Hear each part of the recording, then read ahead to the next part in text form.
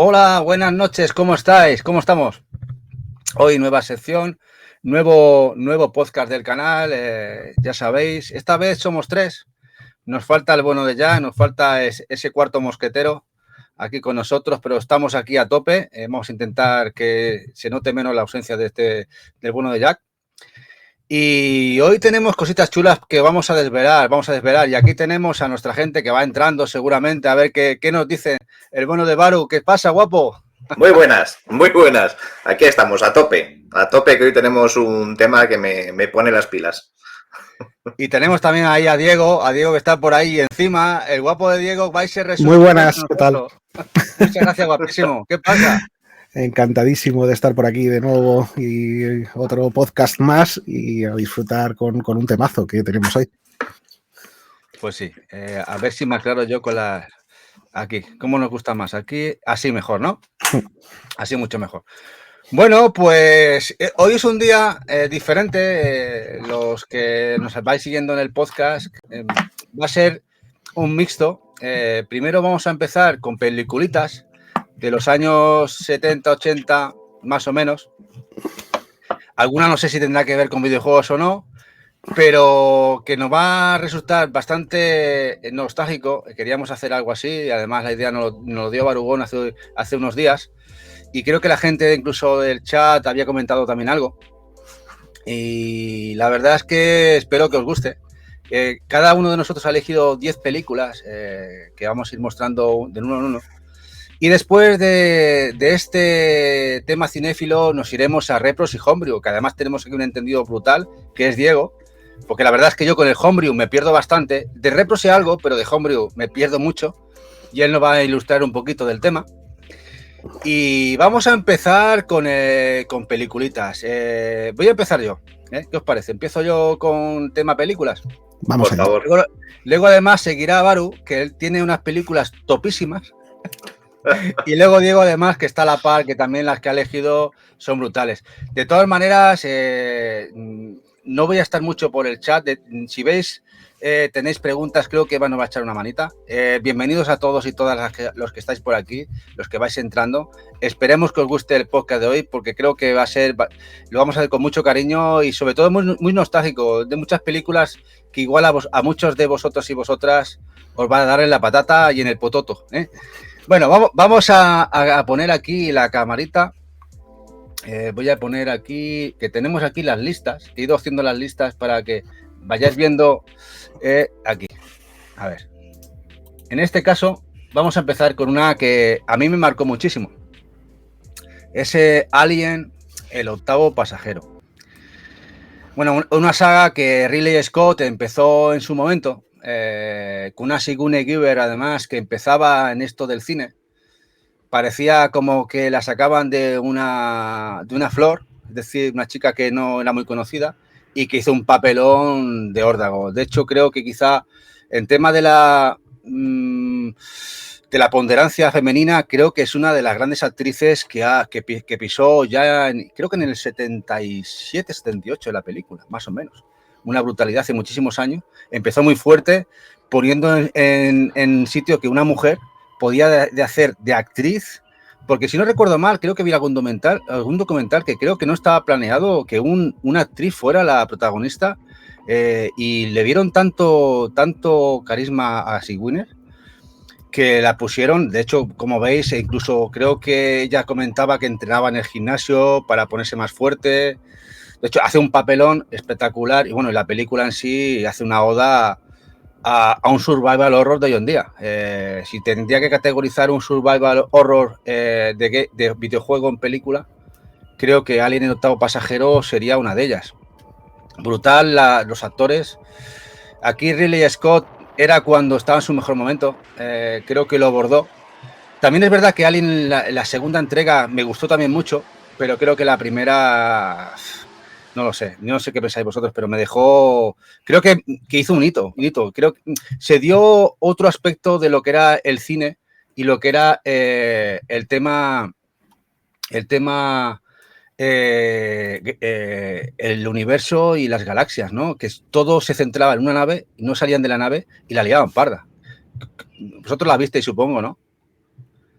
Sí, sí, o sea, para mí Alien el octavo pasajero fue una de las primeras películas de terror que vi, o sea, la vi muy, muy de pequeño, me la puso mi abuela, cuando mis padres, esto que tus padres iban de fiesta por la noche, te dejaban en casa de la abuela y hacías cosas a escondidas que no podías hacer normalmente, ¿no? Pues mi abuela tuvo a bien de ponerme esta película, yo flipé, o sea, me cambió la vida completamente. Para mí lo que es esta película y el universo y la saga Alien ha condicionado muchísimos hobbies, o sea, me encanta todo lo que tiene que ver en el cine, todo lo que tiene que ver los videojuegos, incluso los cómics, o sea, para mí es como un modo de vida, ¿no? A mí Alien me flipa y como bien has dicho, fue un cambio completamente de todo lo que era el discurrir del género de la ciencia ficción y del terror, ¿no? Porque hasta entonces toda la ciencia ficción que se hacía era una ciencia ficción que era muy clásica, ¿vale? Sobre todo esa ciencia ficción de los Estados Unidos, y en los 70 se hizo mucha ciencia ficción, pero en un estado más, digo, de filosofista, ¿no? Y esto lo trajo un poquito más al mundo terrenal, plantó el terror ahí, que lo hace magistralmente, y encima lo que has dicho de Sigourney Weaver es totalmente cierto, porque hasta ese momento todas las actrices líderes que se habían metido en el papel protagonista de una película de terror era para ser una víctima que al final incluso de la película pues o huía o plantaba un poquito más de cara a lo que era el malo malísimo, como Jamie Lee Curtis en Halloween, que es de un año o dos antes, ¿no?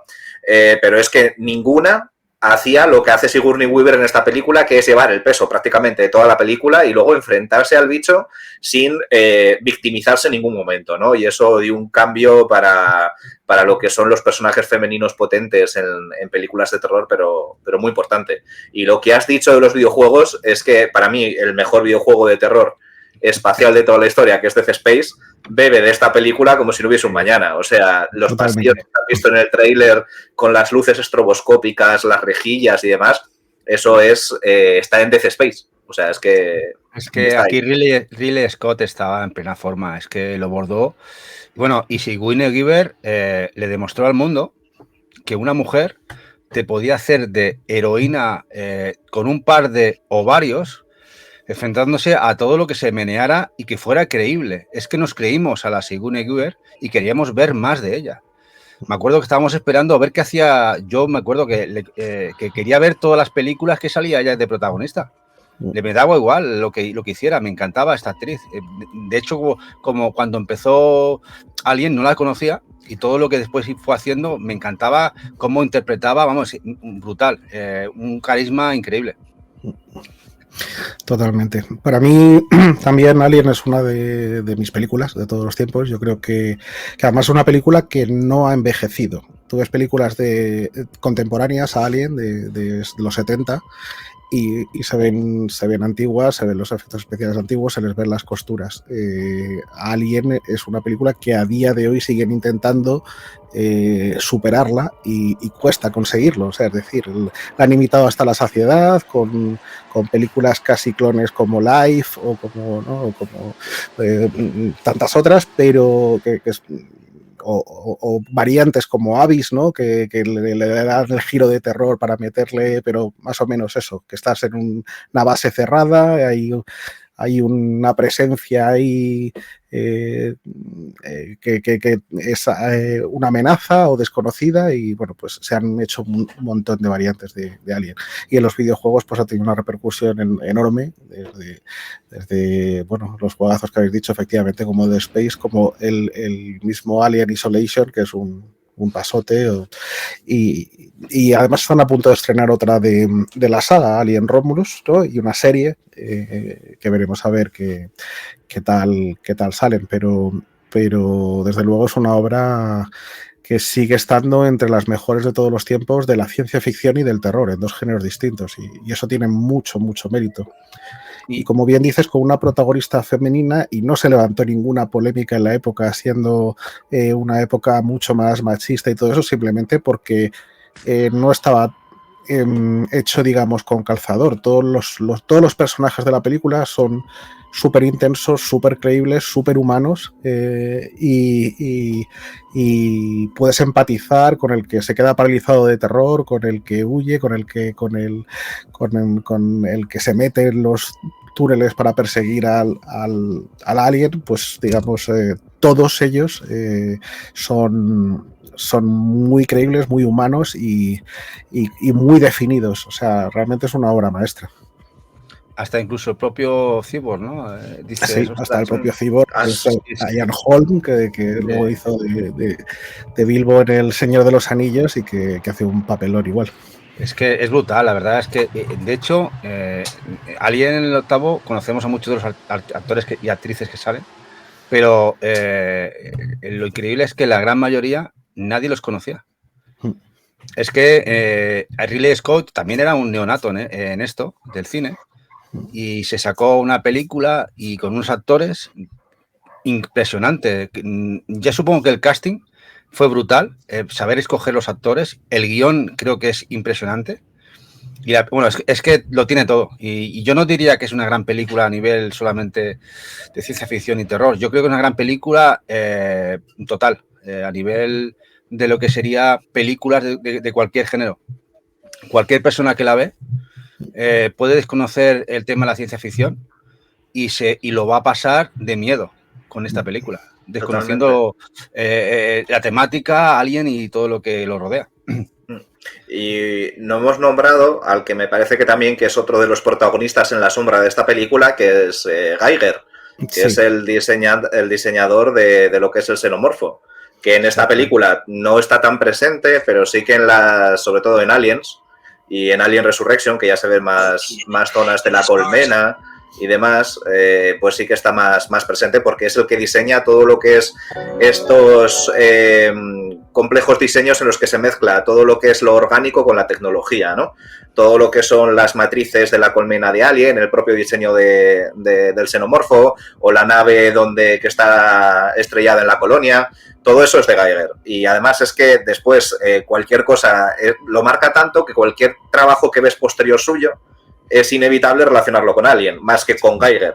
O sea, basado en él hace un año sacaron el Scorn, que salió para Xbox One y PlayStation 5, y es un juego que no es de Giger, porque es imposible que sea de Giger, pero sí que está basado en el trabajo de Giger. Y es una maldita locura. Tú, si eres amante de Alien y juegas ese juego, vas a ver y te vas a esperar que te salga el xenomorfo de cualquier lado. Es una maldita locura la ambientación que consiguen los diseños de ese hombre. Bueno, Baru, te toca.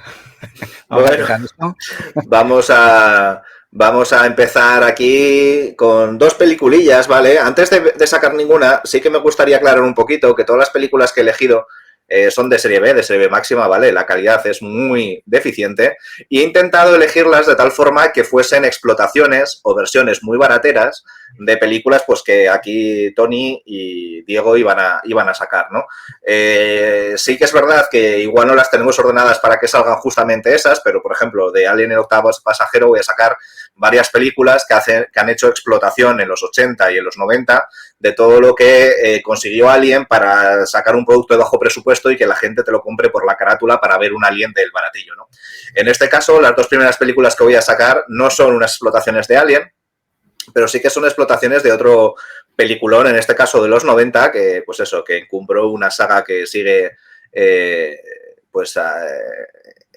actualmente, ¿no? A día de hoy con su parte esta de Jurassic World, ¿vale? Que es Jurassic Park. Y en este caso sí que ha habido varias explotaciones y a mí hay una que me gusta muchísimo, que es la saga Carnosaurios, ¿vale? Que es esta de aquí. Esta es la primera película, ¿vale? Como podéis ver, es una copia, pues, totalmente loca, o sea, sin ningún tipo de vergüenza, ¿vale? Ahí tenemos a un T-Rex, que en realidad no es un T-Rex, es un carnosaurio, ¿vale? Y esta serie, pues, va pues de una serie de experimentos, igual que la película Jurassic Park, que se hacen para traer a la vida como dinosaurios y utilizarlos como armas de guerra, pues en cualquier tipo de guerra o batalla, ¿no? Moderna, de los años 80 y de los años 90. La verdad es que mola mogollón porque tiene los efectos especiales no son todavía digitales, ¿vale? Son 100% animatrónicos y la verdad es que eso le da un aspecto a la película súper chulo. A mí me gustan mucho más los efectos clásicos, ¿no? Los efectos físicos que los digitales porque te crees que el monstruito de Marras esté ahí, ¿vale? Esta saga Carnosaurios, aquí a España, en formato físico únicamente nos ha llegado la tercera parte, que es esta de aquí, que cambió el nombre, que eso pasaba mucho con las películas de este estilo en los videoclubs, ¿vale? Y esta se llamó Especie Mortal, que es Carnosaurios 3, ¿vale? Esta versión de aquí es una versión portuguesa, lo que pasa es que está en versión original, porque ahí en Portugal pues no tienen mucha, lo que es industria del doblaje, ¿no? Entonces, si la veis por ahí, pues, y entendéis inglés, pues la podéis ver perfectamente. Y esta, pues, es el subproducto del subproducto. Aquí se mezcla más todavía Jurassic Park, pero se le da un toque de Alien, en el sentido en el que están todos, pues, atrapados en una especie de base militar de alto secreto, pues, llena de ciencia ficción, laboratorios y demás, y tienen que huir, en este caso ya no de los carnosaurios, sino de una especie de velociraptores, ¿no?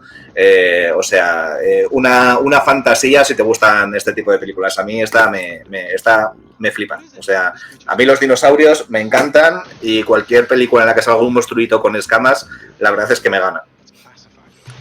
Para que se pregunte qué mierda es esto, diré que es una mierda muy buena.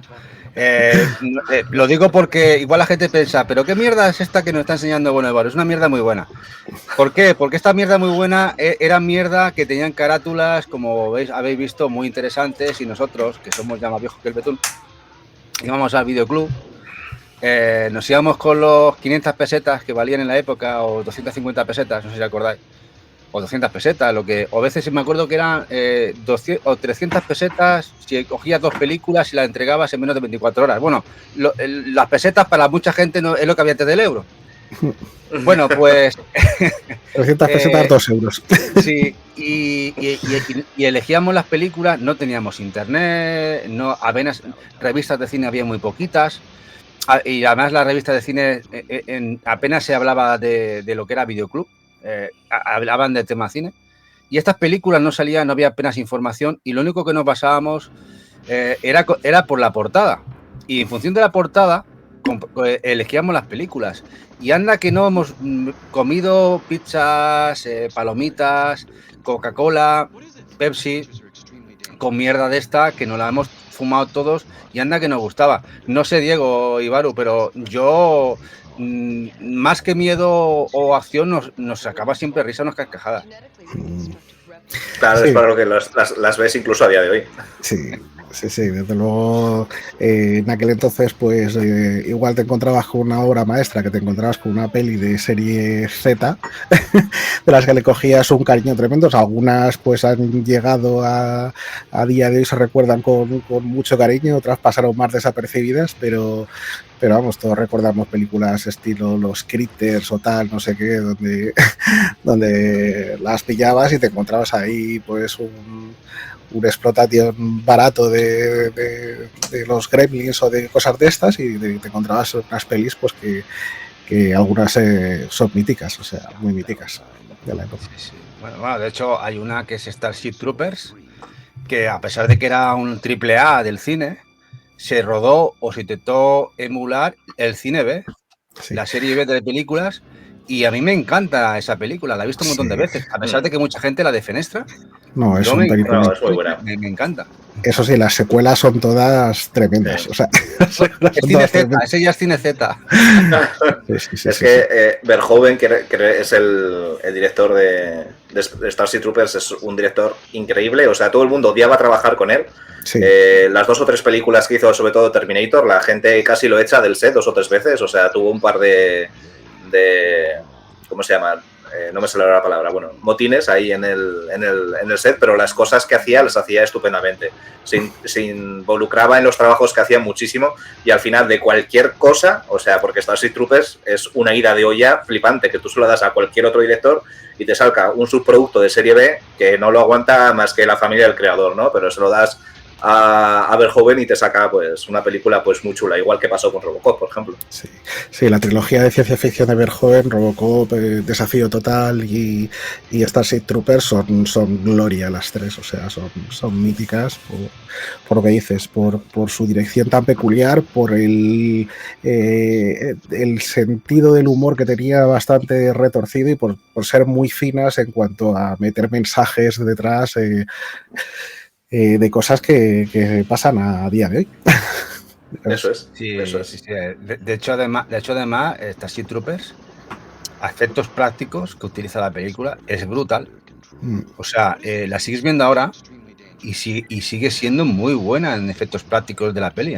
Bueno, ahora Es la puedes increíble. jugar. Los Helldivers 2 es Starship Helldivers 2, Troopers. eso es. Sí, es Starship impresionante. Troopers. Bueno, que en realidad hay un juego de Starship Troopers, lo que pasa es que el Helldivers 2 le ha comido la tostada totalmente. Totalmente, sí. Pero vamos, o sea, los mensajes, la democratización que reparte por el mundo. Pues sí, es todo super Starship Troopers. O sea que.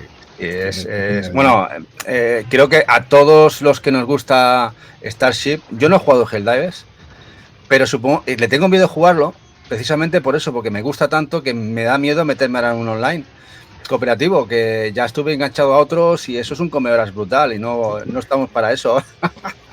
Me temo que no. Sí, no, total. O sea, nosotros tenemos un grupo de colegas que jugamos mucho al Air Defense Force, que es un juego pues muy parecido a Helldivers 2. Lo que pasa es que el Air Defense Force es japonés, tiene mujeres ligeras de ropa volando y matas insectos gigantes, y Helldivers 2 es totalmente americano, tiene hombres y mujeres rudos que destruyen alienígenas por la gloria del país, ¿no? Y lo tenemos en la recámara porque es que no nos queremos meter en ese follón, porque cada vez que nos metemos en uno de esos le echamos de 100 horas para arriba y lo tenemos apartado esperando a verano o a que los tres tengamos vacaciones en algún momento para meternos en él, porque sabemos que nos puede arruinar la vida totalmente. Y en tema de igualdad, ¿os acordáis que la peli de Starship Troopers implementa el hombre y la mujer a igual? Son guerreros, son luchadores, de hecho, ¿os acordáis? Las duchas mixtas eran mixtas, igual que los servicios. Fue de los primeros directores de implementar el tema igualdad en todas las condiciones. Los soldados eran soldados y las soldados y los soldados. Me pareció en aquella época muy novedoso, visto cómo estaba, además en el año que fue, que el tema bueno, ya vi, Depredador, Comando, Rambo, todo hombre machote con la escopeta en la mano, ¿no? Sí, de todas formas, Aliens ya lo hacía eso también, ¿eh? Sí. Con las duchas mixtas y con los marines. Bueno, también, pero Ali ya también lo metió ya con Sigune, ¿no? Sí. No, pero en la Aliens 2, cuando ya vienen los marines, todas las duchas ya eran mixtas, que eso sorprendía mogollón. Se duchaban ahí todos y los vestuarios y tal. Estaba la Soldado Vázquez. Eso es. Que era además era la más bajita, pero la más ruda, porque era la que llevaba lo que será el armamento más pesado. O sea, ¿os acordáis que llevaba ella, se cogía el armamento más pesado? Que de hecho hay una escena que se ríe de uno porque uno que es el doble que ella intenta coger el armamento y se le cae y ella la coge diciendo: tú no tienes ni fuerza, tío. ¿No os acordáis de aquella escena? No me acuerdo de la Soldado Vázquez. Me dio penita cuando iban muriendo los pobres soldados. Sí, además que empatizabas muy bien con todos ellos. También fue muy buena la segunda parte. ¿Ves? Hemos vuelto a Aliens. Si es que no podemos irnos a Aliens. Aliens. Bueno, vamos a esconder esto, que nos ha encantado aquí los Carnosaurs. Y le toca al bueno Diego. Pues vamos a ver, la primera película que traigo es una película que a mí personalmente me marcó mucho, porque me marcó un poco hasta la carrera profesional, como quien dice. Es una película, una de las primeras que trata el tema de la informática y que lo trata, digamos, con seriedad. Una película dedicada a los videojuegos también, es juegos de guerra. Y bueno, pues esta película que trata un tema quizás muy típico de los 80, ¿no? Que es el tema de la Guerra Fría, la tensión nuclear y tal, que estamos reviviendo a a día de hoy, ¿no? En los bloques un poco de la Unión Soviética y Estados Unidos, en lugar de tratarlo al modo tradicional, lo trata de un modo bastante distinto, poniendo el foco en un chaval que es aficionado a los videojuegos. De hecho, la película empieza literalmente con el chaval en los arcades y contando un poco su experiencia. Y es una de las primeras películas en las que pudimos ver un hacker, pero además de una forma un poco realista, ¿no? Él tenía ahí su ordenador, que era el famoso IMSAI 8080, uno de los primeros clones que hubo, el clon de Altair 8080.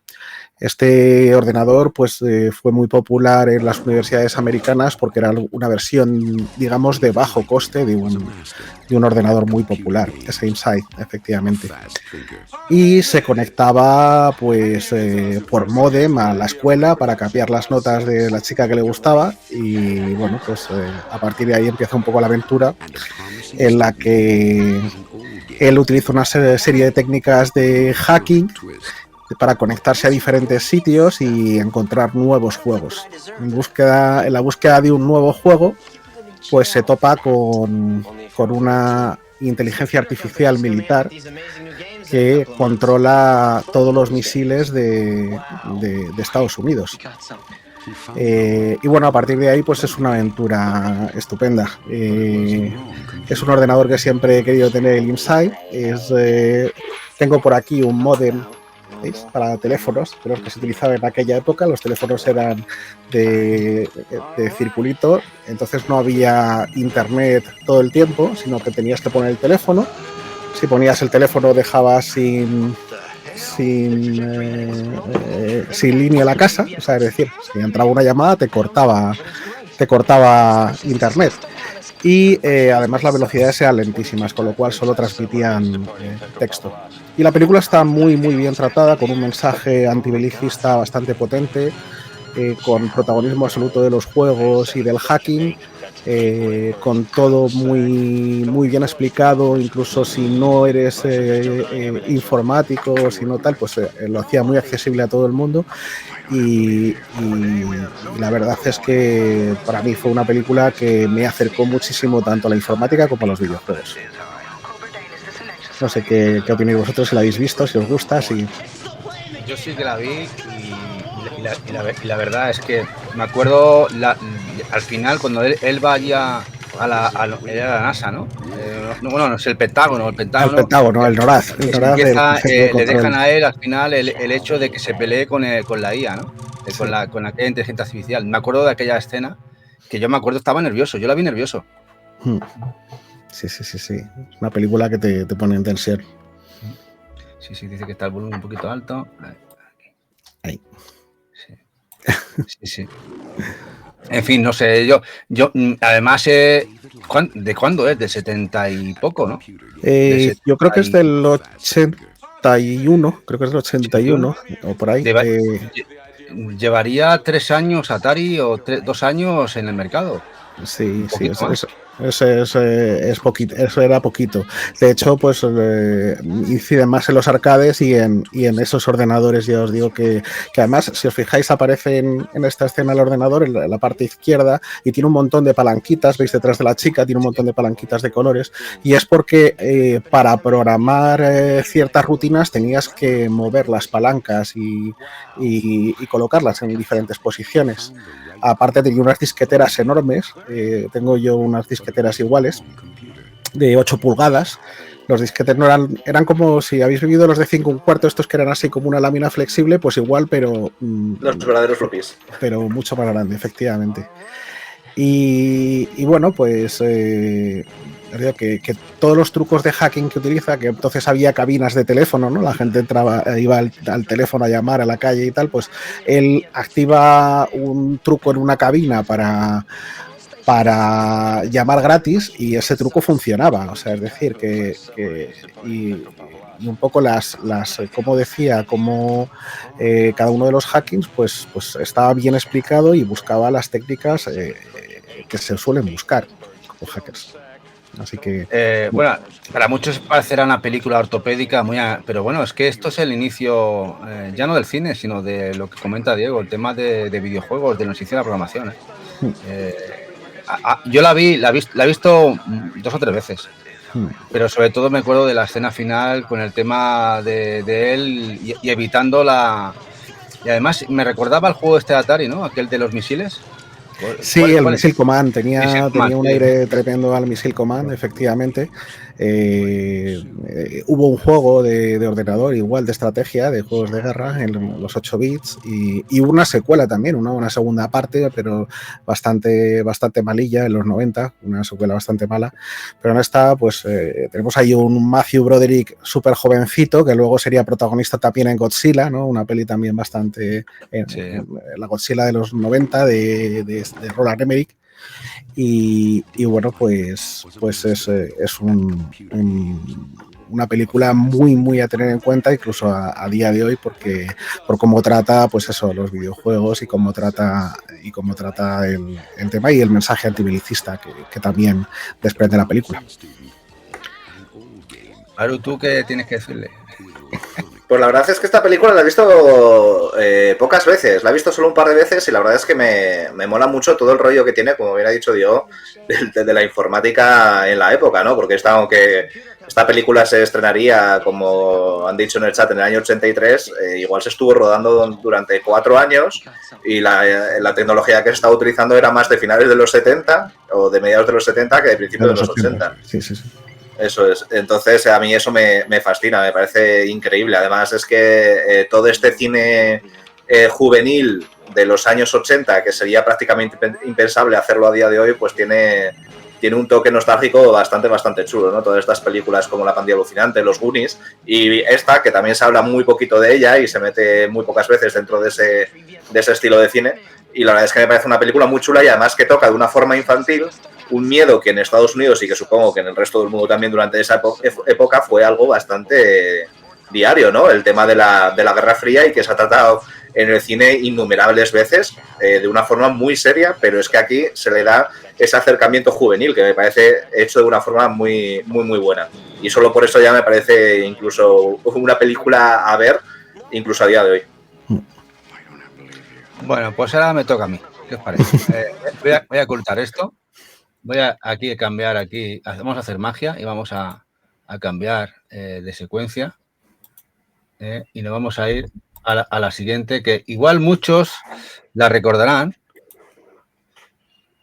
Yo sí que la recuerdo, porque además tengo un recuerdo muy bonito de ella, porque ya se lo he comentado a los compañeros al inicio, que fue la primera peli de terror que vi en el cine, que me llevaron mis padres.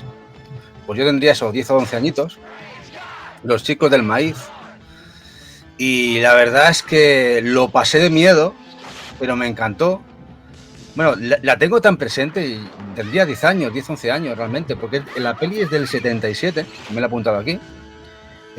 Bueno, ya sabéis, que, o los que no lo sepáis, que está basado en un bestseller de Stephen King, El Umbral de la Noche, en el cual se hizo esta película y una secuela, en el cual finalizaba, me parece que el tema o cerraba el círculo de Los Chicos del Maíz, en la que Linda Hamilton está también espectacular, también estaba Peter Horton, y en la cual esta pareja va viajando por Estados Unidos, como mucha gente viaja, por esos pueblos que como nosotros que hemos estado en Estados Unidos, o podemos decir que es de verdad, que de pueblo a pueblo no hay nada, es auténtico desierto, árboles y es una locura, ahí te pierdes y te puede pasar de todo. Y que llegan a un pueblo en el cual lo que hay son todos críos, son todos niños y allí las pasan canutas. La pasan muy mal porque los niños lo que hacen es que veneran a un culto al horror, a un demonio y todo se va desvelando durante la película, el por qué no hay adultos y lo que viene todo detrás. La película está muy bien.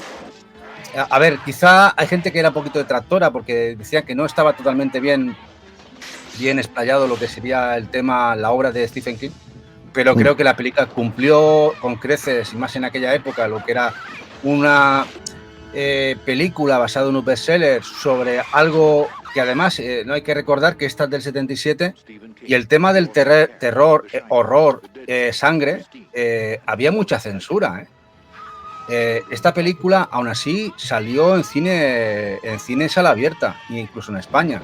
Yo recuerdo además en España que me llamaban mis padres porque tuvo mucho boom. Se hablaba mucho de Los Chicos del Maíz y tuvo muy buena recaudación además en la época. Creo que les costó, no llegó a $1 millón y recaudaron 14-15 millones a nivel mundial. Cuando en Estados Unidos sus películas salían poco fuera de Estados Unidos, a Europa y poco más. Pensar que ahora es a nivel mundial sus películas que llegan a Asia, Japón y tal, pero las películas de americanas de entonces llegaban a poco más de Europa y poco más. Multiplicó por X lo que recaudaron y a mí la verdad es que la sigo teniendo muy presente. Le tengo mucho cariño a la película. Totalmente.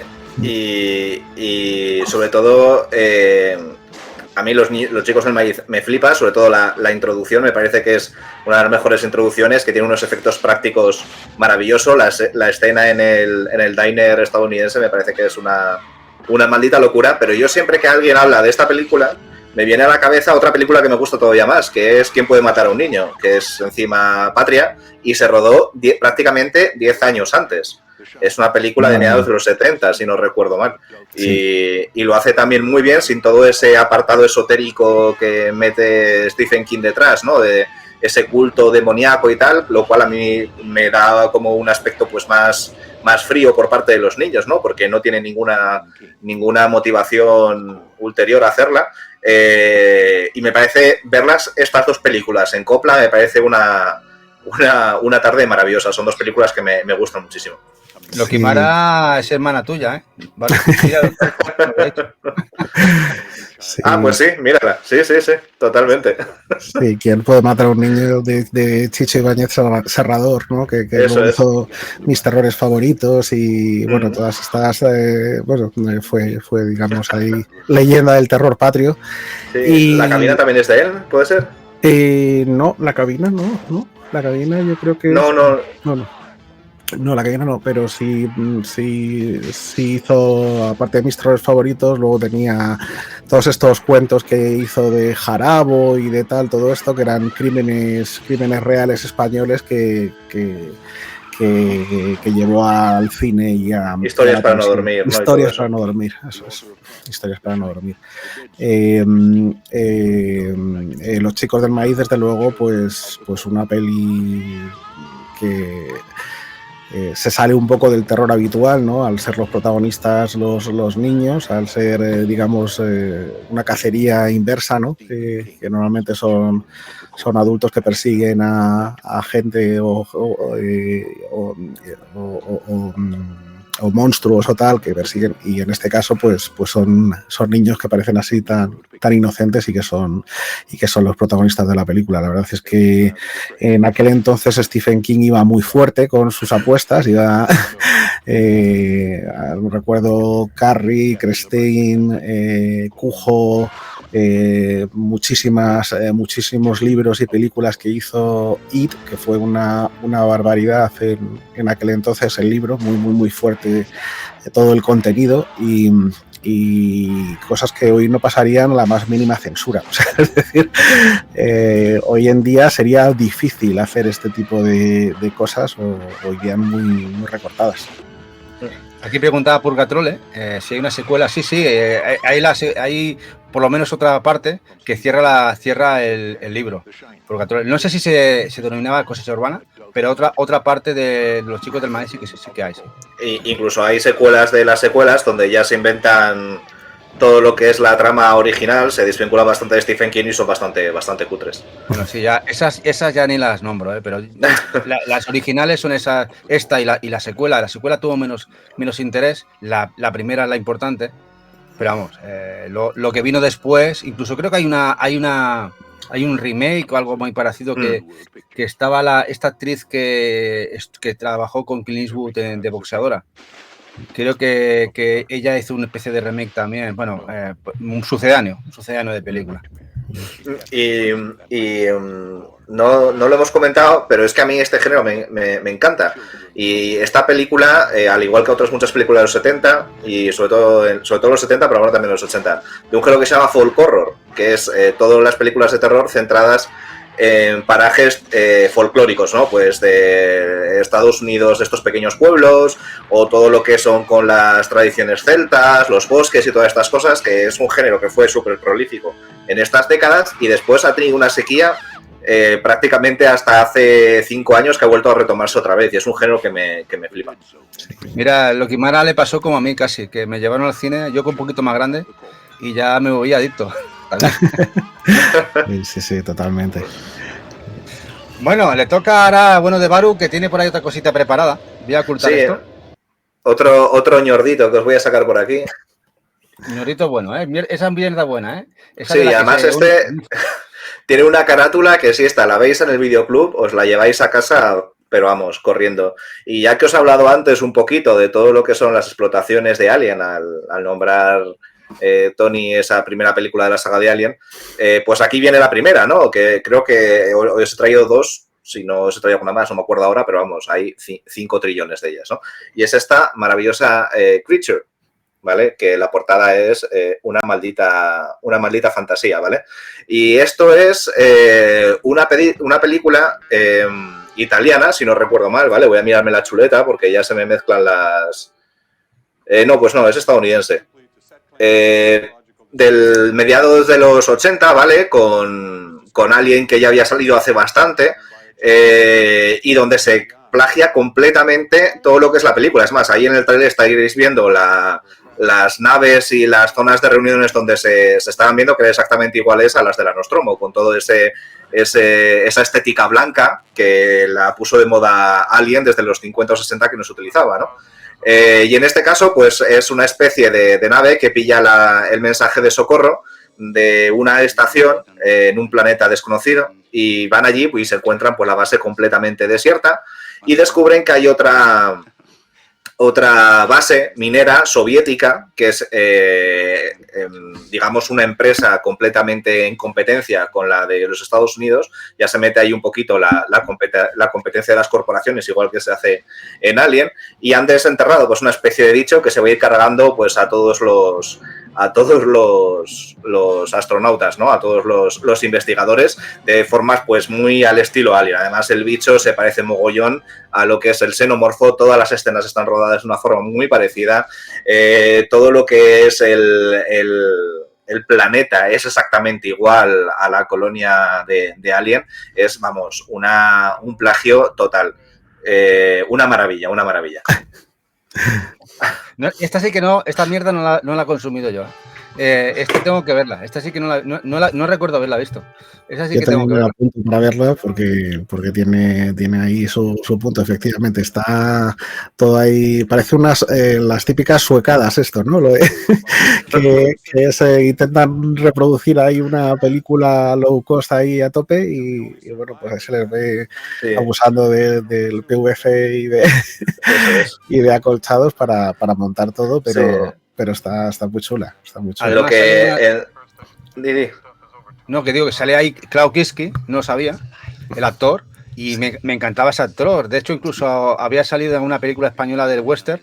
Este actor es polaco e incluso luego su hija, que había El beso de la pantera y tal. Y me gustaba mucho. No lo conocía que había hecho esta peli. O sea, sí, está en sus horas bajas ya. Sí, ya se nota. Eso es. Esto es cuando cogían a un actor que había sido muy prolífico en los 60 y 70 y ponían su nombre en la portada, poniéndolo como uno de los protagonistas. Y Klaus Kinski sale pues de la mitad de la película para el final. O sea... Se llevaba la morterada, hacía 4 tomas y para casa. Sí. Eso es. Además es Klaus Kinski haciendo de Klaus Kinski. O sea, es una maravilla. Yo me acuerdo de una película de western, además era italiana, que hacía el de malo. Era muy joven ahí y cómo me reí con esa peli.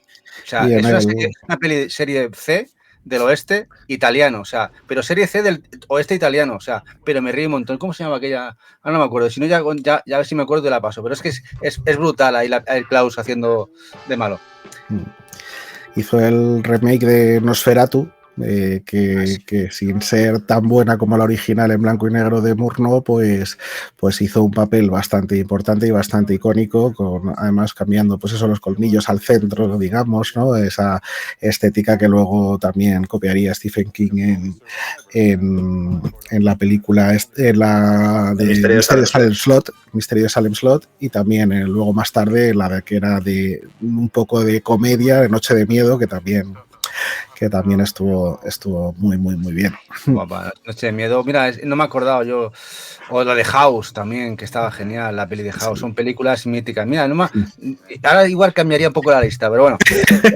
Sí, el problema es que coger 10 películas solo de esa época es absolutamente imposible, porque fue una época de cine absolutamente brutal. No terminaríamos nunca.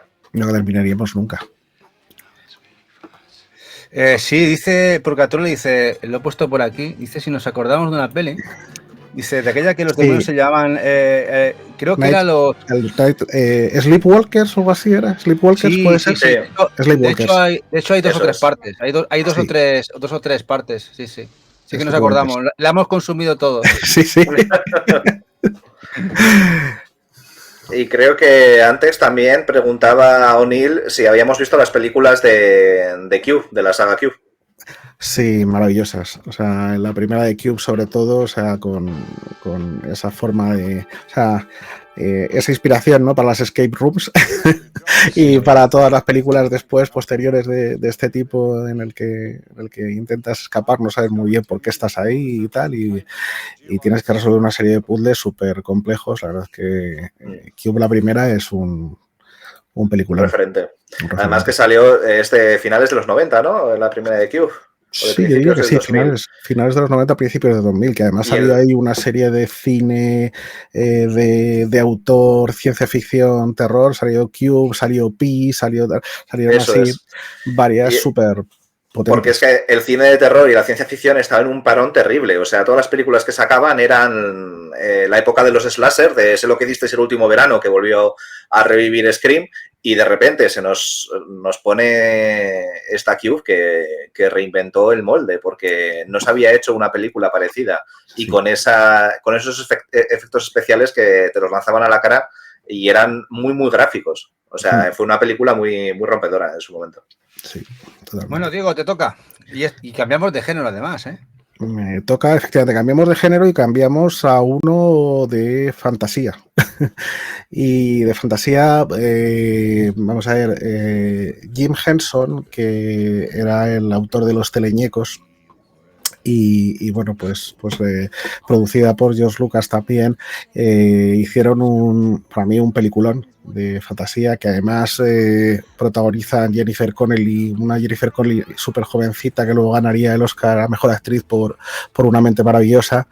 Y bueno, pues aquí es la absoluta protagonista también, una mujer muy jovencita que digamos, es una película que agrupa un montón de películas y de historias anteriores y les da un toque muy original.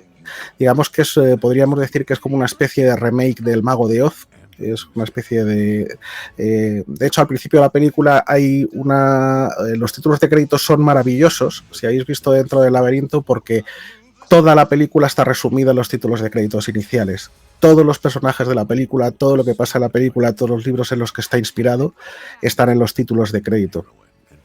Y bueno, pues tiene muchas lecturas esta película, además tiene un arte muy bonito. La parte final está en un escenario tipo Escher, ¿no? De escaleras imposibles, y el antagonista es David Bowie, que para mí es uno de los músicos más influyentes de todos los tiempos, y bueno, pues que ha influido pues desde casi todos los grupos de los 70 y los 80 hasta bandas como hasta mi banda favorita, ¿no? Como Nirvana, que tocó varios temas suyos en el concierto acústico del MTV. Y bueno, pues yo creo que es una pequeña joya. Jim Henson hace todos los muñecos y gran parte de ellos están controlados por Frank Oz, que luego haría de Maestro Yoda en las películas de Star Wars. Y es una auténtica joya de principio a fin. La tengo innumerables veces en diferentes ediciones de coleccionista. Esta es una edición aniversario que salió con un pequeño diario, con dibujos y bocetos de Jim Henson. Y es una película que puedo casi recitar algunas escenas absolutamente de memoria, con una banda sonora buenísima, con canciones de David Bowie, y yo creo que sigue siendo un cuento muy, muy disfrutable a día de hoy. Igual, y para todos los públicos. Y para todos los públicos. Para todo el mundo, sí.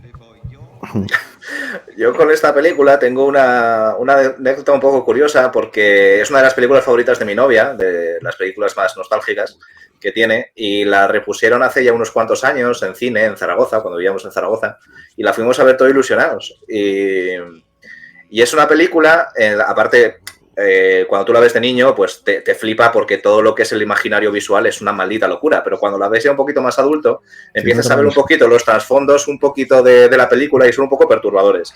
Y ya no solo eso, sino que David Bowie, que me parece la estrella real de la película, porque hace un papel maravilloso como Némesis de Jennifer Connelly, y las canciones que canta me parecen increíbles, pero no sé si fue elección de David Bowie o de las personas que hicieron la película, pero lleva durante toda la película unas mallas, y esas mallas le marcan el paquete con todos los pelos y señales que hay. Entonces la vimos en el cine y todos estábamos bien, sale David Bowie, y nos quedamos todo el cine mudo en el primer plano en el que sale David Bowie, porque es un primer plano de la anaconda esa que tiene ahí. O sea, es impresionante. O sea, estas cosas que cuando eres pequeño, claro, no te fijas, pero que ahora cuando las ves por segunda vez, ya con más mundo, pues te vas fijando, ¿no? Supongo que Diego se acordará la cantidad de conciertos que David Bowie se tocaba el paquete. De todas maneras, es que el trasfondo de la película, no sé si queréis que haga spoilers, pero tiene una doble lectura, que además sale también al inicio de la película. Y es una, digamos, es cómo se enfrenta a ella a usos sexuales, digamos, porque al inicio de la película sale que ella vive con su padre y su madrastra, y en el tablero donde están pinchadas las fotos que ella tiene y tal, hay una foto de su madre con su novio, que es David Bowie, pero sin estar vestido como Rey Goblin. Y al final el discurso que él hace y el discurso que ella hace, ¿no? de no tienes poder sobre mí, de romper ese poder, es porque él no hace más que regalarle juguetes, no sé cuánto, le culpabiliza también de que él hace todo por ella, y de todo eso. Es como una historia de amor ahí un poco retorcida de un adulto y una menor. Y al final el objetivo de David Bowie es que Jennifer se quede con él para siempre en el mundo ese fantástico, ¿no? Si no consigue llegar a tiempo, es que se quede con él. No se dice explícitamente como su reina o como qué, pero tiene connotaciones muy, muy pederastas, ¿no? En ese sentido. Sí, intenta denunciar algo por el estilo. Y por cierto, para mí tiene un personaje que es maravilloso, que me flipa, que es uno de los artífices de la que la película siga, que es la oruga esta que se encuentra Jennifer Connelly al principio del laberinto, que me parece un personaje brutal. O sea, que gracias a él, porque está en una situación en la que Jennifer Connelly tiene que ir a la izquierda o a la derecha, en una de las dos direcciones está el final de toda la aventura, que encima la película acaba de empezar, ¿no? Entonces lo pregunta a la oruga, y la oruga le da la dirección contraria a propósito, y después cuando se va, que la ha engañado, dice, menos mal que se ha ido para el otro lado, porque si no se hubiera ido directamente al castillo y hubiera muerto, ¿no? Como llevaba esa pájara en la cabeza la oruga, y me parece maravilloso, porque si le hubiese dado la dirección correcta, hubiera estado de estos memes dirigidos por Robert White, ¿no? De estos que sacaba ahí la película directamente. Sí, no, tiene momentos muy cachondos, como el perrete, ¿no? Subido encima de otro perro. Sí, sí, sí. Sí. Tiene momentos muy buenos la película. Y como bien dice Diego, Ser tiene un Didymus. trasfondo muy adulto. Por eso es una película muy para todos los públicos. Porque los infantes no se van a enterar de la misa de la mitad. Van a ver el lado bonito de las marionetas y tal. Y el que tiene un poquito más de edad se va a fijar en esos detalles y decir, joder, qué cabroncetes, ¿no? Sí, y es una reinterpretación total del Mago de Oz, porque al igual que en el Mago de Oz, pues a Dorothy le acompañaba, ¿no? El robot de hojalata sin corazón, el espantapájaros sin cerebro y el león cobarde, ¿no? Pues aquí era Ser Didymus, que era el perro sobre el perro, que era cobarde, ¿no? Que se hacía ahí el caballero, pero que huía siempre. Estaba Ludo, ¿no? Que era el espantapájaros, porque tenía el cerebro vacío, ¿no? Y estaba Hagel, que es el hombre de hojalata, pues no tiene corazón, o sea, la va haciendo las trampas durante toda la película hasta que encuentra el corazón. Entonces, es una reinterpretación del Mago de Oz. El Mago de Oz sigue siendo muy disfrutable y muy perturbadora también a día de hoy, a pesar de no ser una película de los años 20 o 30, y desde luego Dentro del laberinto es para mí una joya temporal. Totalmente de acuerdo. Bueno, ¿quién le toca? Me toca a mí, ¿no? Te toca, Sí. te toca. Me toca a mí. Bueno, pues vamos a cambiar de plano. Voy a buscar aquí, que yo soy aquí el mecánico de pelis. Vamos a ver, busco y cambiamos a una que marcó la infancia. Bueno, la infancia y mi juventud. Conan el Bárbaro. Pero mucho. Me hizo replantearme al final este hombre, Arnold, luego vi el Pumping Iron y otras cosas que hizo él. Pero después de esa película me puse a entrenar. En plan serio, me acuerdo que, bueno, y de hecho hice mis pinitos de potencia, resistencia, power, competí en alguna cosita. Y gracias a este señor me replanteé mi vida viendo esta película. Me cambió, de hecho esta película la habré visto más de 20 veces. Y es un peliculón. A ver, la gente ve a lo mejor que es un tío con músculos y tal, pero la película está, el director es John Milius. La banda sonora es espectacular del griego del chico, el Basil Polidoris, que es brutal la banda sonora, es increíble, se me pone la piel de gallina. Y aquí también el señor James Earl Jones, que es el que hace de Doom, hace un papel espectacular. Es como un western bárbaro en una época bizarra y muy loca, que si la ve cualquiera que no haya visto la película y se olvida de que es Conan el Bárbaro, la ve, le va a poder gustar porque realmente es sangrienta. Estamos hablando que era del año 82 y en el 82 una película así, tomada así, fue muy bestia. De hecho me acuerdo que tuvo muchos problemas para poder llevarse la película al cine, a rodar, de hecho rodarla. No había nadie que pusiera la pasta. Se echaban todos atrás. Les daba mucho miedo rodar la película porque el guión era muy bestia. Y solo hubo Dino De Laurentiis, el italiano ficado en Estados Unidos, que se atrevió a poner el dinero. No sé cuántas veces le dijeron que no al guionista, a John Milius. De hecho, John Milius, el director, tampoco iba a ser John Milius, iba a ser otro que se quitó de en medio. Y al final se rodó, de manera genial, para mi parecer. Es verdad que luego tenemos la continuación, que es Conan el Destructor, que ahí ya es otra historia. Pero lo que es la Conan el Bárbaro a mí me marcó muchísimo. Además rodada aquí en España y con Javier Sanz de Conan niño. Sí, y la chica esta polaca que había hecho muchas películas aquí, que hacía de madre. ¿Cómo se llamaba esta chica? Que era la madre de Conan, en la que muere y le cortan la cabeza, ¿no? Al inicio de la película, ¿no? La verdad es que me marcó muchísimo la peli y la recuerdo con mucho cariño. Y de hecho el personaje, ¿no?, de Khal Drogo en Juego de Tronos y tal está, vamos, calcado. Todos los Dothraki y tal están más que inspiradísimos Bueno, en Conan. de hecho, ese actor hizo ese remake, burdo remake de Conan, que luego Sí. fue un burdo remake que no le llega a la altura zapatos a la clásica, ¿no? Sí. Sí. Y además que retoma un poquito el cine este de aventura fantástica que fue tan prolífico en los años 60, ¿no? Con todas las películas de Harryhausen y todas estas adaptaciones de los mitos griegos y demás. Y no solo lo retoma, sino que es el punto de origen de 50 millones de explotaciones. O sea, de aquí salió películas que nos llegaron a nosotros, por ejemplo, El Señor de las Bestias, la saga de Hathor, llegaron muchísimas, la saga de Thor, o sea, llegaron muchísimas películas, ahora no me sale cómo se llama este subgénero, pero tiene un nombre, que está todo basado en el éxito de esta película, que como bien ha dicho Tony, su segunda parte mola también, pero vamos, la primera es la primera, y luego tiene ese spin-off con Red Sonja, ¿no? Que también sale por ahí el Schwarze repartiendo caña. Además fue una de las primeras películas de éxito que hizo el Schwarze. Sí, totalmente. Sí, hizo aquella de Hércules, hizo varias, hizo la de Hércules. Hércules en Nueva York, sí.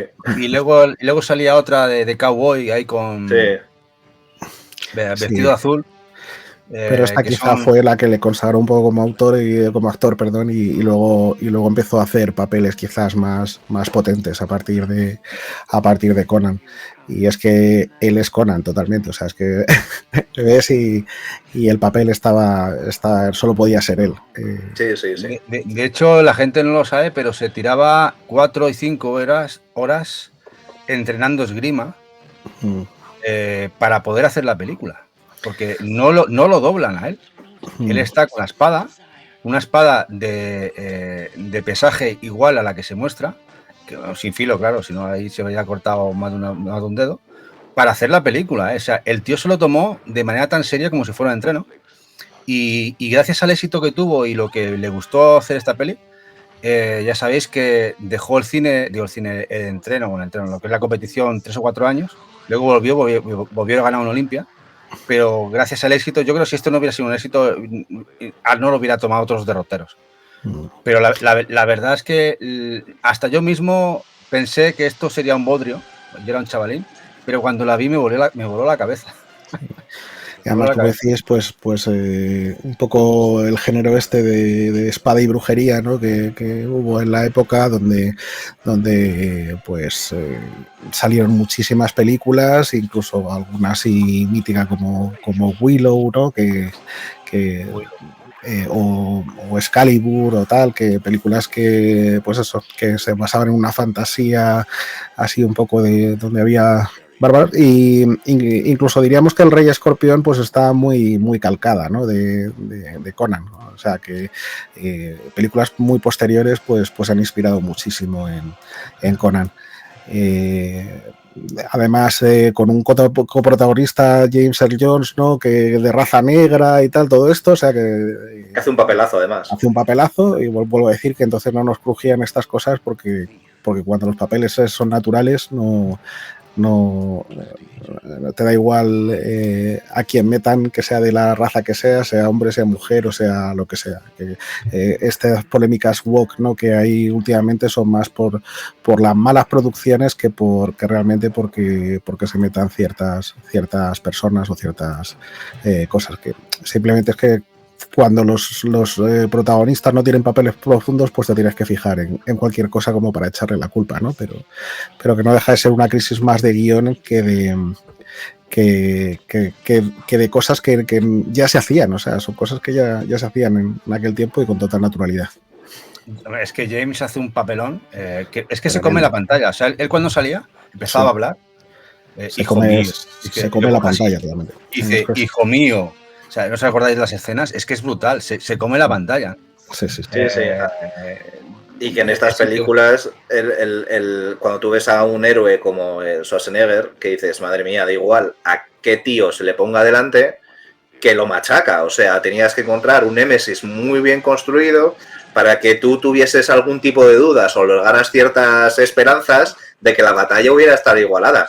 Y tenemos a su némesis en Conan, que es una persona que físicamente no le hace ningún tipo de sombra a Schwarzenegger, pero consigue desarrollar un papel tan poderoso que le vuelca totalmente. O sea, el líder de esa secta despiadada me parece desde el minuto uno un oponente digno a Conan. Absolutamente. Es algo que se está perdiendo, ¿no? Los grandes villanos que en los 80 eran súper retorcidos y súper tal, ahora son más bien blanditos, ¿no? En la época actual. Y quizás en aquella época recordamos a muchísimos grandes villanos y empatizamos más con ellos casi que muchas veces con los protagonistas, porque eran papeles muy bien construidos y muy potentes. Y como anécdota, por ejemplo, él participó Conan en elección de algún actor. De hecho, no sabían qué poner. Sabéis que Doom tenía a dos guardaespaldas, ¿no? Dos gigantones. Uno de ellos, el del martillo, que es Sven Björnsson, me parece, que es sueco, pero que entrenaba con Arnold. No sabían quién poner a alguien grande a la altura de poderse medir con Arnold, lo que pudiera parecer que le pudiera dar batalla, ¿no?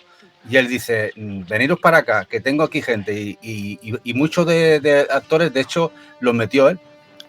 Este Sven ha hecho muchas otras películas, ha estado en otras muchas películas, de hecho, en muchas que ha estado Arnold, si os acordáis también, en The Running, la película del corredor de Arnold, él era uno de los guardaespaldas de uno de los gerifaltes que también salía allí, les ven. O sea, al final la película, por lo que fuera, fue muy bien medida, y caso contrario, que luego llegó el Conan el Destructor, que le pusieron más dinero, que valió más pasta que la primera, y que para mi gusto fue un poco desastre. Estuvo bien, tenía cosas chulas, yo me lo pasé muy bien, pero muy alejada de lo que supuso la primera, pero mucho. La primera es un peliculón y la segunda es una película para verla una tarde y poco más. Perseguida además que tenía de guionista Stephen King y con Schwarzenegger ahí de protagonista, y que una peli super low cost, ¿no? de Schwarzenegger, pero que quedó muy bien, ha envejecido muy mal porque los efectos son súper cutres, sí. y era muy low cost la película, pero que trata temas súper actuales, ¿no? Como los fake de vídeos, ¿no? Cómo engañan y la manipulación de ese vídeo y de los medios. La película es los Juegos del Hambre, básicamente también, ¿no? Va pasando ahí, va huyendo y va sobreviviendo. Y bueno, pues la verdad es que el guión de Stephen King estaba muy bien, a pesar de que la película era tan low cost. El problema de Perseguido, como tú dices, el problema era el dinero. Si me acuerdo de la escena que se ve de cuando él era el comandante, ¿no? Que estaba pilotando el helicóptero, aquello es esperpéntico. Hay que echarle imaginación. Hay que echarle imaginación. Claro, dices, es una mierda. Luego, en cambio, las escenas de acción cumplen, sí. Tienen su cometido. Ahora, el tema de escenografía era pésima. O sea, la mierda. O sea, pero al final la película te la pasabas de coña porque el guión era bueno. Sí, el problema era el dinero que no tenían para una película de mayor presupuesto. Además era uno de los guiones que firmaba Stephen King con su seudónimo, y es que Stephen King, que me parece asombroso que no tenga un Nobel de literatura, porque yo creo que lo merece, porque ha revolucionado muchos géneros y ha hecho un mogollón de guiones que han sido una auténtica maravilla, ¿no? Producía tanto que los editores le dijeron, si sacas tantas novelas con tal, la gente no va a poder comprarlas. Entonces se inventó un seudónimo para poder sacar más novelas en el mismo periodo de tiempo, porque los editores no se las querían publicar con su nombre porque eran demasiadas. Stephen King, un crack. Es el Michael Jordan del suspense y de la literatura. El tío. ¿Cuántos veces les ha vendido a este hombre? Es una locura. Una locura. Una locura. Pero luego en el cine tampoco tuvo tanto éxito, ¿eh? Estaba un poco peleado con el séptimo arte. Bueno, también tuvo mala suerte, ¿eh? Tuvo mala suerte. Ojo que Cadena Perpetua es suya y es una de las mejores películas de todos los tiempos. Ojo que La Milla Verde es suya también. Ojo que tiene, sí, pero él no estaba contento con las películas que se hacían. Sí. Tiene por ahí varios guiones que están entre las mejores pelis de todos los tiempos. Vamos, Cadena Perpetua es una obra maestra de principio. Sí, pero es de guión suyo. Me refiero a las adaptaciones de sus libros. Sí. Cuando él se metía a controlarlas o se metía dentro de las producciones, salían bodrios maravillosos. Ya no me refiero a sus productos originales. De hecho, estaba muy peleado con Stephen King por El Resplandor, porque lo hizo muy distinto a lo que él quería hacer, y luego hizo su adaptación y quedó muchísimo más cutre. Sí, además le hicieron una serie de estas, ¿no? Que tenían que echar la película porque era 4 horas o 5 horas y pico. Sí. Richard Bachman, correcto. Nos dice aquí lo que Mara, que es una crack. Es una crack. Y apunta también por ahí que era Jorge Sanz, que he dicho yo Javier Sanz, se me ha cruzado ahí los nombres, era Jorge Sanz, efectivamente. El Jorgito. Bueno, ¿quién nos toca ahora? Ya estoy perdido. Baru, ¿no? ¿Te toca a ti? La ración de bazofia. Pues nada, pasamos de un peliculón como Conan a una de las peores explotaciones que pueda haber de una de las mejores películas de terror de todos los tiempos. Me parece que ha sido Loki Mara la que la ha nombrado en el chat hace un ratillo, que es Tiburón.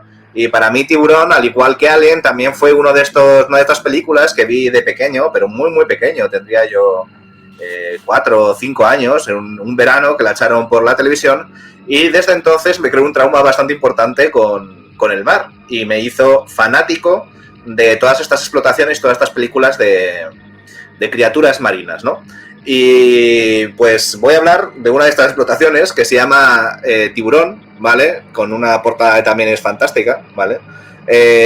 Vosotros leéis ahí en grande Tiburón y si esto lo veis en el videoclub pensaréis que es una de las entregas de la saga Tiburón de Steven Spielberg. Pero sí, no sé si se podrá ver, pero pone ahí debajo de esto Duelo a muerte, ¿vale? Esto es una película de explotación italiana, pero ya ni siquiera de los 80. Es una película de explotación italiana de principios de la década de los 90, cuando incluso las explotaciones italianas estaban decayendo, ¿vale?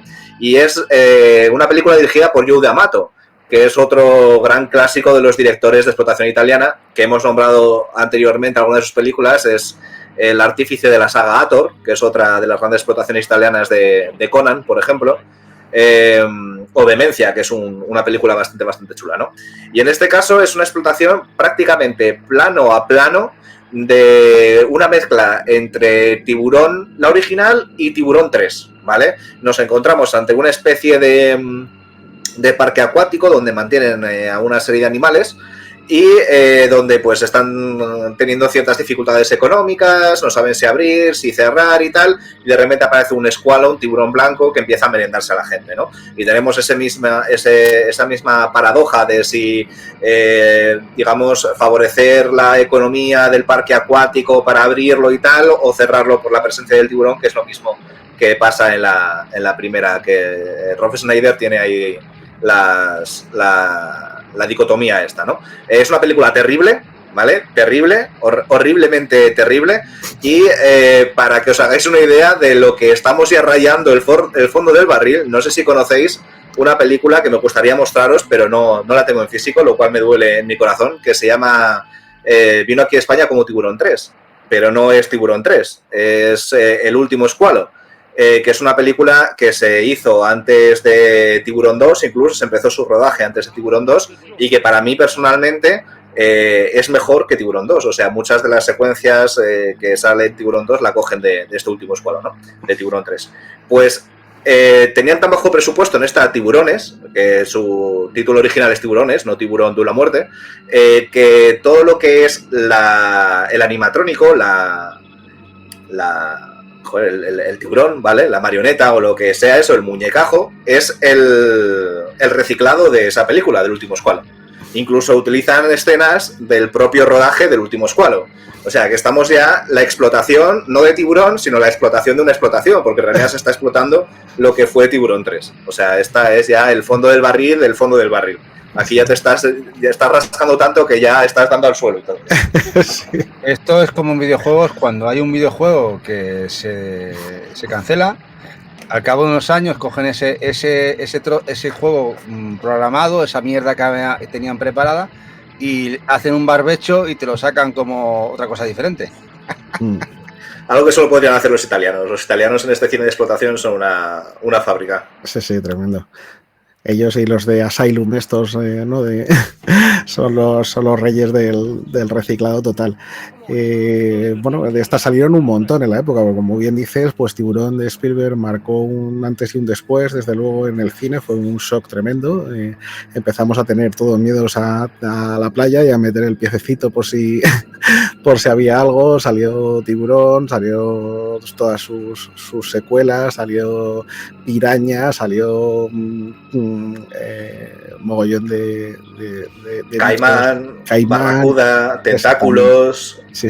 Salieron mogollón. Orca Asesina. Yo me acuerdo ver en el cine Orca Asesina. Sí. Pero eso es un peliculón, ¿eh? Eso yo no lo consideraría explotación de Tiburón. No, pero fue la época de Tiburón. Aprovecharon y sacaron la película. Con banda sonora de Morricone, además.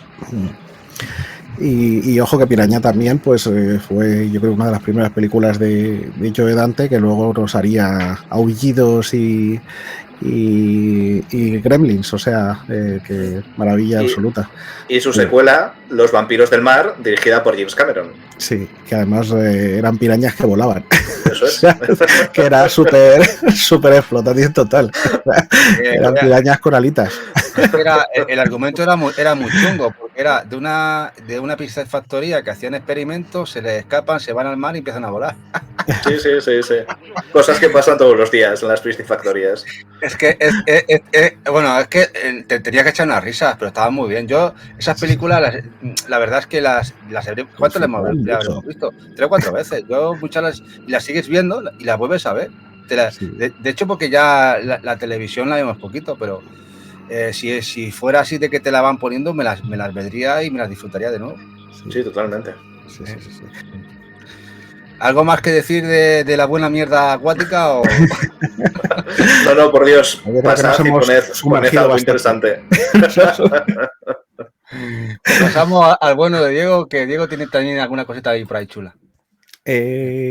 Pues volvemos un poco a Jim Henson, pero esta vez ya sin actores y todo marionetas en otro cuento precioso, un cuento. La verdad es que Jim Henson hizo 3 películas, pero las 3 fueron brutales, ¿no? Fue Dentro del laberinto, esta Cristal Oscuro. Y luego Las Tortugas Ninja, con la primera de Las Tortugas Ninja, con lo cual pues todas las que antes de Las Tortugas Ninja, antes de finalizar, pues falleció y la película se la dedicaron. Y en esta de nuevo la dupla de Jim Henson y Frank Oz, ¿no? Que como decíamos es el maestro Yoda, pues nos traen un cuento precioso, ¿no? de fantasía, de ficción, donde una raza que se están extinguiendo, pues quedan ahí por ahí un chico y una chica que emprenden una aventura pues para acabar con los Skekjes, ¿no? Que son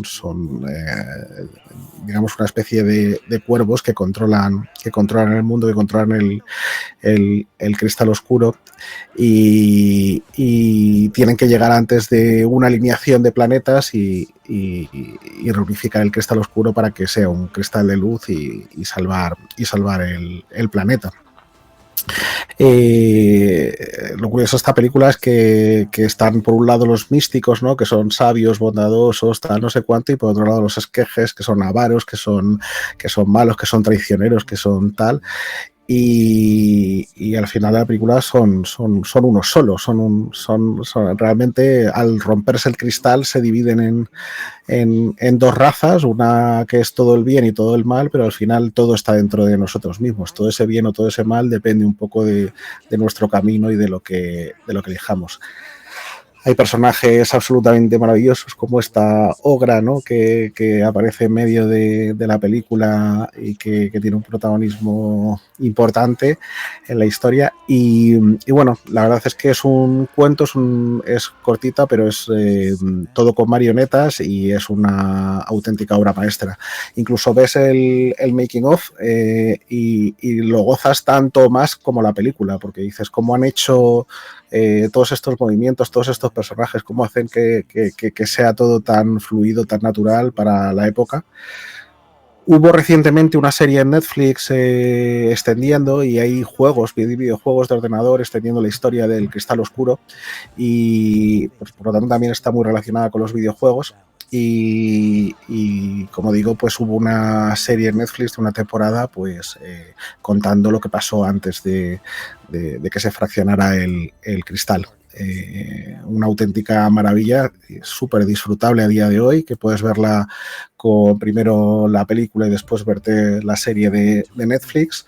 Y aparte pues que extiende su lore en los videojuegos, y todo con una historia muy muy bien contada y con un trasfondo muy muy potente. El videojuego, hay un videojuego que está muy bien, de hecho lo sacó Limited Run. Es un juego de estrategia por turno, bueno, estrategia táctico, que de hecho ahora vale dinerito. De hecho, cogí la coleccionista precisamente porque me encanta Jim Henson y ahora también. Es brutal. Lo que sí que es verdad que la serie de Netflix a mí me dejó un poco frío. Sí, la serie de Netflix me dejó frío. De hecho, la dropeé y en los últimos episodios no los vi. Totalmente defraudado, y más que hemos visto la serie de Cristal Oscuro, la película, la he visto 5 veces también. Pero bueno, claro, es que ahí no está Jim Henson. Claro, claro, han intentado seguir la historia y seguir algo que el autor y creador y el artífice no está, ¿no? Pero sí que es verdad que el videojuego sí que está bastante bien.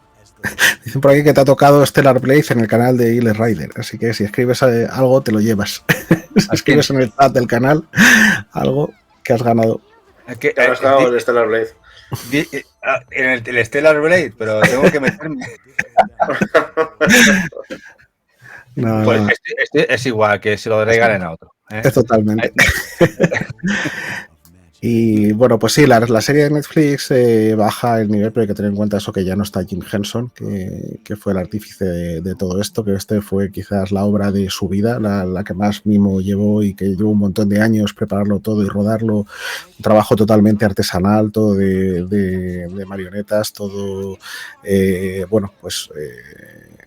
realmente muy muy muy cuidado, y en la serie pues al final casi todo es animación CGI, mezclan alguna marioneta, pero casi todo es animación CGI, con lo cual ahí se nota gran diferencia, ¿no? Y a pesar de ser un mundo muy bonito y siguiendo un poco todo, pues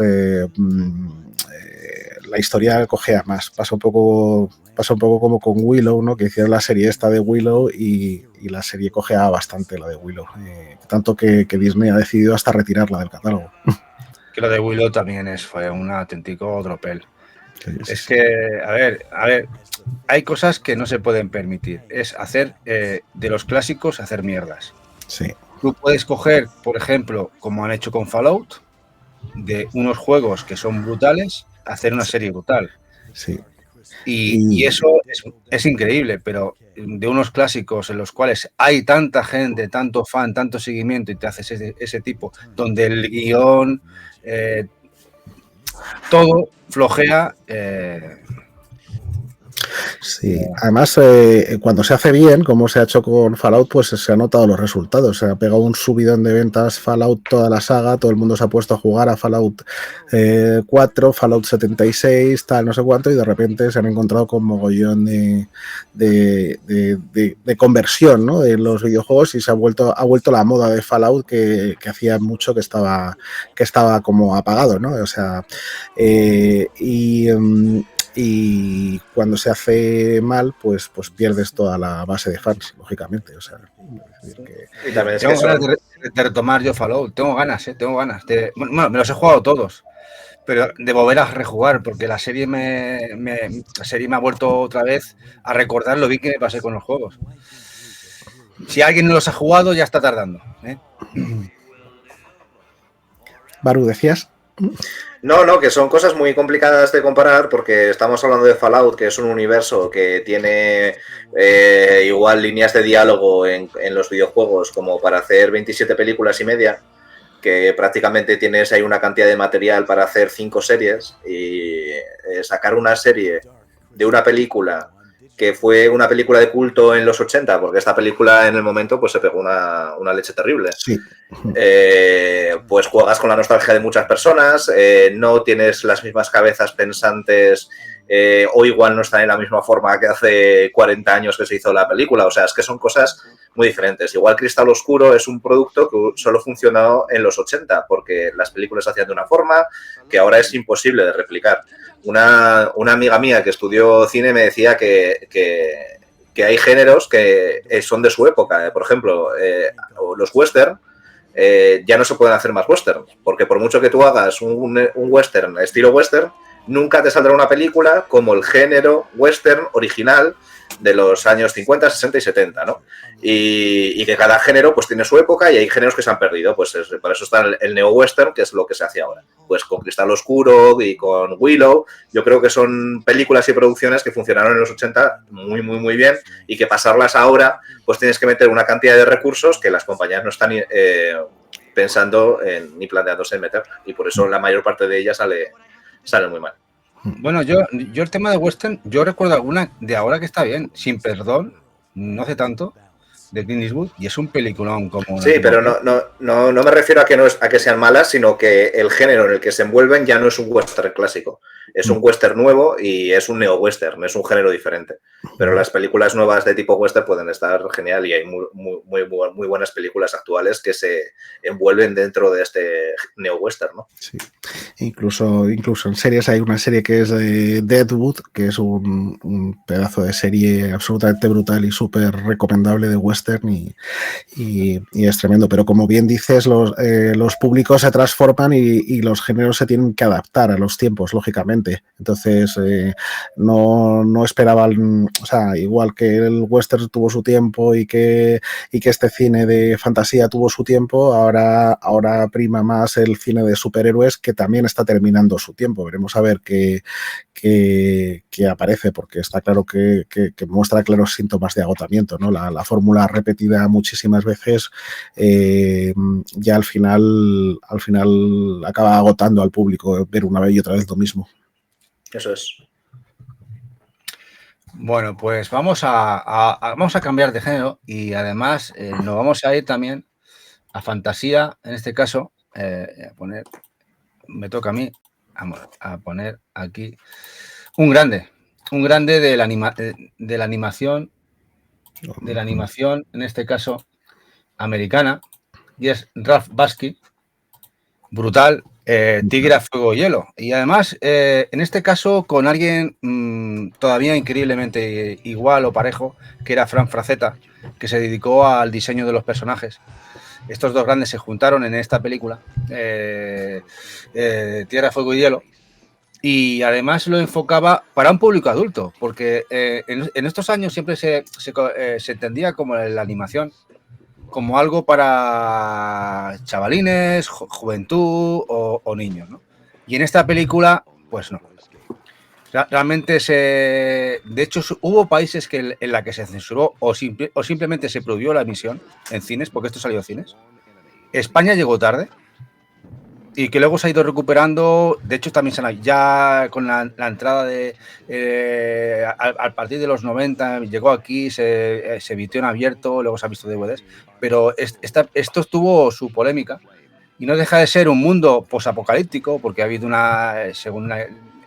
hay una gran guerra nuclear, y llega una edad de hielo, se vuelve a la barbarie y volvemos a lo que sería un bárbaro, una serie de bárbaros, una historia muy guapa en la que el hielo y la magia tiene mucho que ver. Pero si no la habéis visto, la recomiendo. Si gusta, está enfocada mucho a sangre, sexo y sobre todo un argumento de que no el más bueno es el más bueno, ni el más malo es el más malo. Os la recomiendo que la veáis. Además, si os gusta el cómic, si os gusta el Frank Frazetta, es increíble. El trazado, todo. Estamos hablando de una película del año 83. Impresionante. Es una de las grandes películas de animación y lamentablemente nunca se la recuerda. No se recuerda. De hecho, Ralph Bakshi, al pobre, y eso que fue un pionero en esto de la animación, sobre todo en la animación para adultos, muchas veces se le deja a un lado. Sí, totalmente de acuerdo. Una obra maestra, además, como dices, de las primeras animaciones para adultos que luego se fueron extendiendo a lo largo de esos años, pero que además utiliza para animar una técnica que ha influido mucho en el videojuego y en la historia del videojuego, la rotoscopia. La rotoscopia que es dibujar sobre personas reales, o sea, dibujar, hacer la animación basándose en fotos o en fotografías de personas reales. Y que hizo también la primera parte del Señor de los Anillos, la primera película del Señor de los Anillos, que cubría el Señor de los Anillos y las dos torres, y que es una auténtica maravilla. Una pena que no se cerrara y se completara el Señor de los Anillos completo, porque fue una auténtica pasada. Si os gusta además la animación por rotoscopia, digamos, más recientemente hubo una película además protagonizada por Keanu Reeves, ¿no? Que es el rey del cyberpunk, como quien dice, que es Scanner Darkly, que está basada en un cuento, una historia corta de Philip K. Dick, de uno de los mayores autores de la historia del cine, de la ciencia ficción y de la literatura de ciencia ficción, y es una película súper interesante también de rotoscopia, súper bien hecha. La verdad es que, como dices, una película muy injustamente olvidada. Sí. Además hay una edición ahora, se hizo una reedición en Blu-ray con añadidos, con comentarios muy... De hecho se bajó de precio al que os interesa. Esta reedición en Blu-ray de Sangre de Tigra, Fuego y Hielo, como se denominó aquí en España, es a buen precio, más que interesante al que le guste este tipo de películas para tener en cuenta. Luego salió por la época heavy metal, ¿no? La película de heavy metal y tal. Pero es posterior, creo. Es posterior, sí, por eso digo que inició una época de animación de cine adulto, o sea, de cine adulto de animación, que por aquel entonces era absolutamente impensable. O sea, es decir, que la animación estaba siempre pensada para niños por la época y por eso digo que fue bastante revolucionaria para la época. Y censurada, que lamentablemente en países tan europeos que se censuró. Se malentendió de que esto no podía ser para niños. Digo, ya, pero es que no es para niños. Exacto. Claro, pero es que no se entendía que una película de animación no pudiese ser para niños. Y además es que esto es como lo que pasa con por ejemplo, el Last of Us 2, ¿no? Que te esperas hasta prácticamente el final de la generación para ver un producto que es la leche, ¿no? Donde ya se ha conseguido exprimir las técnicas pues hasta un punto muy, muy alto.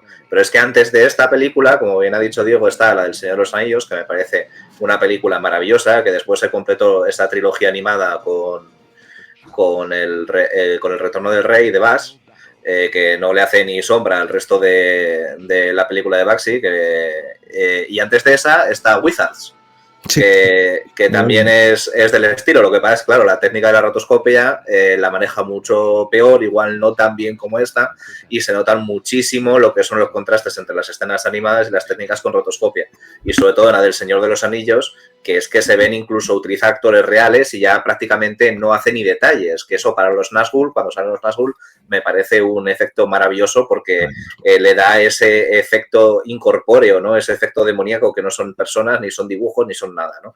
Y eso, a mí Ralph Bakshi me parece un dibujante maravilloso, que otro de mis directores favoritos de animación actual, que es Bill Plympton, que también es estadounidense, bebe muchísimo de lo que es el cine de Bakshi. O sea, que si habéis visto todo lo que ha hecho Bakshi, que tiene muchas cosas, aparte de estas tres que hemos nombrado, como Fritz el gato y muchas otras cosas que no se habla mucho de ellas, pero si habéis visto todos esos, pues Bill Plympton también tiene un cine muy parecido, no tan visual, es de otro estilo, más moderno, pero sus películas también me parecen increíbles.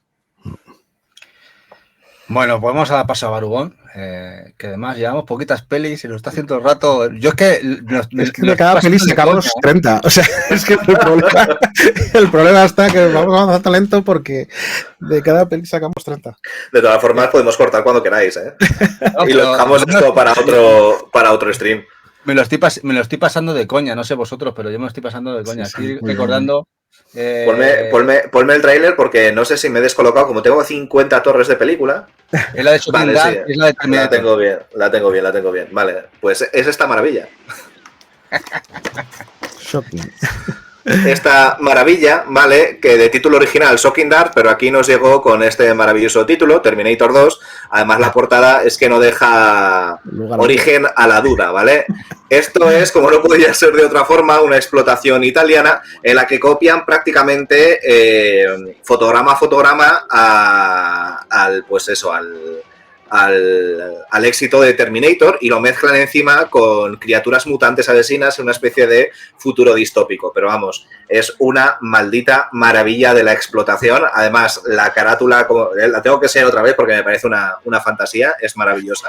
Y si os gusta el estilo de Terminator, hay millones de explotaciones que vamos a ver posteriormente un par más. Pero para mí esta me parece la mejor, tanto en el arte que tenían los italianos para copiar todo lo copiable, la unión de la saga Terminator con Alien, con las películas de criaturas de los 60, ¿no?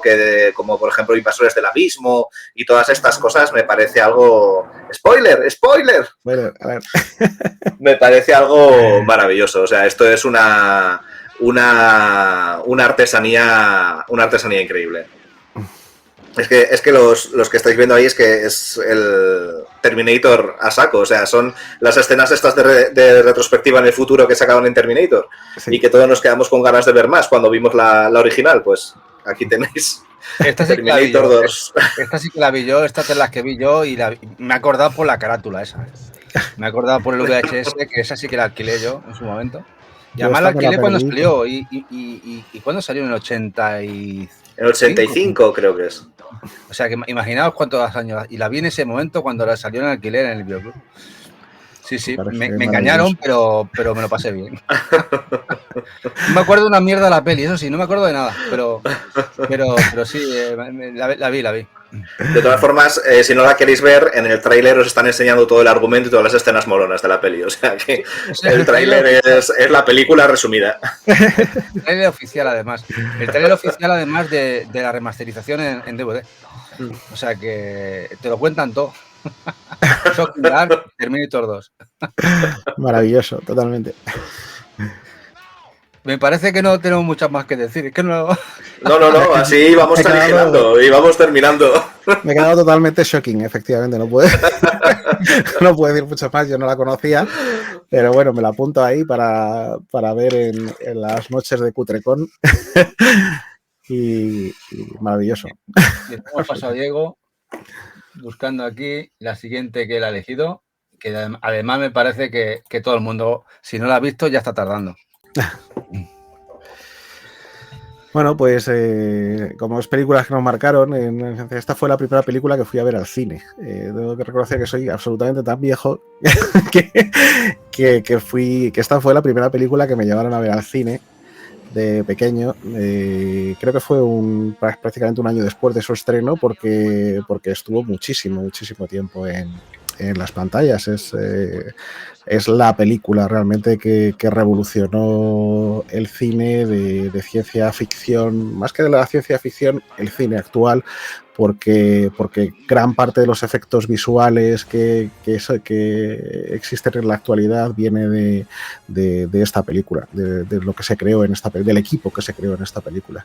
Y es, pues nada más y nada menos que Star Wars. Hay que recordar que esto es año 1977, ahora la saga Star Wars está muy sobreexplotada y con productos muy visuales y muy excelentemente producidos, pero mucho más huecos, digamos.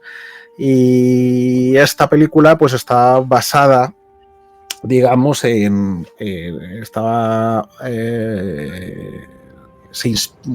basada, muy inspirada en el cine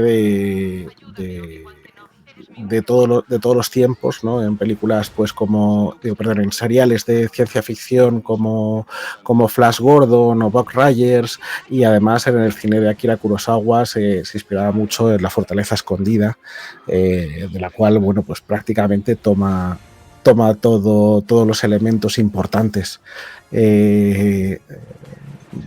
Yo creo que todos conocéis la historia de Star Wars, pero es una película que costó muchísimo producir, que parecía que no iba a salir nunca, que tuvo muchísimos retrasos y muchísimas regrabaciones, y que finalmente se salvó mucho en la sala de montaje.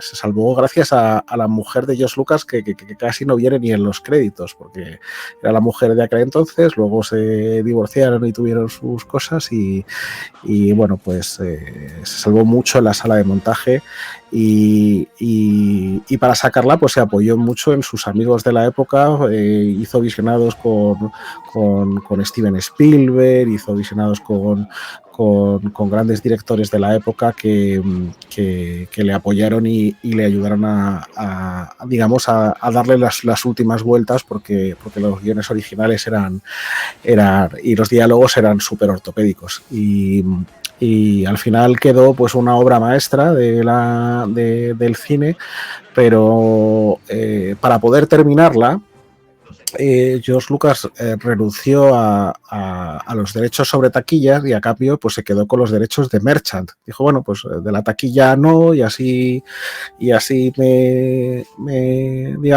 podemos terminar, renuncio a parte de mis honorarios y parte de mis porcentajes como productor de la película y director de la película, pero me quedo pues con derechos de Merchant.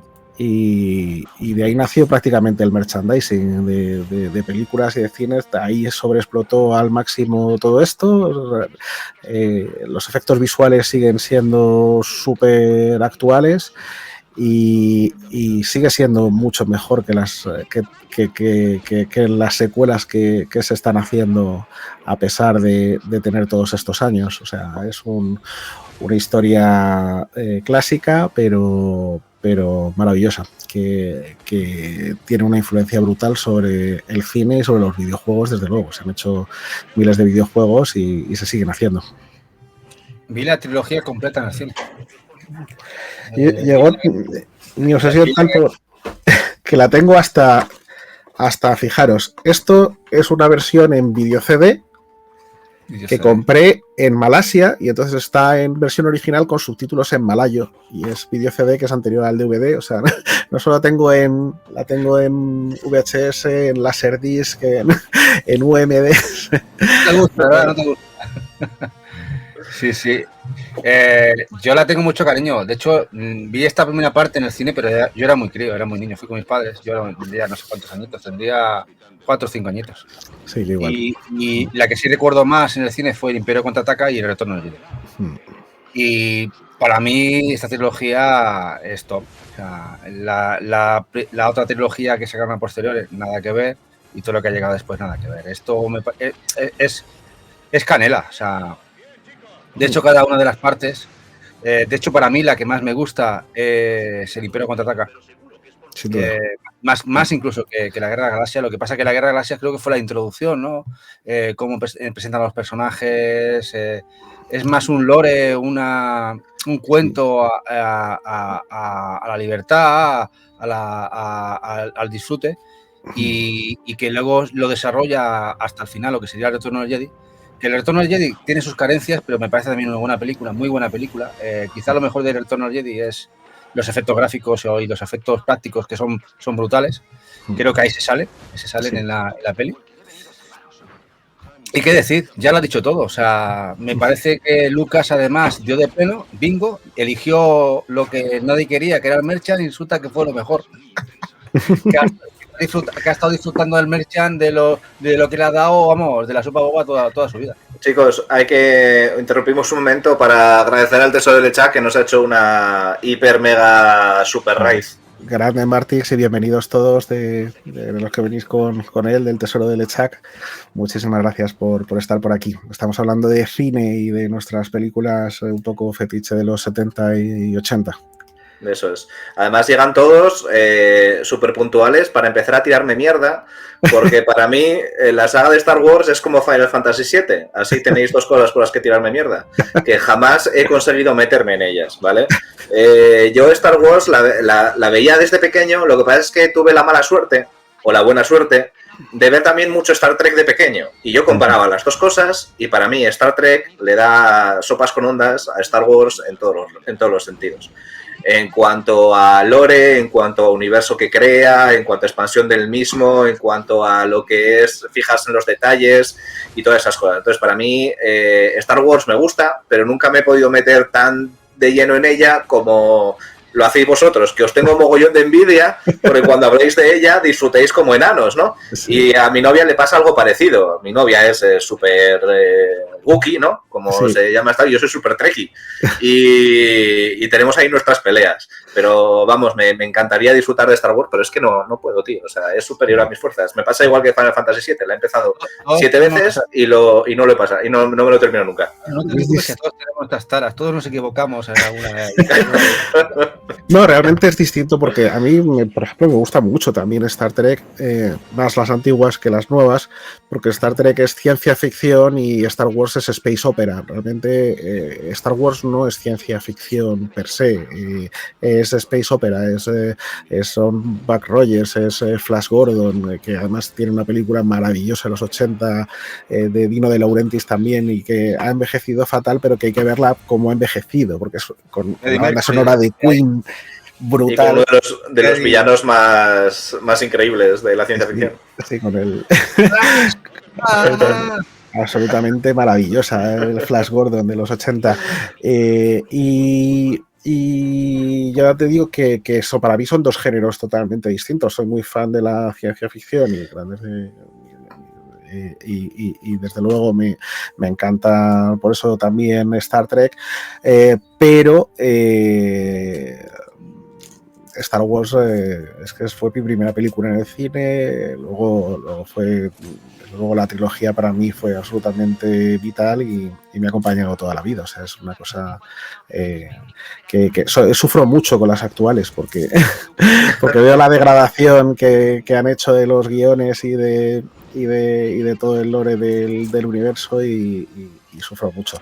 Aunque siguen haciendo productos buenos como Andor, que me gustó, o como Star Wars Legends, que son historias cortas de animación hechas por diferentes estudios de animación, digamos al estilo de Animatrix o de Death Love and Robots, ¿no? Pues Star Wars Legends tiene diferentes estilos de animación, diferentes historias y está maravilloso. Me gustan mucho tanto la primera como la segunda temporada, pero el resto de productos actuales, pues la verdad es que han tirado mucho por tierra la saga porque no tienen ni pies ni cabeza.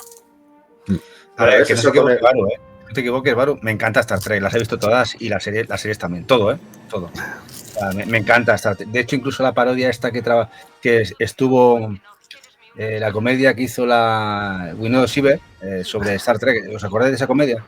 Que imitan a Star Trek, de que los raptan unos aliens realmente son actores. Me encantó y me gusta Star Trek. Lo que pasa es que la primera trilogía de Star Wars, quizá por la nostalgia de verla en el cine, me pegó muy fuerte, ¿no?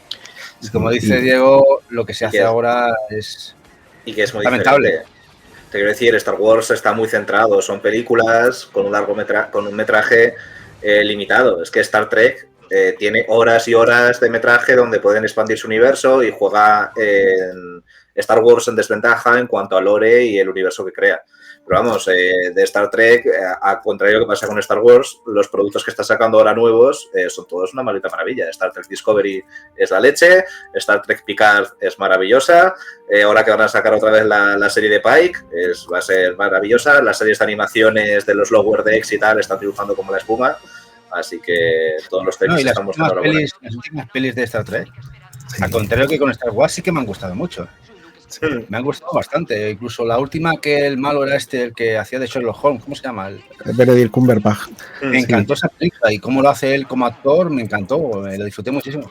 Sí. Por lo menos no intenta salvar a las ballenas. Sí, por lo menos no intenta salvar a las ballenas, efectivamente. Tiene películas Star Trek también y que algunos capítulos son muy vergonzantes, pero luego tiene otros maravillosos. Sobre todo los de la serie original y algunos es que ahora no me sale el nombre del actor, no me sale el nombre del Capitán Kirk, del actor, no me sale ahora. Pero vamos, que ese tío es una maravilla, no hay más. Y bueno, pues tu turno, ¿no? Tu turno, Takamis.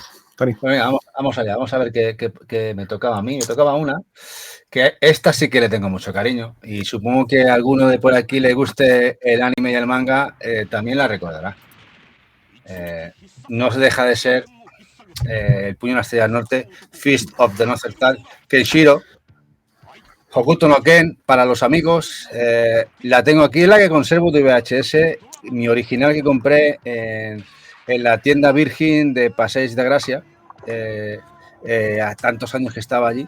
La primera peli y manga que compré, de Manga Films, y que me voló la cabeza, porque claro, yo ver a un tío musculoso, vale, perfecto, vale, pero que si le hacía a hostias y que reventase cabezas y explotaran, me chocó muchísimo y me encantó. De hecho, ya de entrada recuperé, de hecho me chupé la serie entera en italiano, que la emitieron la serie en italiano en Italia, la vi en italiano porque me encantó, pero no sé si habéis visto la película o luego habéis leído el manga. Esto fue un reencuentro con algo que realmente, porque ya en esta edad ya tenía yo 20 añitos, 21 añitos o 22, y fue volver a que algo me dijera, ¿esto qué es? Y meterme de lleno y dije, ostras, esto lo quiero consumir con locura y esto es mierda buena. Y mira, no sé si habéis visto con Hokuto, tengo todos los videojuegos casi que existen de Hokuto. Para mí es parte de mi vida como chaval, y después que me sigue gustando ahora como adulto, ¿no? Y lo sigo adorando a Hokuto. ¿Vosotros la habéis visto, la habéis consumido o esta mierda no? Sí, muchísimo. Y además, bueno, pues en la época salieron auténticas maravillas del anime. Yo creo que haremos, no he elegido ninguno en la lista de anime, porque yo creo que haremos alguno de anime, ¿no? Haremos alguno de animación y anime.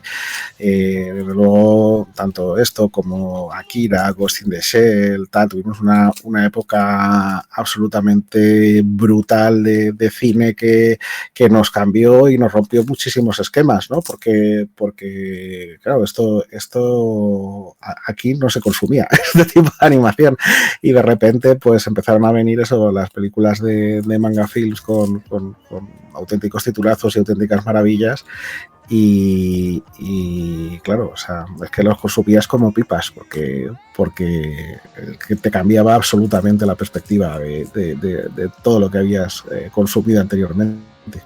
Es que además te mezclabas, era el dibujante era Buronson, y Buronson además, que de hecho para Buronson trabajó Kentaro Miura, no sé si lo sabíais, por eso Berserk y trabajos de Kentaro Miura imitan mucho a Buronson, porque fue uno de los aprendices que trabajó, Kentaro Miura trabajó con él, luego el creador de Berserk, ¿no?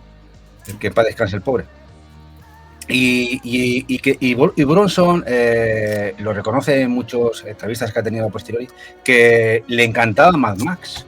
Intentó recrear a su manera, a su rollo, todo ese lore, motoristas, infierno, nuclear, de las películas de Mad Max en este manga que le editaron y que luego se llevó al anime, y la verdad es que es increíble. Mezcla la historia china del combate de Kung Fu con Mad Max, es eso. Es una mezcla impresionante. El tema motoristas, infierno, mohicanos, espadas, hostias, hambruna, te lo mezcla todo. Y la verdad es que en aquella época que no este tipo de sangre, fecha y rock and roll, que diríamos por aquí, no lo veíamos, porque además el heavy La música, no sé si habéis escuchado la banda sonora de Hokuto no Ken, también es brutal, la música que tiene la banda sonora. Que hace que todavía se me ponga la gallina de piel. Sí. Manga Films, curiosamente, pues tengo algunos masters en Betacam que rescaté de Manga Films, y tengo por ahí Dune, la de David Lynch, tengo La Matanza de Texas, tengo por ahí una de Godzilla, tengo algunos masters que en Betacam cuando los iban a destruir, pues porque pasaba todo a otra compañía. Tiene razón aquí Evil Ryu, que nos comenta que sí, Tetsuro Hara era el dibujante, pero Buronson era el que partía la pana en aquello. Tiene razón Evil Ryu. Que no he comentado lo de Tetsuro Hara. Sí, sí. Y tenía un pequeñito Kentaro Miura por ahí, que era el becario, y que luego creció con ellos. Y tú, Maru, esto no consumes. No, estaba intentando pasar desapercibido para que no ser otra vez la Diana de mierda del chat, pero sí, a mí lo que es el anime y el manga, el cine de animación me encanta, me flipa. O sea, he consumido cine de animación, me veía cuando estaba en la universidad 4 o 5 películas al día. Lo que pasa es que a mí me gusta muchísimo más el cine europeo de animación, sobre todo el de Europa del Este. Todo lo que es animación, todo el anime, no me ha gustado. O sea, pero bien desde pequeñito. Yo ponía en Dragon Ball en la televisión y cambiaba el canal.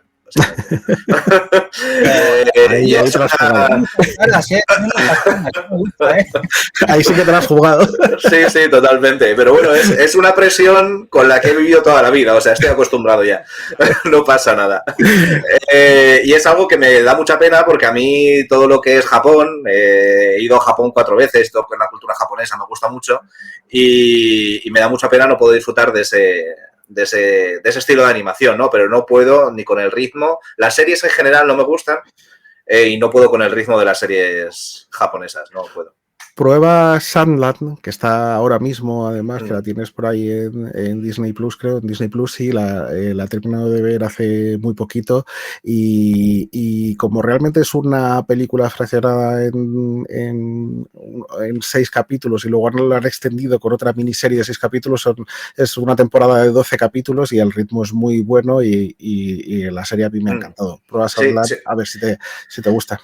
Sí, además lo he dicho todo muy totalitarista, pero vamos, que hay animes que me gustan. Por ejemplo, Cowboy Bebop me flipa. Es una obra que la tengo en la cúspide del cine de animación, pero es uno de los animes más americanizados que existen de todo el propio género, ¿no? Y tengo series por ahí, Hellsing también me gusta, tengo varias que me gustan, pero vamos, no suele ser algo que suelo ver. Empecé One Piece el año pasado y me he quedado por el capítulo 200 y pico, que estoy ya ahí atascado, que ya no puedo con mi vida, ¿no? No, pero cositas más cortas, eso, como Monster. Bueno, y gracias a ahí no, aquí. No, bueno, no sé. Gracias a Tony empecé a leer Berserk, por ejemplo, que me lo metió ahí entre las... Berserk, realmente yo no lo pondría como manga. Porque la historia, el dibujo sí, claro, está claro que es de Kentaro, pero la historia, el trasfondo, la fantasía, ve mucho del lore y de la cultura europea vista desde un punto de vista muy loco de un japonés. Y habrá visto que las tramas políticas de lo que es la primera fase de entrada de Berserk y luego la locura de elfos, el trasfondo que tiene, es loquísimo. Dijo, ¿cómo un señor japonés ha sacado todo eso de su cabeza? Es impresionante. La pena es que el hombre ha fallecido y no vamos a ver más producto original de él. No sé lo que hará la familia, que creo que quieren continuar. No será lo mismo, pero el que no haya consumido Berserk está tardando, lo va a disfrutar un montón. Preguntaba por aquí KDJ que si habíamos visto Vampiros en La Habana, que es una película maravillosa. Es una de las chula. Vamos, estuve desde que la vi meses levantándome con la canción del Vampisol en la cabeza. Total. Y es una coña que tenemos recurrente mi novia y yo. A mi novia le flipa esa película y es una película de animación maravillosa. Maravillosa. Y O'Neill dice por aquí que me vea el Zen Lied, que me gustará. Y sí, me la vi en su momento y me gustó mucho. Con una banda sonora también increíble, por ejemplo. Sí, la tengo por ahí en DVD, Vampiros en La Habana, absolutamente maravillosa, con Vampisol, y es una película. Nosotros tenemos la edición que hicieron un remaster y venía una edición con una camiseta y todo. Tenemos la edición está chula. Nos gusta mucho Vampiros en La Habana. Maravilloso. Bueno, te toca liar la parda, Baru. Te toca liar la parda. Vale. Además, ¿cuál es la que toca? Pajaritos. Vale, los pájaros. Pues nada. Vale, las palomas. Esta la voy a mostrar brevemente porque la carátula, la verdad es que tampoco tiene mucho de sí. Es una carátula bastante chunga, pero la cutrez de la carátula acompaña bastante a lo que es la calidad de la propia película, ¿vale? Aquí tenemos un exploit de Los pájaros, de Hitchcock, que es un peliculón tremendo. Hitchcock es un director que disfruto muchísimo y muchas de sus películas pues han sido homenajeadas y en muchos casos copiadas vilmente, como es este Ataque de los pájaros. En este caso, porque además el pobre Tony, que ha estado investigando para encontrar todos estos maravillosos trailers que estáis viendo ahora, se ha vuelto como loco buscando el Ataque de los pájaros y se me olvidó decirle que el título original eran Las palomas asesinas, como estáis viendo en las imágenes. Y es que trata pues de exactamente la misma hilo argumental que Los pájaros. Lo que pasa es que sustituyen todos los pájaros, las diferentes especies de pájaros, solo con las palomas. Las palomas les da un siroco y se vuelven locas y atacan a la especie humana. Es una película terrible, ¿vale? Es una película mexicana, no es estadounidense ni italiana, en este caso es mexicana. Una película de René Cardona Jr., que ahí es un director de películas de terror, de género, de explotación, pues muy, muy famoso. Es como aquí, yo qué sé, Jess Franco, por ejemplo. Y la verdad es que es una película que es digna de ver, ¿vale? Si os gusta ver un terror que puede pasar, porque encima en España estamos rodeados de palomas por todos lados, pues aquí tenéis vuestra película. Sí, mira, aquí el terror está aquí en Barcelona para que no te caguen encima. O sea, tú pasas por sitios y tienes que estar intentando, en serio.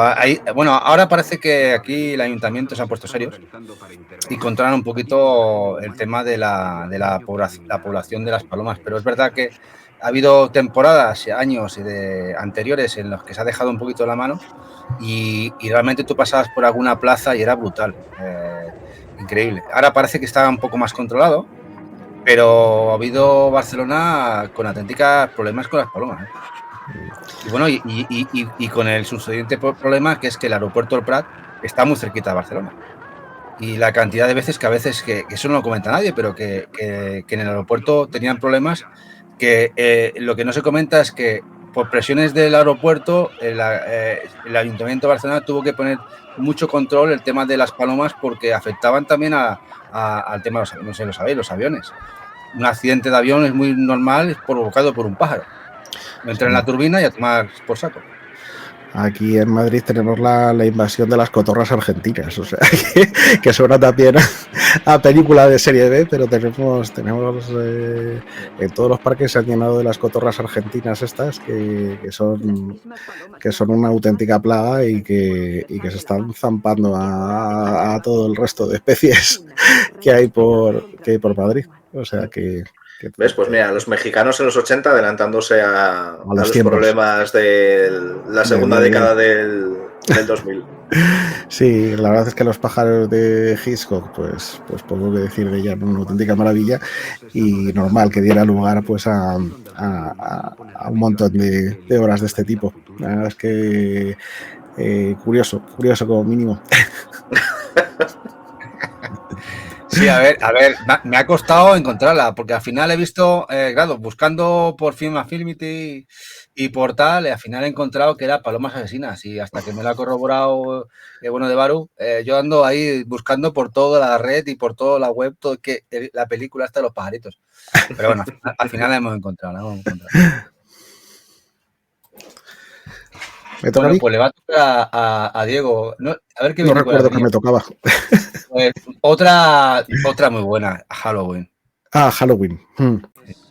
Halloween. Había elegido, porque tú habías elegido otra de uno de mis directores favoritos de terror, que es John Carpenter, y como no podía elegir la otra, que es mi favorita suya, pues bueno, John Carpenter tiene auténticas maravillas, y esta además es el primer personaje femenino potente en el cine de acción, así que como decíamos antes, ¿no? De terror y todo esto. Jamie Lee Curtis, que repetiría papeles en la saga un montón de veces, y incluso en otras películas de terror del estilo, como Virus, ¿no? Que es en un barco y que bebe más de Alien mezclado en la coctelera con Terminator y con Halloween. Pero bueno, pues Halloween, la gran diferencia que marca en el cine de terror es que todas las películas siempre transcurrían en sitios tétricos, oscuros, tal, no sé cuánto, y Halloween es en una barriada de los suburbios típicos americanos, estos que son casitas maravillosas, todas de maderita, todas iguales, con sus jardincitos, los vecinos maravillosos. Y entonces, en aquella época en la que se iba más quizás el terror en parajes, como decías, folk, ¿no? Como Las colinas tienen ojos, o como La matanza de Texas, en sitios así abandonados del sur y en parajes así tal, pues esto traía el terror a las casas de las personas, a las casas normales, a las barriadas normales americanas donde vivían. Entonces, y además era una fecha pues muy señalada allí, ¿no? Donde es festivo, donde los niños van de puerta en puerta, y curiosamente muy relacionada con Star Trek, porque la máscara de Michael Myers pues es el Capitán Kirk dado la vuelta. Simplemente utilizaron una máscara del Capitán Kirk, le dieron la vuelta, lo pintaron de blanco, y es esa inquietante figura, efectivamente, esa inquietante figura totalmente inexpresiva, ¿no? De una obra maestra del terror, una banda sonora que a día de hoy te sigue poniendo los pelos como escarpias, y que con 100.000 secuelas y varios remakes, uno de ellos por Rob Zombie, por cierto, que aparte de encantarme su música, pues creo que está muy bien dirigida y es muy, muy digna. Así que John Carpenter, yo creo que todo lo que hizo es una maravilla. O sea, todo lo que hizo hay que verlo, es obligatorio. Hasta producciones quizás que han envejecido peor, como La Niebla, pero Halloween y la que vas a sacar tú, pues creo que a día de hoy siguen siendo películas que puedes ver perfectamente hoy y te siguen impactando tanto como en la época. Yo pocas veces utilizo el apelativo de obra maestra, pero esto es que no solo es una obra maestra, es una obra maestra atemporal. Esto te lo pones en cualquier momento y lo disfrutas como si no hubiese mañana. Esta es una de las pocas películas, tengo una lista muy cortita de películas que veo todos los años, y esta es una de ellas. Me parece perfecta en todos los aspectos, y sobre todo con esa banda sonora que, si no recuerdo mal, compuso el propio John Carpenter, que también le gustaba hacer sus pinitos con las bandas sonoras, y me parece de las más características de todo lo que es el mundo del terror, junto con el exorcista de Mike Oldfield. Me parece algo de otro mundo. Además, es que revoluciona un género que muchos creen que se inició con esta película, y es uno de mis géneros favoritos, que es el género del slasher. Y no, hay otras películas slasher mucho antes, hay películas proto-slasher ya de finales de los años 60 y de principios de los años 70, pero esta fue, digamos, la película que popularizó un género que en principio era muy sangriento y que no estaba hecho para las grandes masas. Y después ya la popularización del género se desbordaría con la saga de Viernes 13, que se estrenó, si no recuerdo mal, 2 años después o 3 años después. Y esto es la semilla del slasher moderno, y se hace de una forma magistral. Es más, lo comparas con cualquier película slasher posterior, que suele pasar muy poco en estos géneros, ¿no? Que siempre estas películas que salen consecutivamente mejoran lo que se había hecho antes, pero es que he visto muchos slasher y hay pocos que se acerquen a lo que logró esta película. O sea, es una película increíble. Es absolutamente increíble ver lo que logró John Carpenter con presupuestos tan reducidos, porque tenía presupuestos muy reducidos para la época, y lograr películas que se sigan viendo 40 años después, 40 y pico años después, y que sigan siendo unas obras maestras, es un logro absolutamente increíble. Y además creo que tiene un récord esta peli de menor presupuesto y lo que recaudó en cine. Creo que lo comentaba el propio John Carpenter y el equipo de trabajo, que les costó 4 duros. Y fue una locura. Además la estrenaron creo que en Halloween, ¿no? No fue estrenado también en esas fechas. Y fue como además con muy poquita publicidad. Y fue el boca a boca. Que lo comentaban, que fue como todo el mundo en masa viendo esta película. De hecho, ganaron un dineral con la peli y se lo merece. De hecho, se está haciendo los remakes hasta hace muy poquito, que hicieron el último de la peli. Y era peli de miedo, realmente de que ese suspense, de que el Mike Myers que te viniese, como bien dice, con la cabeza de Kirk. Eso me dejó loco cuando lo contaba el equipo de trabajo que había en tema de vestuario, porque vi el documental, creo que estaba en Netflix, que cómo le habían dado la vuelta a la cabeza y tal. Digo, hostia, qué locura es esta. Sí, porque no terminaba de funcionar el personaje y entonces pues le daban ahí vueltas a ver cómo hacemos para hacerlo más misterioso, más tal, no sé cuánto, y al final una solución súper chapucera doméstica quedó absolutamente mítica. O sea. Sí, sí. Además que todos los asesinos de películas anteriores, para darle más espectacularidad, los pintaban como si fuesen locos, ¿no? Y pues se atrevió a hacer todo lo contrario. El asesino súper introvertido, que su sola presencia, sin hablar, sin gritar durante toda la película, simplemente sacándolo en escenas claves de fondo, hiciese todo el trabajo sin demasiados artificios. Es que me parece una película que es maravillosa. Y Jamie Lee Curtis, que como aquí comenta Knight, hace un papelón. De hecho, bueno, era hija de actores, pero que no había actuado apenas o había tenido papeles muy pequeñitos. Le dieron el papel y lo bordó. Le dio una fuerza al mismo que se come la pantalla ya sola. Y de eso, bueno, tiene algunos papeles. A mí también, por ejemplo, me gustó muchísimo en Mentiras Arriesgadas con Schwarzenegger. Me parece que hace un papelón increíble. Sí. La escena en la cual tiene que hacer el striptease, que ella se le ve que no sabe hacerlo y tiene que la mirada que pone, cómo lo hace, es que te ríes un montón con la película. Si no habéis visto la de Mentiras Arriesgadas con Jamie Lee Curtis y Schwarzenegger, miradosla, que la vais y también disfrutar un montón. Y la actriz, la pena es que la actriz que no ha sido muy prolífica realmente. No ha sido muy prolífica. Sí, bueno, tiene unas cuantas películas, incluso lo que pasa es que no han sido grandes éxitos, pero incluso en las nuevas que han sacado, que la trilogía original, es que la saga de Halloween ha sido una saga muy rara, porque sacaron hasta la 10ª, creo, y después cortaron, desecharon, digamos, todo lo que vino de la segunda en adelante y han vuelto a crear una nueva trilogía hace poco, que las han ido estrenando en Sitges estos últimos años, y vuelven a traer otra vez a Jamie Lee Curtis. La verdad es que lo hace genial. Bueno, también lo hace muy bien en la película esta de Dan Aykroyd y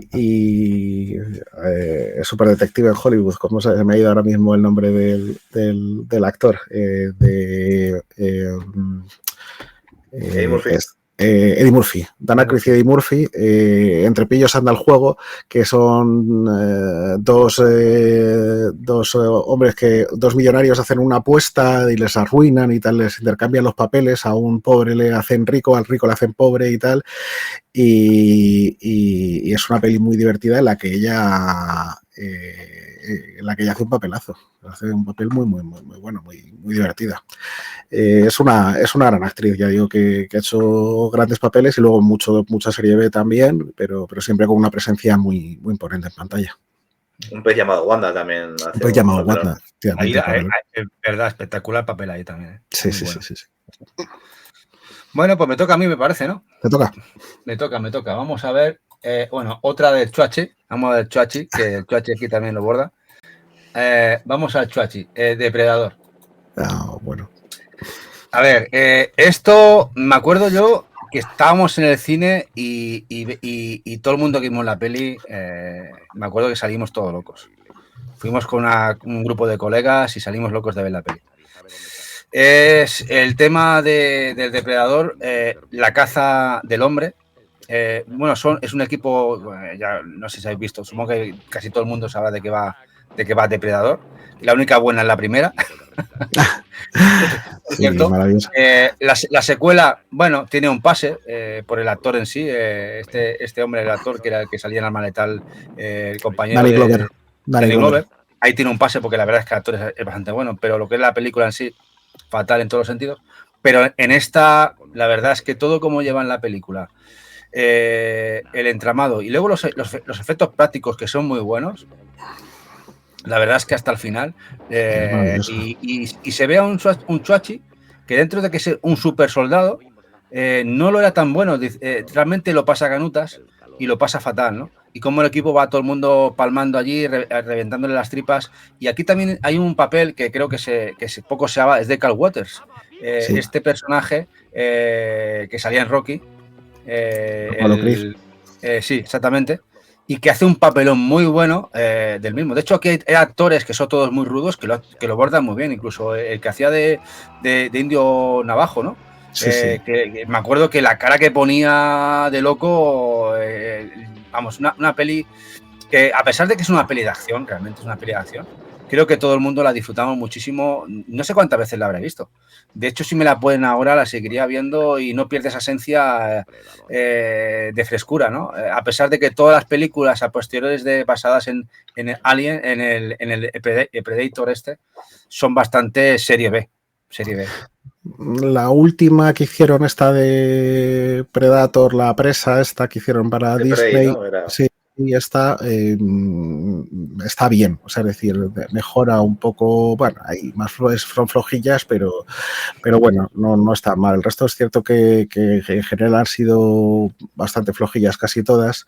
Es una pena porque la primera es una absoluta maravilla. El director John McTiernan, que hizo también La Jungla de Cristal, o sea, nos dio El Guerrero 13 y tal, nos dio un cine de acción brutal ahí en los 80-90 y que se le fue un poco la olla, creo recordar, y que le apartaron del cine, se le fue un poco la olla a este hombre.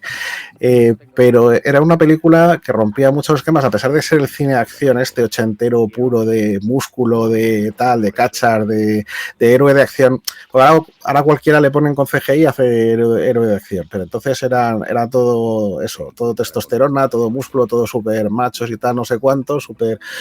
Pero en esta les hacen pasar miedo, o sea, es decir, ese típico prototipo de hombre que jamás tiene miedo a nada y que tal no sé cuántos, al contrario, aquí es la presa, es el cazado y el perseguido y el que pasa auténtico terror. Y la película es una maravilla, yo creo, de principio a fin, muy, muy original para el tiempo y que tuvo influencia también en los videojuegos. De hecho, Predator salió en Amstrad, en Spectrum y tal, no sé cuánto, y el juego era muy violento para la época y estuvo censurado.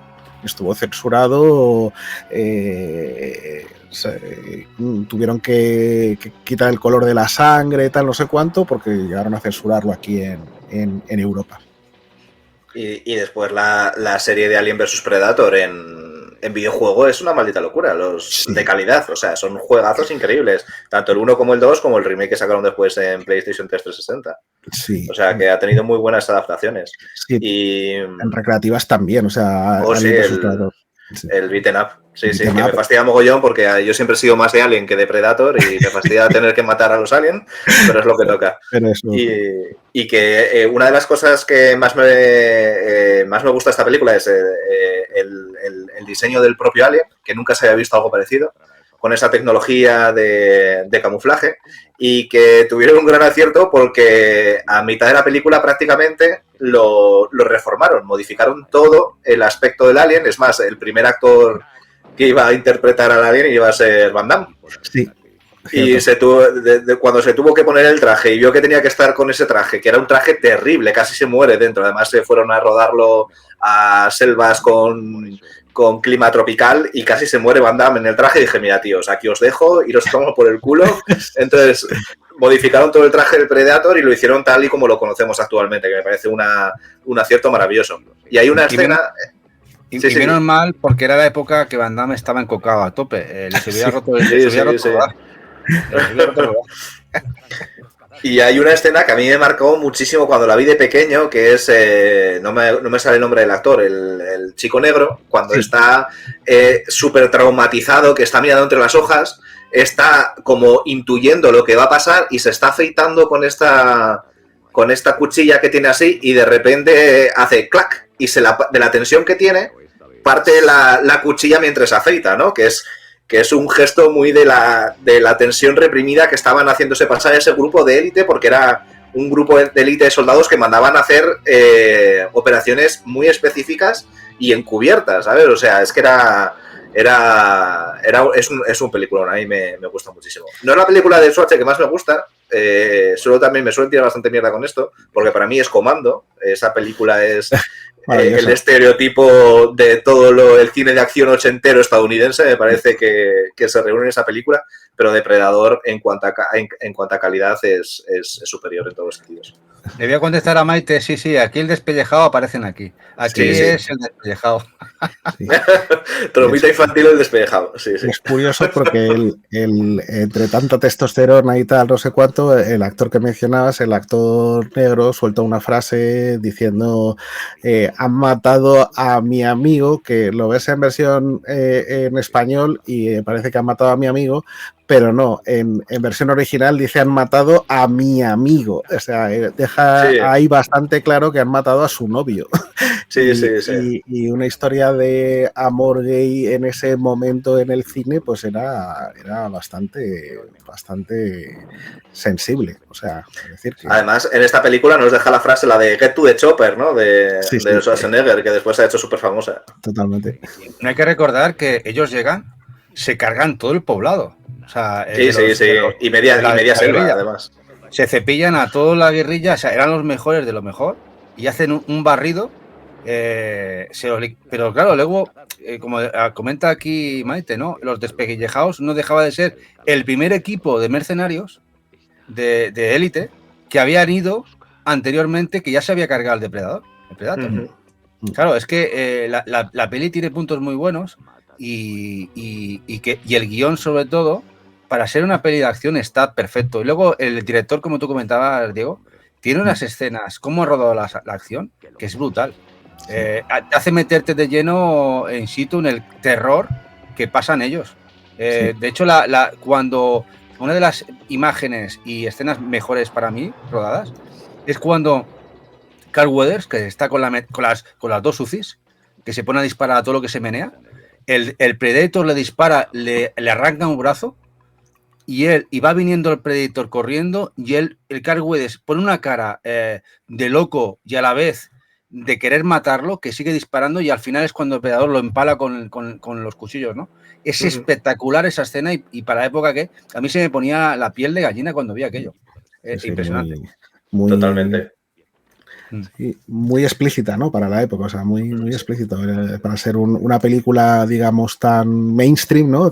Que tuvo tanto éxito, las escenas eran bastante crudas, con el Predator ahí sacando las columnas vertebrales con la cabeza y los despellejados ahí y tal.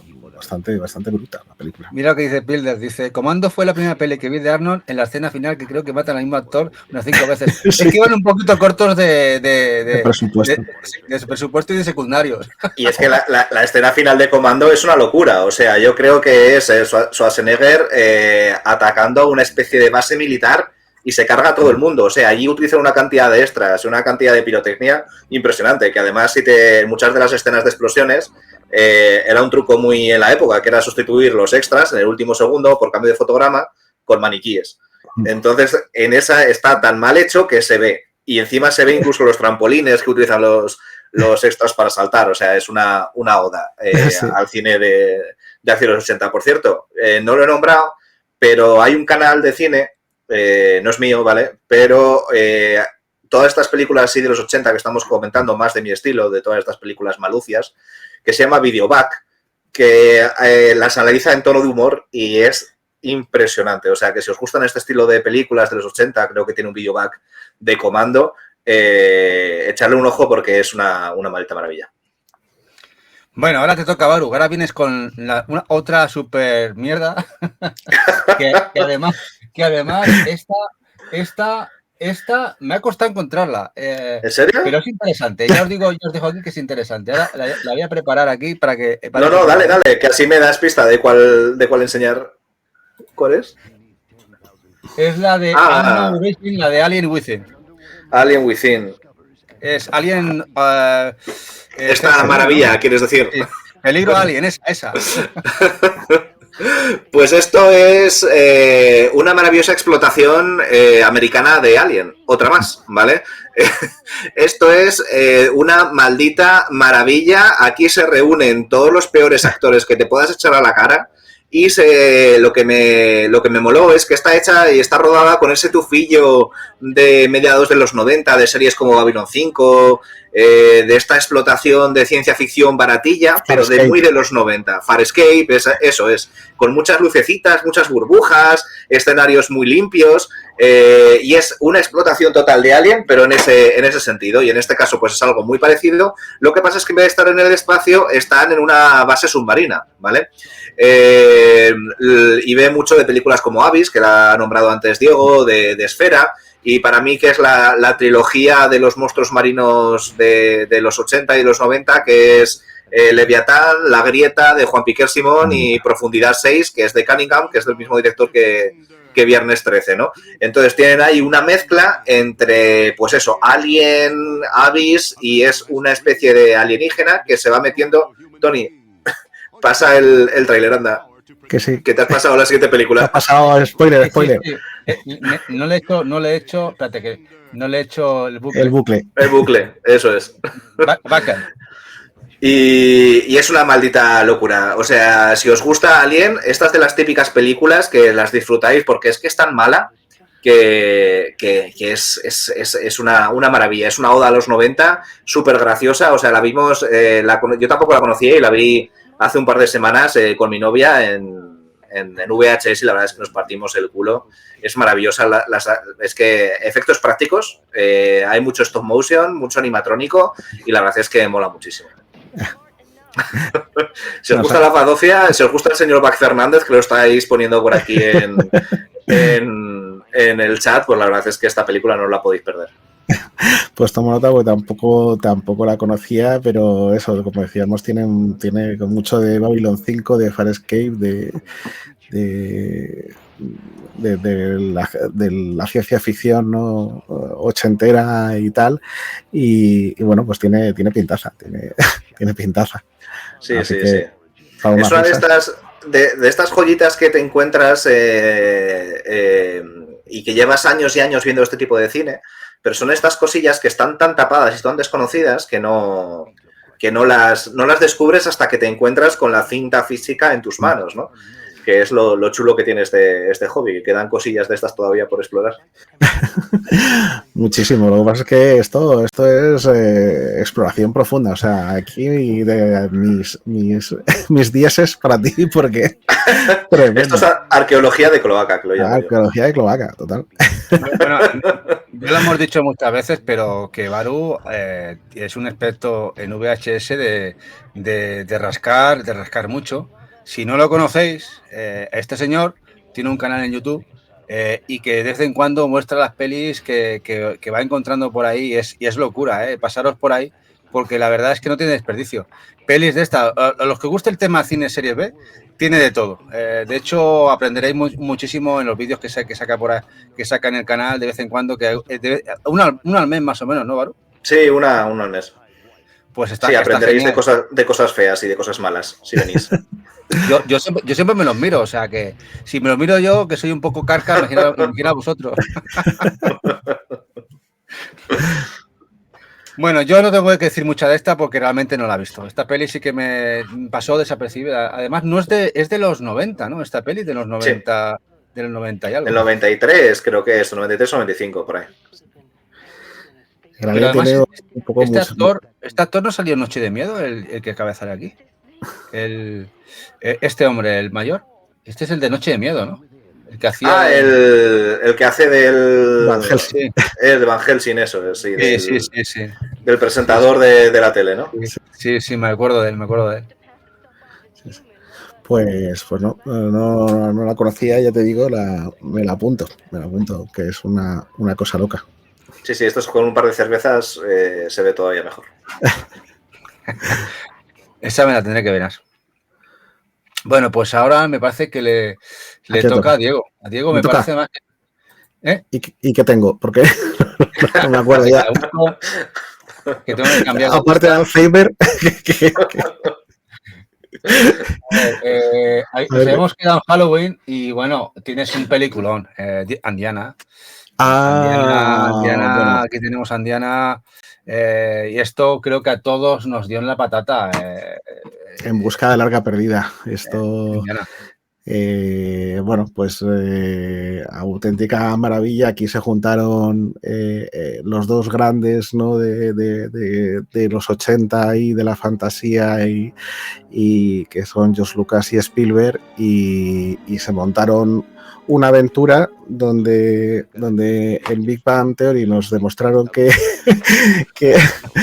el protagonista podía no haber estado en la película y el resultado era el mismo, pero realmente el protagonista, bueno, al final es el narrador, con lo cual nos cuenta la historia. Y bueno, pues que digamos puso de moda el cine de arqueólogos y de tal, esto muy con mucha influencia en el videojuego, ¿no? Donde hemos tenido las sagas de Tomb Raider, de Uncharted y los mismos videojuegos de Indiana Jones, de aventura loca de conseguir alcanzar el MacGuffin, ¿no? Ese objeto que justifica un poco toda la aventura, pero que además, bueno, mezclaba la aventura con parte sobrenatural, en este caso sobrenatural religioso y una aventura divertida, gamberra, con muchos momentos de humor y con yo creo con un ritmo que es realmente brutal. Desde el mismo inicio de la película empieza con un ritmo súper loco y muy divertido. Muchísimo efecto práctico que luego fueron sustituyendo por digitales en las últimas, y que han cerrado hace poquito con una quinta película que espero que ya sea la última. Es una saga muy digamos muy maltratada desde la tercera película. Las tres primeras películas son la gloria, incluida la tercera, que puede que incluso sea la mejor, ¿no? La de la última cruzada, y que en videojuegos nos ha dado joyas como Indiana Jones y And the Fate of Atlantis, ¿no? Una de las mejores aventuras gráficas de todos los tiempos. Aparte, para mí es muy fetiche también. Yo me hice con motivo del lanzamiento de la cuarta película, pues se lanzó una edición limitada de Xbox 360. Se sortearon 5 consolas de Indiana Jones en todo el mundo y yo tengo una de ellas, porque bueno, es para mí, como digo, una saga muy fetiche. Tengo por ahí... Tienes que guardar, como no era un paño, tu dirección, porque tela, eso no lo muestro demasiado, que al final tienes ahí, madre mía. Es terrible lo que tiene este hombre. Otro grande que, si no lo conocéis, los que estéis por ahí, Diego, que tiene un Instagram brutal, que vais a ver muchísimas cosas, pero tiene un canal de Twitch que además Último Cartucho, conocido como el Último Cartucho, y que hace unas entrevistas increíbles y que tiene una colección de consolas de hardware que es impresionante. O sea, yo nunca... A ver, dice, ¿de qué estamos hablando? De tal, te saca una cosa. Tal, sí. Tiene el bolso de Mary Poppins ahí abajo y vamos, te saca cualquier cosa. De todas formas, se puede quedar todas las consolas, que yo he oído hoy que tiene un máster de Godzilla, y ya puedes quedarte todas las consolas Yo con el máster de Godzilla me conformo. Tengo el máster en Betacam de Godzilla que se utilizó para la distribución en cines y en DVD. Tengo el máster de Godzilla. Envidia máxima. Y de la matanza de Texas. Creo que aquí pasaríamos un test de frikis todos. ¿Tú crees? No. Sí, puede ser. ¿De qué decir de Indiana? Indiana me parece, como decía Diego, la trilogía es impresionante. La vi también las 3 en el cine. De hecho, la que me gustó más, a mí quizás tiene polémica, a mí la que me gustó más la de Templo Maldito. No sé, le tengo muchísimo cariño, quizá. Luego también le tengo mucha... A la tercera, por Sean Connery, que para mí Sean Connery es Dios. Maravilloso. O sea, para mí es un actor impresionante. Simplemente la caracterización que tiene este hombre en cualquier película salva películas que llena simplemente por él, que está él ahí, salva películas que no te las fumarían ni con un palo. Sí, yo recuerdo que bastante malota Robin Hood de Kevin Costner, que tenía una banda sonora muy buena, pero la película ahí Morgan Freeman salía por ahí y tenía cosas buenas, pero la película era bastante malota. Y al final de la película aparece unos segundos Sean Connery y el cine se puso en pie. Estábamos en el cine y se puso en pie a aplaudir porque salía unos segundos Sean Connery y es que llenaba la pantalla, era maravilloso. Es que era increíble. Este hombre, que para descanse, además, daba igual la edad que tuviera, seguía con esa fuerza en pantalla. De hecho, creo que era como el buen vino, mejoraba con los años.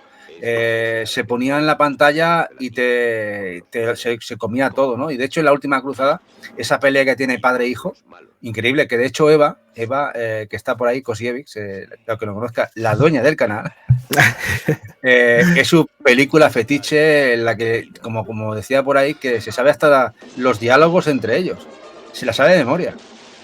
Y luego es verdad que luego las películas que han llegado a posteriori dejan bastante que desear. Quizá la última es la que yo salvaría un poco.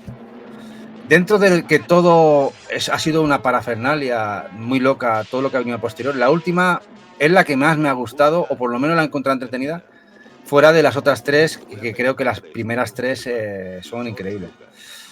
Pero no volverán. No va a haber más Indiana Jones al nivel que las 3 primeras. Y es muy parecido a lo que estamos diciendo antes, es que la época de Indiana Jones ha quedado un poquito atrás, ¿no? Y yo creo que el producto de la trilogía original es muy difícil de volver a repetir. Además que es una franquicia que ha ido evolucionando con las películas. O sea, ninguna película de Indiana Jones es igual o parecida a la anterior. A todas les da un enfoque diferente. A mí la que más me gusta es la tercera, sin lugar a dudas. Me parece que la química que tiene Harrison Ford con Sean Connery es impresionante y es para mi gusto la que mejor equilibrio entre comedia y acción tiene de las 3. La primera también me gusta mucho, la que no aguanto nada es la segunda, sobre todo por la actriz acompañante de Harrison Ford, que me parece terrible. Y de la primera hay que destacar a Marion, que me parece la única mujer que ha estado compartiendo el lado de Indy que se puede destacar. Y lo poco que me ha gustado de la quinta película es que hicieron el homenaje que le tendría que haber hecho en el resto de la saga, incluyéndola. Sí, absolutamente. Al final la rescatan, la recuperan. Una pena porque es una muy buena actriz y ha sido muy poquito valorada y metida en la saga. Sí. Pues ya digo, una saga que nos ha acompañado toda la vida y que bueno, que ha ido evolucionando, como dices, el producto ha ido cambiando. Hemos tenido ahí La Momia, que tuvo ahí, que era claramente un Indiana Jones, pero con una vuelta. Después hemos tenido Tomb Raider, teníamos ahí a Lara Croft como Indiana protagonista y Uncharted, que es claramente Indiana Jones, pero en el videojuego y moderno.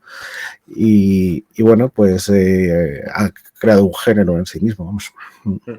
Además, hace poco me vi la de La Momia otra vez, que es una de mis películas de fetiches de la infancia y ha sobrevivido muy bien y aguanta muy bien el paso del tiempo, que es todas estas películas siempre, sobre todo por la faceta social, ¿no? Con el tema del hombre, la mujer, las machunadas y todas estas cosas, y hay que decir que ha aguantado muy bien, es una película muy redonda. Las 2 primeras son muy buenas, pero ya la tercera con China. Sí, no, es que eso no, es igual que la cuarta y la quinta de Indiana Jones, para mí no existen. Las dos primeras son muy buenas, la verdad es que son muy, realmente las puedes revisionar muchas veces, son muy divertidas y te lo pasas muy bien, pero ya la tercera es infumable. Cambió la actriz también, la compañera de él y bueno, Brendan Fraser también, el hombre se dejó, no hemos podido ver a Brendan Fraser tampoco fuera de esas películas, ¿no? Ha vuelto quizá ahora a hacer alguna cosita. Sí, pero el papelón en la ballena, o sea... Sí, ahí es que lo pasó muy mal, Brendan Fraser, lo pasó muy jodido. Bueno, ahora sí que me toca a mí, ahora ya me toca a mí. Pero, y además vuelvo con una peli que le he quitado yo a Diego. Sí. A Diego. Se la ha robado así por... es una de las pelis de... Y eso, otra gran peli. Yo diría, para mí, su obra magna, la de John Carpenter. Esta es... Sin duda. Es para mí, no sé, me marcó muchísimo. No sé cuántas veces la he visto. También vi el remake. El remake no está mal. Esta es un remake, de hecho, o sea, curiosamente sí.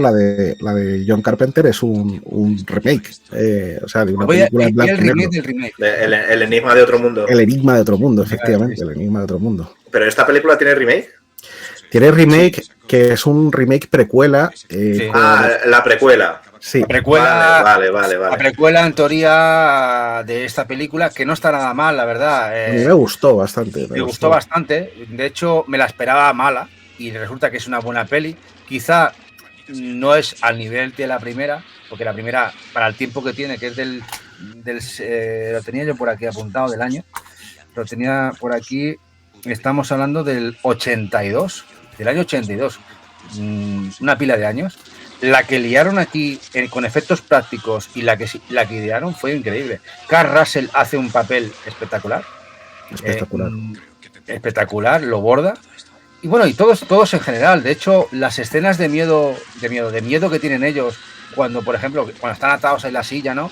Y uno empieza ahí a temblar, como el otro lo mira, acojonado, desatado. O sea, es impresionante.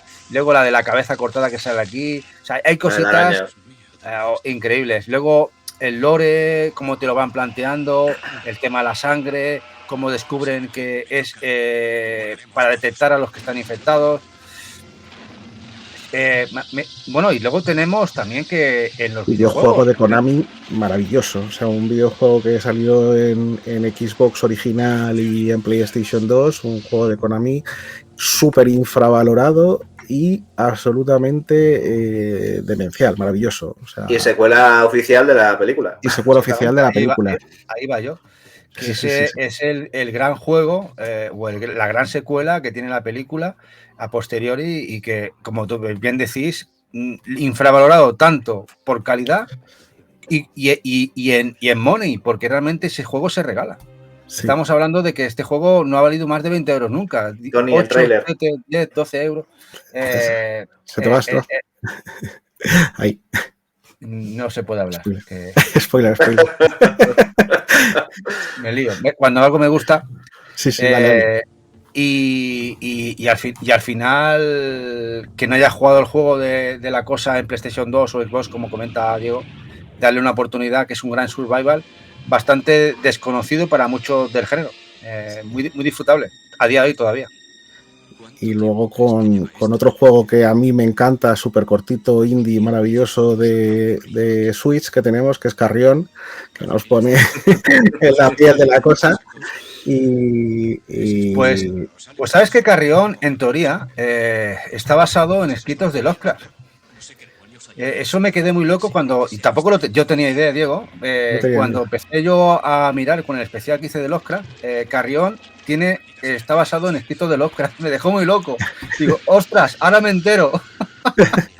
Está bien, pero vamos, o sea, cuando lo estaba jugando dije, esto es la cosa, estás aquí entrando en la estación, tal, ganando con el lanzallamas, con tal. Vamos, o sea, totalmente. Bueno, incluso la propia película de la cosa, muchos de estos monstruos, bichos, son recreaciones muchas veces tú lees los libros de Lovecraft y te los pintan muy parecidos a estos, ¿no? Realmente el terror o la imaginería ya está casi todo inventado. ¿Qué podemos descubrir más de lo que ya se ha escrito en estos 200, 300 años en la literatura, ¿no?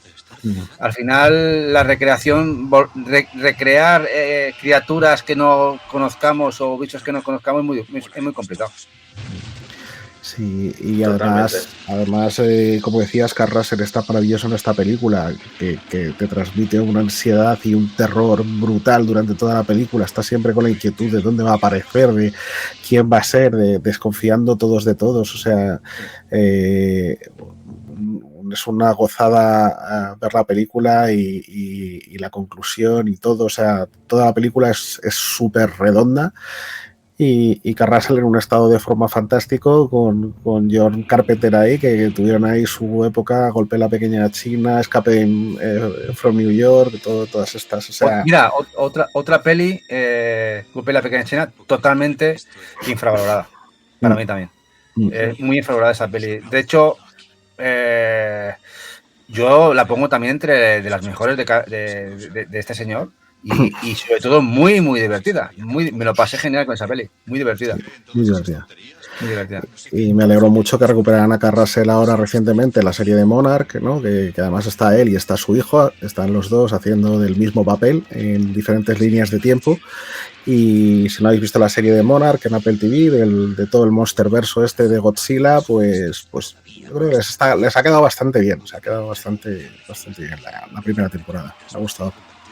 Totalmente. Pues que tendremos que echar una visual. ¿Ves?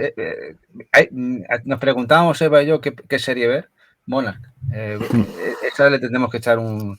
Porque la verdad es que muchas veces nos ponemos a ver una serie y nos la vemos en un día o dos. La última de Fallout fue en 2 días. Bueno, sin dormir, claro. Los 2 días sin dormir casi. Es que estrenen la temporada completa es matador. Sí, pero nos gusta mucho verlas así, vértelas todas de un tirón. Maravilloso. Nos encanta, a nosotros nos encanta. Bueno, ahora sí que le toca a Baru, o a ver qué le toca a él, que yo ya ni me acuerdo tampoco. Pues me lo tienes que decir tú. ¿La de Humanoid? Humanoid. Vale. Humanoid. Pues nada. Humanoid Defender. Un maravilloso título de la ciencia ficción, una película que es de los 80-90, pero que parece que está rodada en los 70, y esto tiene su explicación, y es que esto en realidad no iba a ser una película. Los únicos territorios que vino como en formato película fue a España y en algunos países de Europa, porque esto es una serie estadounidense de la que rodaron un episodio piloto y no enganchó, no consiguió suficiente financiación. Y dijeron los productores, pues ¿qué hacemos con esto? Pues nada, vamos a importarlo a Europa y lo importamos como si fuese una película directamente a videoclub, ¿no? Entonces tenemos aquí un episodio alargado de 1 hora y pico, un episodio piloto de una serie de ciencia ficción acción que estaba explotando un poquito todo lo que era la fiebre de Terminator, ¿no? Y donde tenemos al gobierno de los Estados Unidos que crea el cyborg perfecto para ser soldado y le intentan desmantelar, ¿no? Porque pues eso, y mandan a otros cyborgs contra el propio cyborg para que vuelva y tal. Y al final el episodio piloto pues es como el cyborg conoce al compañero de serie que va a llevar durante toda la serie y tiene un final completamente abierto. Eso sí, tienes tus efectos especiales, el típico pues arreglándose el brazo tipo Terminator, tienes todos estos chascarrillos de las películas y la lucha entre el malo, que este es el malo, ¿vale? Es el cyborg malo contra el cyborg bueno, pues son maravillosos, ¿no? Además, tú ves esta portada que aquí al estilo tipo duro, tipo 8H de Terminator en el videoclub y la verdad es que te lo llevas y luego te quedas con una cara cuando estás ahí todo hypeado por lo que está pasando y tienes un final totalmente abierto de, por favor, vean sigan lo que está ocurriendo ahora en el siguiente episodio de la serie y nunca llega la serie, ¿no? O sea, es una de estas cosas que pasan. Sí, yo creo que lo hicieron varias veces eso de hacer, traer películas o sea, traer series de tal, juntarlas y hacer una película así, lanzártela aquí en videoclubs, eso lo hicieron mucho. Sí, por ahí, es más, si nos da tiempo a llegar, hay otra de este estilo en el pack. Exacto. Bueno, sí, es que estaba de moda el tema biónico, ¿os acordáis de la mujer biónica? Sí, el hombre de los era el hombre de los 6 millones de dólares o algo así. Había también una serie. Sí, también. Sí, Es que estaba todo de moda. El tema biónico. La película de No, Cyborg. incluso Cyborg, la de Van Damme también. Sí. Assassin, Vindicators, o sea, hay muchísimos Eliminators. Sí. Mogollón. Era un género. De hecho, en el propio manga y anime hay muchos artistas japoneses que en los años 70, 80, 90, tema cyborg y cibernética era explotadísimo. Interesaba muchísimo. Ahora, el cambio, interesa bastante poco. Ha cambiado todo el rollo. Ahora el tema es el tema de la realidad virtual.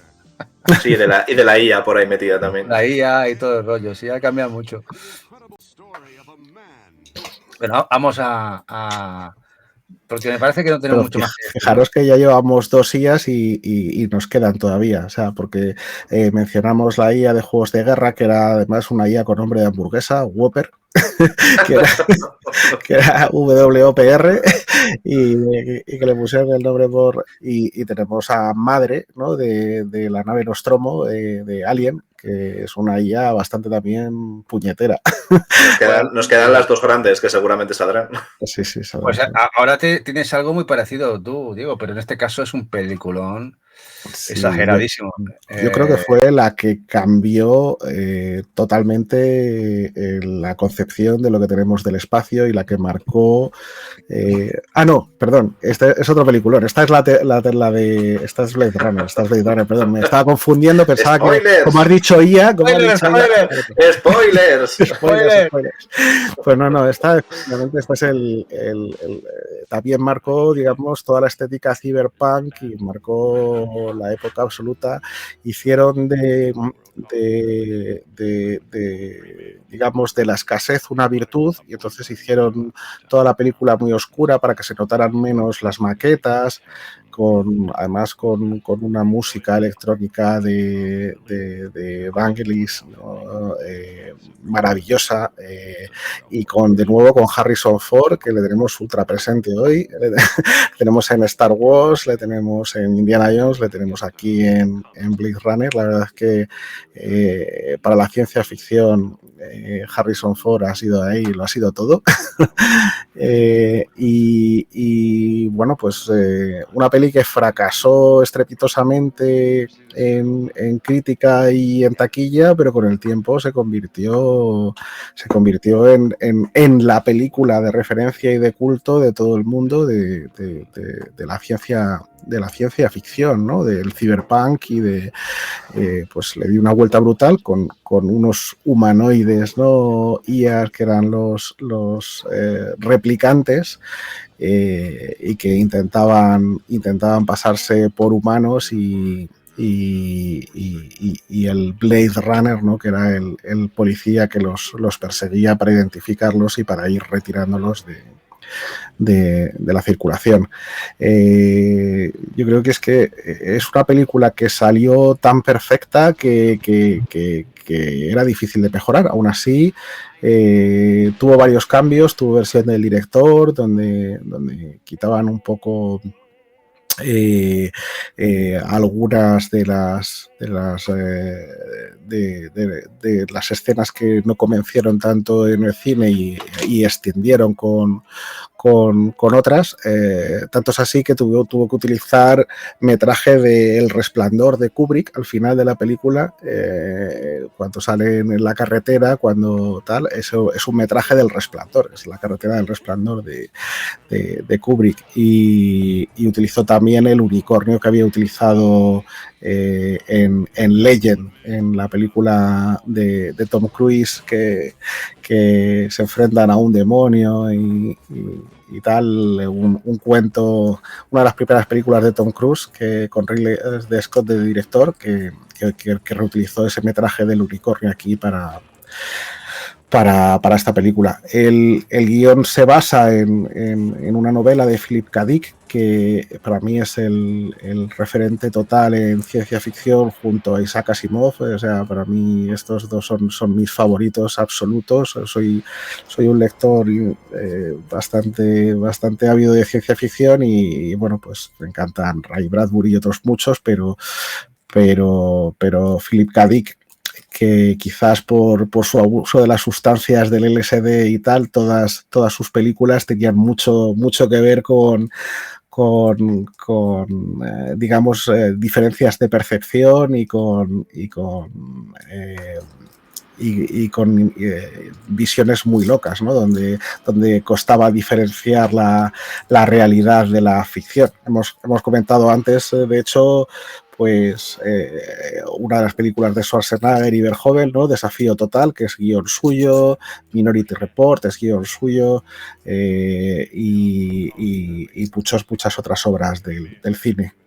Blade Runner además tuvo un juego absolutamente maravilloso y me decía que es una secuela de Westwood, distribuida aquí en España por Dynamic Software, una aventura también con múltiples finales, con múltiples alternativas y que es súper recomendadísimo. Recuperad si podéis la aventura de Blade Runner y jugarla, porque es una auténtica joya. Y que tuvimos la suerte de que extendieran, bueno, pues que Denis Villeneuve hiciera una secuela también con Harrison Ford. A mí me encantó la secuela. Sé que a mucha gente no le gustó, pero hay que tener en cuenta que Villeneuve arriesgó y no se limitó a copiar el estilo de Ridley Scott, sino que le dio una ambientación nueva, con una fotografía excelente, con un ritmo pausado y con historia distinta. No se limitó simplemente a copiar Blade Runner y creo que estuvo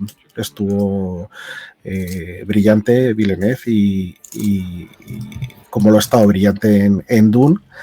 Y espero que lo esté también en la próxima película que va a hacer, que también es de ciencia ficción y otra de las maravillosas, que es Cita con Rama. Y desde luego Villeneuve está destapándose como uno de los grandes de la ciencia ficción, con The Arrival, con la secuela de Blade Runner y con Dune. Pues para mí todas maravillosas. No sé vosotros qué opináis. ¿Lo has dicho todo? A ver, el juego brutal. De hecho, compramos la Collector de Limited Run porque ese juego lo jugué en su momento. Y el remaster que sacaron hace poquito teníamos que tenerlo porque Blade Runner para mí es brutal. De hecho, poco se habla, pero Blade Runner marcó cómo debía ser ese mundo cyberpunk que tanto ha marcado al manga japonés. No cabe olvidar que el manga japonés que encabezó Otomo con Ghost in the Shell y otros tantos, Masamune Hiro y otros muchos mangakas japoneses basaron mucho de sus ideas en Blade Runner. Parece mentira. Una película, como tú bien dices, que fue un fracaso monumental en su momento, que el tiempo la ha puesto en su sitio y que Harrison Ford lo borda, pero nos olvidamos de alguien que estaba ahí también, que es Rutger Hauer, este actor que estuvo genial, brutal, hizo la mejor escena improvisada de todos los tiempos. Y que realmente dices, es que es un robot muy humano. O sea, la verdad es que lo hizo genial. Bueno, y tiene razón, a mí me encantó también la de Villeneuve, la secuela. De hecho, la vi con Eva y iba a decir, pero ¿qué pasa aquí? ¿Por qué pasa esto? ¿Por qué pasa lo otro? Tiene esa ambigüedad que te da mucho a pensar, hostia, pero a ver si va a ser también un cyborg, a ver si va a ser esto. O sea, al final te da pensar de esa manera. La verdad es que son grandes películas. Y también la de Villeneuve pasará que como con este Blade Runner. Creo que a futuro se le valorará más y más después de que las películas de Dune están gustando tanto. Creo que la obra de Villeneuve se la mirará de otra manera. Sí, yo creo que le pesó mucho el nombre, o sea, es decir, que hacer una secuela pues de una cosa, de una obra tan redonda, pues es muy complicado, ¿sabes? Una película de culto tan, o sea, hay que atreverse a lanzarse a ese Miura. Totalmente. Y a mí me lo has quitado de la boca, Tony. O sea, a mí el que carrilea la película, Harrison Ford lo hace muy, pero que muy bien, pero yo creo que el que hace un papelón impresionante es Robert Howard. Sí. Es que me parece un actorazo increíble, el cual pues no ha tenido una carrera con muchísimos altibajos, después se fue muy para el cine de serie B, y que los buenos de Bluebird Team pues rescataron en sus últimas horas para darnos también un juegazo narrativo increíble como este Observer, y que logró terminar en la cuerda floja, vamos. Y la verdad es que me parece un actorazo increíble, y vamos, de Blade Runner es que no hay mucho más que decir, o sea, es la película que ha marcado los cánones para cualquier película que se quiera enmarcar dentro del universo de Cyberpunk, ¿no? Sí. Roger Howard tiene también la de Lady Halcón, donde creo que también lo borda, otra película muy ochentera y muy potente, pero bueno, efectivamente en esta película es el que marca el peso y su diálogo, ¿no?, final y tal, que además fue improvisado por él y lo añadió él, no estaba en el guión. Bueno, es absolutamente mítico y una de las escenas más reconocibles de la historia del cine. Eso es. Sí, bueno, me parece que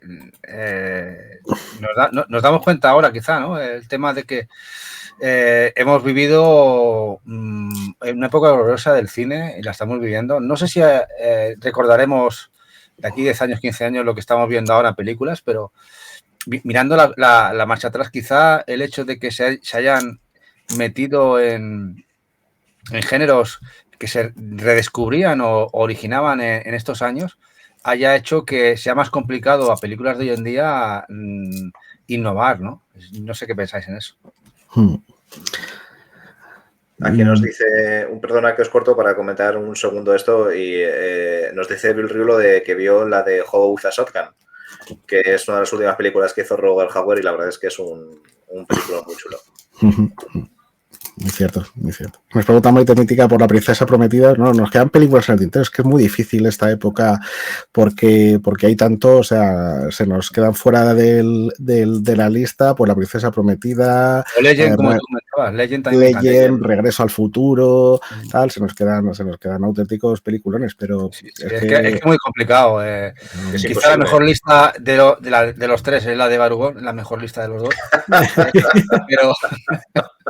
Pero de hecho, mira, Maite, estábamos en el grupo nuestro que tenemos del canal, yo hice una lista y jodí bastante a Diego, porque muchas de las pelis que yo tenía él también las pensaba, o sea, al final el tema del cine, de hecho, la que ha puesto Diego, las podía haber puesto yo perfectamente. Y creo que porque Baru se ha centrado más en ese cine más serie B que quería exponer y que es tan desconocido y que está dando esa pincelada tan diferente que desconocemos, pero si no, seguramente coincidirían muchas de las que estamos poniendo también. Sí, además me he volcado más en este cine porque sabía que las películas que quería poner las ibais a poner vosotros dos, o sea, que iba a hablar de ellas igualmente, o sea, que era un comodín. Ahora creo que me toca a mí, ¿verdad? Creo que era yo. Te toca. Soy yo.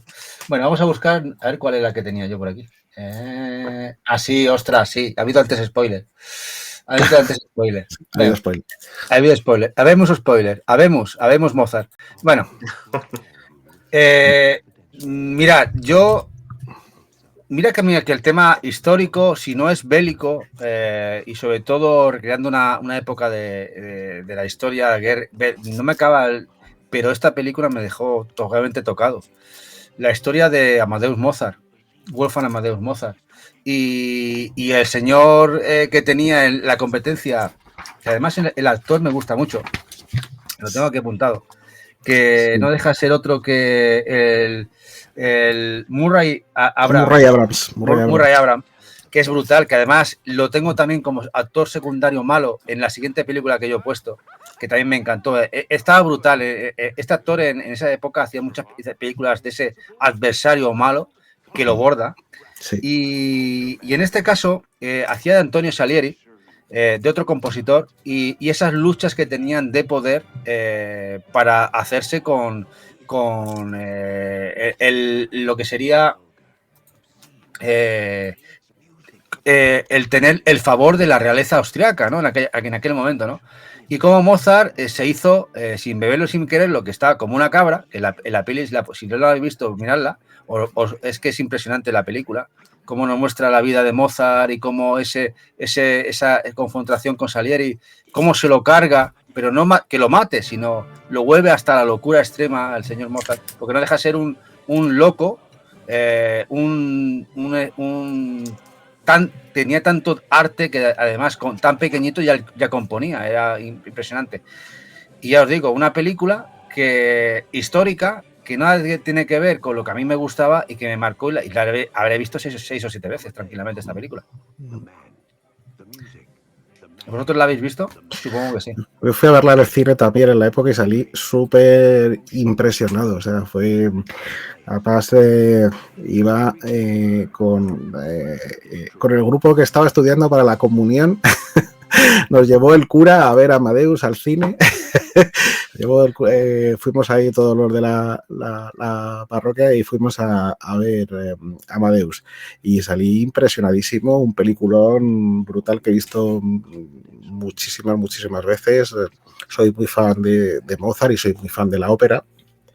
He ido al Teatro Real cuando he podido para ver las óperas de Mozart y supongo que viene en parte por esta película y bueno, y en otra parte por la Naranja Mecánica, que me aficionó a la música clásica, a Beethoven y hasta Mozart. Entonces soy muy de música clásica, soy de ópera y yo creo que es gracias a esta película, en la que es absolutamente maravillosa y demencial. Milos Forman, que es un directorazo tremendo, hizo una joya que además arrasó en los Oscars. Yo creo que se llevó 7 o 8 Oscars esta peli, porque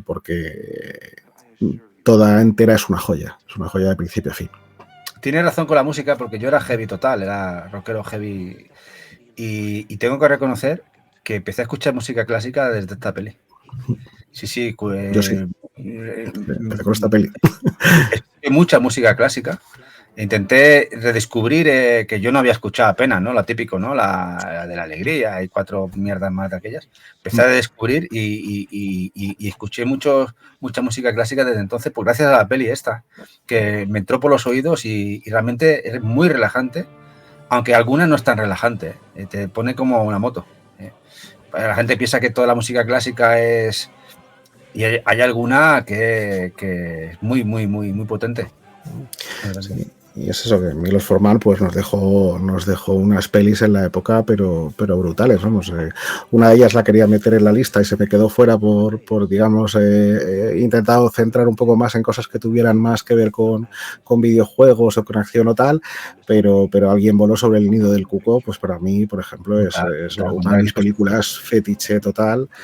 Que es curioso que hizo una serie en Netflix sobre la enfermera que se llama Ratchet, que es como una precuela de Alguien voló sobre el nido del cuco, que pasó bastante desapercibida, pero que a nivel de fotografía y vestuario me pareció una joya y es bastante gore.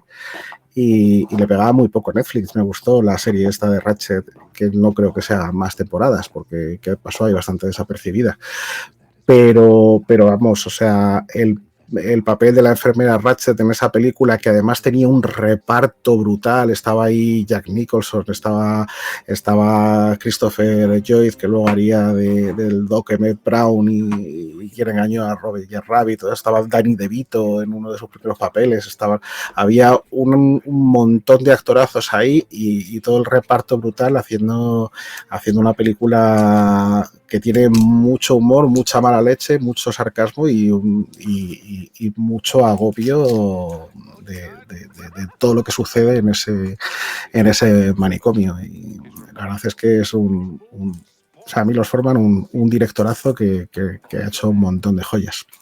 Y el actor este que hace de Amadeus, Tom Hulce, la verdad es que no lo recuerdo en otros papeles. No sé qué pasó con este chico. No, la verdad es que es un one hit wonder, ¿no? De estos, ¿no? Luego haría algunos otros papeles, pero le perdí la pista.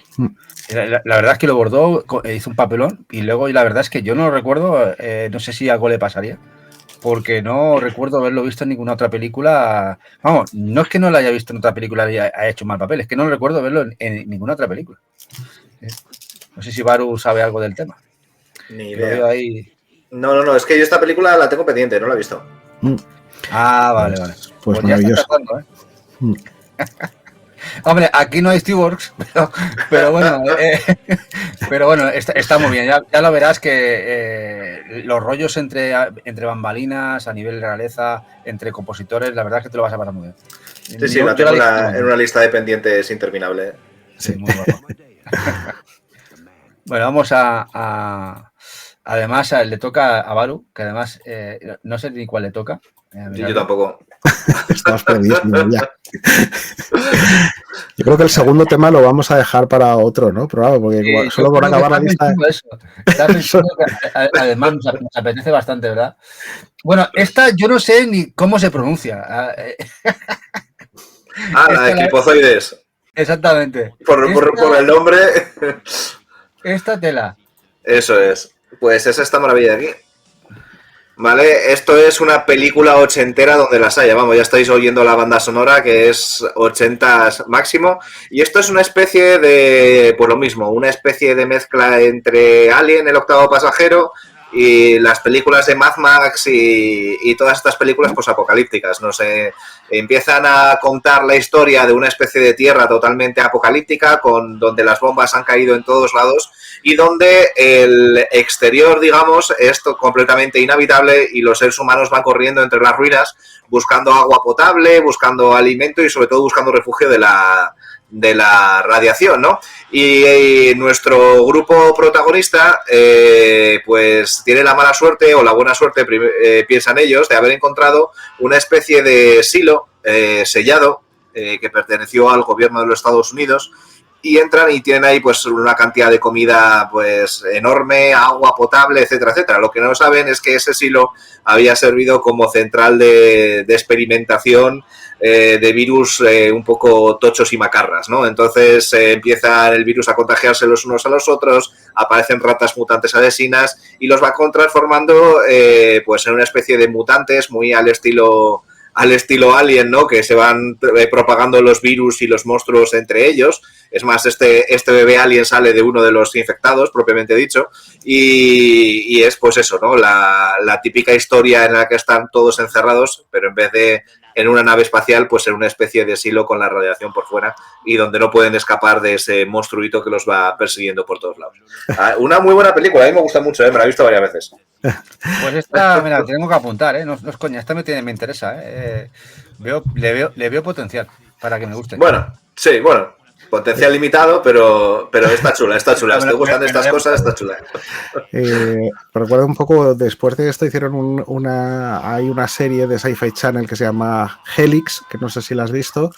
Un argumento bastante similar, yo creo que te va a gustar mucho. Encerrados en una especie de búnker, unos experimentos, una radiación, un tal que sale mal y bueno, es bastante también serie B, pero es una serie muy recomendable, Helix. A mí, pues me la apunto. A mí me gustó bastante. No es tan serie B como esto, pero es bastante serie B. Si salen marionetas me gustará seguro. Sí. Nos la apuntamos. Vale, vamos a cambiar. Ahora creo que le toca a Diego. Me toca. Y también estoy perdido yo. A ver, ¿qué me toca? Diego, a ver, Diego tenía por aquí, creo que otro peliculón. Y tanto, es un peliculón como la copa un pino. Espacio. Esto sí, efectivamente, que me he hecho el auto-spoiler antes, porque... A tope, ¿eh? Y efectivamente, esta es la peli que sentó un poco las bases de cómo se harían las películas del espacio. O sea, ya las maquetas, las ambientaciones en esta película, incluso la música, le puso música clásica al espacio y a partir de aquí, después las pelis posteriores también usaron la música clásica o música orquestral al menos, ¿no? Como Star Wars y como eso, pues todas se fueron adaptando un poco a lo que sentó Kubrick con esta película. Fue desde luego una película muy avanzada a su época, donde nos hacen ver un poco las posibilidades de la IA, ¿no? Si se vuelve malvada, si hay una IA muy importante aquí que es HAL, ¿no? Que HAL no viene a ser nada más que IBM, porque le querían poner IBM, pero la empresa no dijo, esto me da muy mala prensa, esto no, esto mejor que no, y entonces movieron las letras una hacia antes, ¿no? en el abecedario, entonces la I es la H, la B es la A y la M es la L. Entonces, y bueno, pues yo creo que auténtica obra maestra. Podía haber puesto cualquiera de Kubrick, porque El Resplandor, Espartaco, Senderos de Gloria, Teléfono Rojo, Volamos hacia Moscú, La Naranja Mecánica, incluso las más desconocidas como Barry Lyndon, ¿no? Barry Lyndon que cambió realmente, dio un avance tremendo a la óptica de las cámaras, porque se rodó entera con velas, se rodó entera sin ninguna luz artificial. Y efectivamente, Maite comenta aquí una cosa que iba a comentar, que es el fake documental de Kubrick sobre el aterrizaje a la Luna, que es donde mencionan que precisamente el aterrizaje a la Luna fue falso, que lo organizó Kubrick con la NASA, pues para conseguir las lentes para poder rodar Barry Lyndon, ¿no? Esas lentes mucho más avanzadas que permitían rodar con una luz natural. Y el documental es una gozada. Mucha gente se quedó sin terminar de ver el documental, y entonces pasa cuando no terminas, que al final del documental te dicen todo esto es una broma, ¿sabes? Y te muestran tal. Y mucha gente se quedó con que Kubrick rodó el aterrizaje en la Luna y que el hombre nunca llegó a la Luna. Y de ahí vienen muchos de los vuelos. Pero bueno, súper realista todo cómo rodó el espacio, súper realista cómo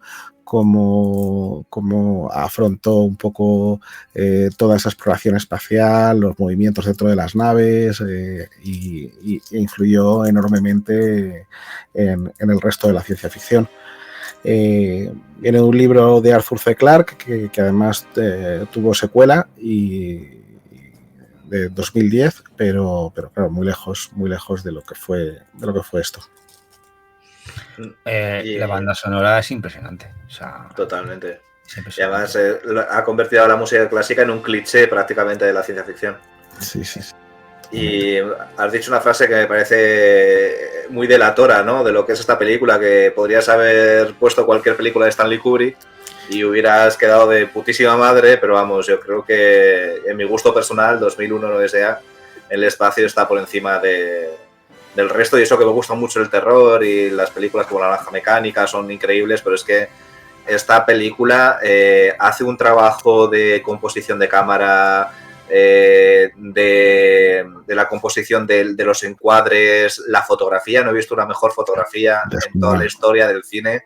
Me parece un trabajo de dirección impecable, y salvo el final, que bueno, es muy interpretable, ¿no? Y parece ser que todo el mundo le saca conclusiones diferentes de su final, digamos, explícito y cerrado, pero le da un valor muy interesante a la película, y es que es una de las pocas películas en las que parece más o vale más lo que es el trayecto que el final de la película, ¿no? Porque tú cuando estás viendo una película estás deseando que llegue el final para que te expliquen lo que pasa, y esta película lo hace todo tan bien, lo hace todo tan increíble, que disfrutas infinitamente más en lo que es el trayecto que lo que es al final la conclusión de la misma. Me parece una obra maestra del cine, o sea, es que es increíble. Y la gente que no lo haya visto, sea gente más joven, esto te hace, no sé si 40 años ya, 45 años, andará por ahí. Es del 60 y algo, 60, sí, de los años 69, 68. 60 años, claro. Mirad gráficamente, efectos prácticos, vestuario, es brutal. Es brutal. A día de hoy la puedes consumir, te la puedes tragar y la vas a disfrutar un montón. No vas a ver nada extraño, nada que no concuerde, nada que diga, bueno, esto no sale. Realmente el trabajo de Kubrick y todo su equipo en esta peli es... Alguna de las fotografías sigue siendo insuperable. Es que no se ha hecho nada igual todavía. Es que lo puedes comparar a otras películas y no se ha hecho nada igual. Es sublime. A ver, como tú dices, tema Kubrick tiene grandes glorias ahí del cine, pero a nivel de influencia, lo que ha significado esta, creo que, de hecho, lo de... a nivel espacio, marcó un principio de lo que debía ser esta peli, ¿no? Como dice Diego. A partir de ahí, el resto. A partir de aquí, esto fue como el inicio. Esto fue como un reset. Dice, esto es como tiene que ser una película del espacio y de aquí beben todas. Eso es. Y mira si influyó tanto que en cuántos videojuegos habéis visto como un easter egg el monolito de 2001 en el espacio. Sí, que cada vez que un juego tiene algún tipo de ciencia ficción o algo, te cascan el monolito como un easter egg más. Sí. Totalmente. Impresionante. La verdad es que muy buena lección, Diego. Mira, y Maite Mítica, perdonad, pone aquí Naves Misteriosas, que también es una película que tiene unos efectos especiales tradicionales y una fotografía muy chula. Cierto. Totalmente. Sí, de hecho estuve a punto de traer alguna de Disney y El Abismo Negro también y tal, bastante infravalorada. El Abismo Negro muy chulo también, sí. Muy chula. La pena del Abismo Negro es que mezclaba ahí una trama infantil que descuadraba un poco con luego otra muy heavy porque tenía escenas también un poco gores. Entonces, sí. ¿A quién le toca? ¿Me toca a mí o a Baru? ¿O me toca a mí? A ti. ¿A mí? Vale, pues entonces nos vamos con otra. Esta sí que es... Esta es de las películas... De una de mis películas de mi vida. Quizás de las que más veces he visto, conjuntamente con Conan el Bárbaro, es El nombre de la rosa. Aquí Sean Connery, que para mí es el papel de su vida. Es espectacular. El nombre de la rosa. Increíble. No sé cuántas veces la he visto. Te la tragas, te la fumas como quieres. Hay actores aquí que cualquiera de ellos barren a cualquier actor que se dice ser actor actualmente. Desde Murray Abraham, que aquí también interpreta, el John Perman, por ejemplo, aquí hace de jorobado, y otros muchos que están aquí. Es una película a lo que sería un detective de investigación en una abadía. No deja de ser el señor Fray Guillermo de Baskerville con su novicio Hacho de Melk, ¿os acordáis? Hacho, que vienen aquí a la abadía a descubrir un crimen de uno de los frailes, ¿no? Y todo el entramado que se descubre aquí, como la visión histórica de la época y tal, es impresionante. Os recomiendo que la veáis si no la habéis visto.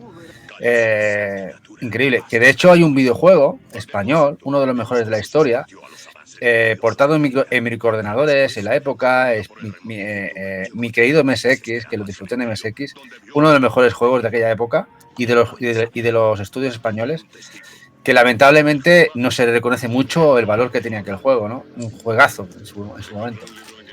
Impresionante la película. Impresionante. La Abadía del Crimen, que tiene un remake también para PC, que es la Abadía del Crimen Extensum, que además es extendido y tal. Y bueno, se le nombró hace poco la gala esta que hicieron hace menos de un mes, la UTAD y tal, que juntó a, pues digamos, a un montón de compañías de software, hizo como un homenaje a todas las compañías de software de la edad de oro de el software español, se hizo un homenaje y se votó a La Abadía del Crimen como el mejor videojuego español de todos los tiempos, justo por encima de Comandos y de Castlevania. Lord of Shadows. Además, La Abadía del Crimen tiene un sello de correos oficial. Salió una tirada de sellos de correo. Fue el primer videojuego español que consiguió una tirada de sellos de correos, que los tengo por aquí, además, ahora los puedo sacar. Y sobre el libro, pues sobre la película de Número Rosa, es un libro de Humberto Eco que es maravilloso, que yo creo que la adaptación es casi perfecta, la adaptación al libro, y que es una auténtica maravilla el libro también. Y no es más que pues un Sherlock Holmes. De hecho, el nombre de Guillermo de Baskerville viene por el perro de los Baskerville, ¿no? de Arthur Conan Doyle, una de las aventuras más famosas de Sherlock Holmes. Todo es maravilloso en esta película, o sea, súper recomendable. Un papelazo de Ron Perlman, que habla idiomas como yo aquí en la película, mezclando 3 idiomas, y maravilloso. Poco más se puede decir. Totalmente, vamos, yo no voy a añadir nada más de lo que hayáis dicho vosotros, que es un peliculón. Sean Connery y Ron Perlman para mí es uno de los actores, los eternos secundarios, ¿no? Que le daban muchísimo carisma a todos los personajes que hacían por ese físico tan característico que tiene, al igual que Turturro o Buscemi, ¿no? Y la verdad es que aquí hace otro de sus papeles increíbles. A mí me mola mogollón. El juego no me lo he pasado entero, pero sí que lo he jugado, le he echado bastante tiempo. Y la verdad es que es una maldita locura y la verdad es que es una película muy interesante.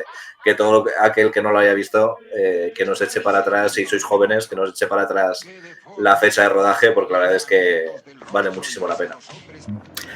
Y ya hablando de películas de este tipo, os voy a recomendar también otra que se llama Los ríos de color púrpura, que es francesa, es de investigación, es con Jean Reno, que es uno de mis actores fetiche también, y que hicieron una serie malísima, pero que hay 2 películas y las 2 son maravillosas, Los ríos de color púrpura. Dice Bill Río que no se ha vuelto a chupar los dedos desde que leyó el libro, y haces bien, porque hace poco han descubierto en Alemania que han envenenado un montón de libros en las librerías alemanas. Entonces hay un poco de psicosis ahora, porque en Alemania han metido libros en bibliotecas y tal envenenados. Ha habido gente que ha envenenado libros. Eso no pasa con el e-reader. Y antes ha puesto Lokimara por aquí, que... No, Lokimara no, ha sido Maite, creo. Maite. Sí, aquí, Maite. Que existen muchas películas, para todos aquellos que os gusta la ciencia ficción, muchas películas soviéticas. La Unión Soviética tiene un cine muy, muy, muy característico. Y existen muchísimas películas que, si os gusta la ciencia ficción, son muy raras y muy suyas y muy, muy, muy particulares, ¿no? Supongo que conoceréis las típicas como Stalker o Solaris, ¿no? Que son muy chulas, son muy estilizadas, y viven mucho del cine de 2001, viven mucho de Stanley Kubrick, pero aparte de ese, si queréis escarbar, existen cada ida de olla impresionantes, ¿no? A ver si Maite nos pone por aquí alguna de las que más le gustan a ella y sacamos algún título más. Sí. Toda recomendación es bienvenida, porque esas 2 son maravillosas. El cine de Andrei Tarkovsky es increíble. Además, Solaris tuvo un remake con Clooney, pero que mucho más comercial y menos... Pierde la esencia. Mucho menos impacto, sí. Estás muteado, Tony, creo. Digo que de Stalker, hablando de Stalker, va a salir la edición física en Japón con los idiomas, en PlayStation 4. Eso está más que bien, porque vamos, yo lo tengo muchísimas ganas, no lo he podido disfrutar en PC y se viene, lo tenemos en la reserva. Pero hablando de Stalker, que sepáis que basados en esas novelas de Stalker, tema ruso, esos videojuegos que tan fuerte pegaron en PC, pues se editan en físico en Japón, en PlayStation 4 y creo que alguna plataforma más, y vienen con idiomas, o sea que alguien... ¿Pero es un título nuevo o es un recopilatorio? Es recopilatorio. No fastidies. Sí, No sabía yo que iba a No sacar. me te miras mis directos.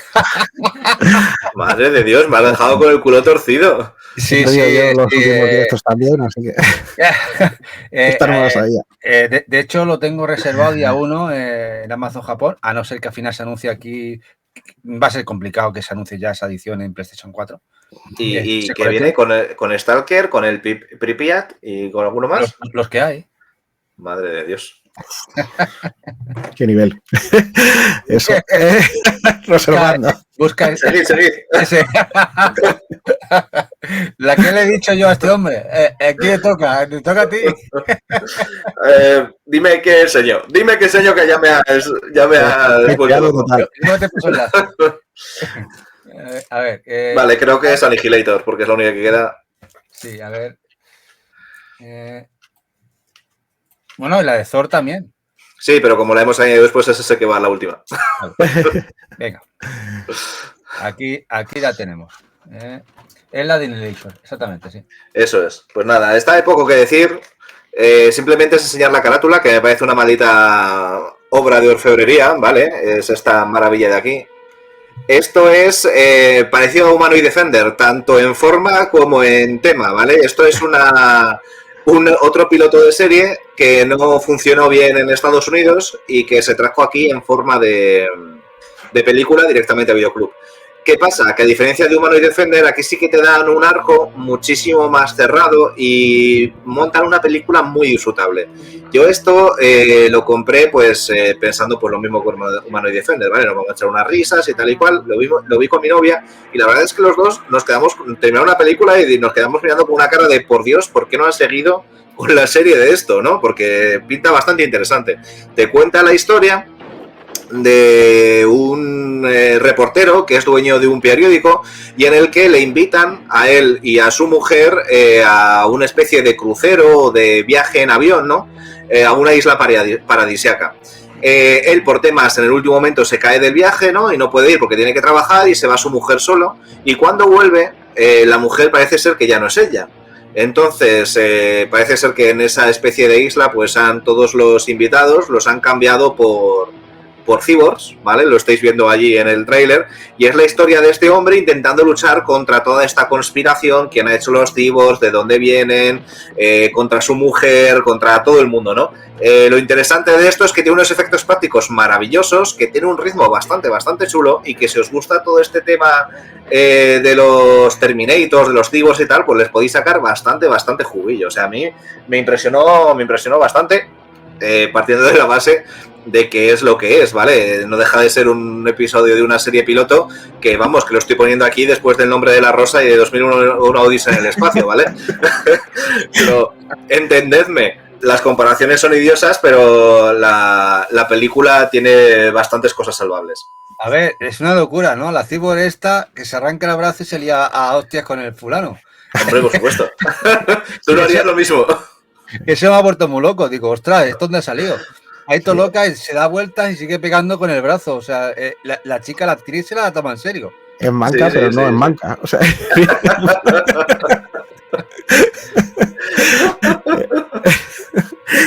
Pues de esto me recuerda mucho a la peli de los también de una peli de los 60, además con uno de los primeros guiones de Michael Crichton, o el primer guion de Michael Crichton, que es Almas de Metal, con Jules Briner del protagonista, que es Westworld, Westworld es el título original. En España fue Almas de Metal, que luego recibió este remake digamos del hermano de Christopher Nolan, ¿no? De Jonathan Nolan, que es guionista de casi todas las películas de Christopher. O sea, el guionista que está detrás del Caballero Oscuro, es el guionista que está detrás de Origen, es el guionista que está detrás de la mayor parte de películas. Pues el otro Nolan ha dirigido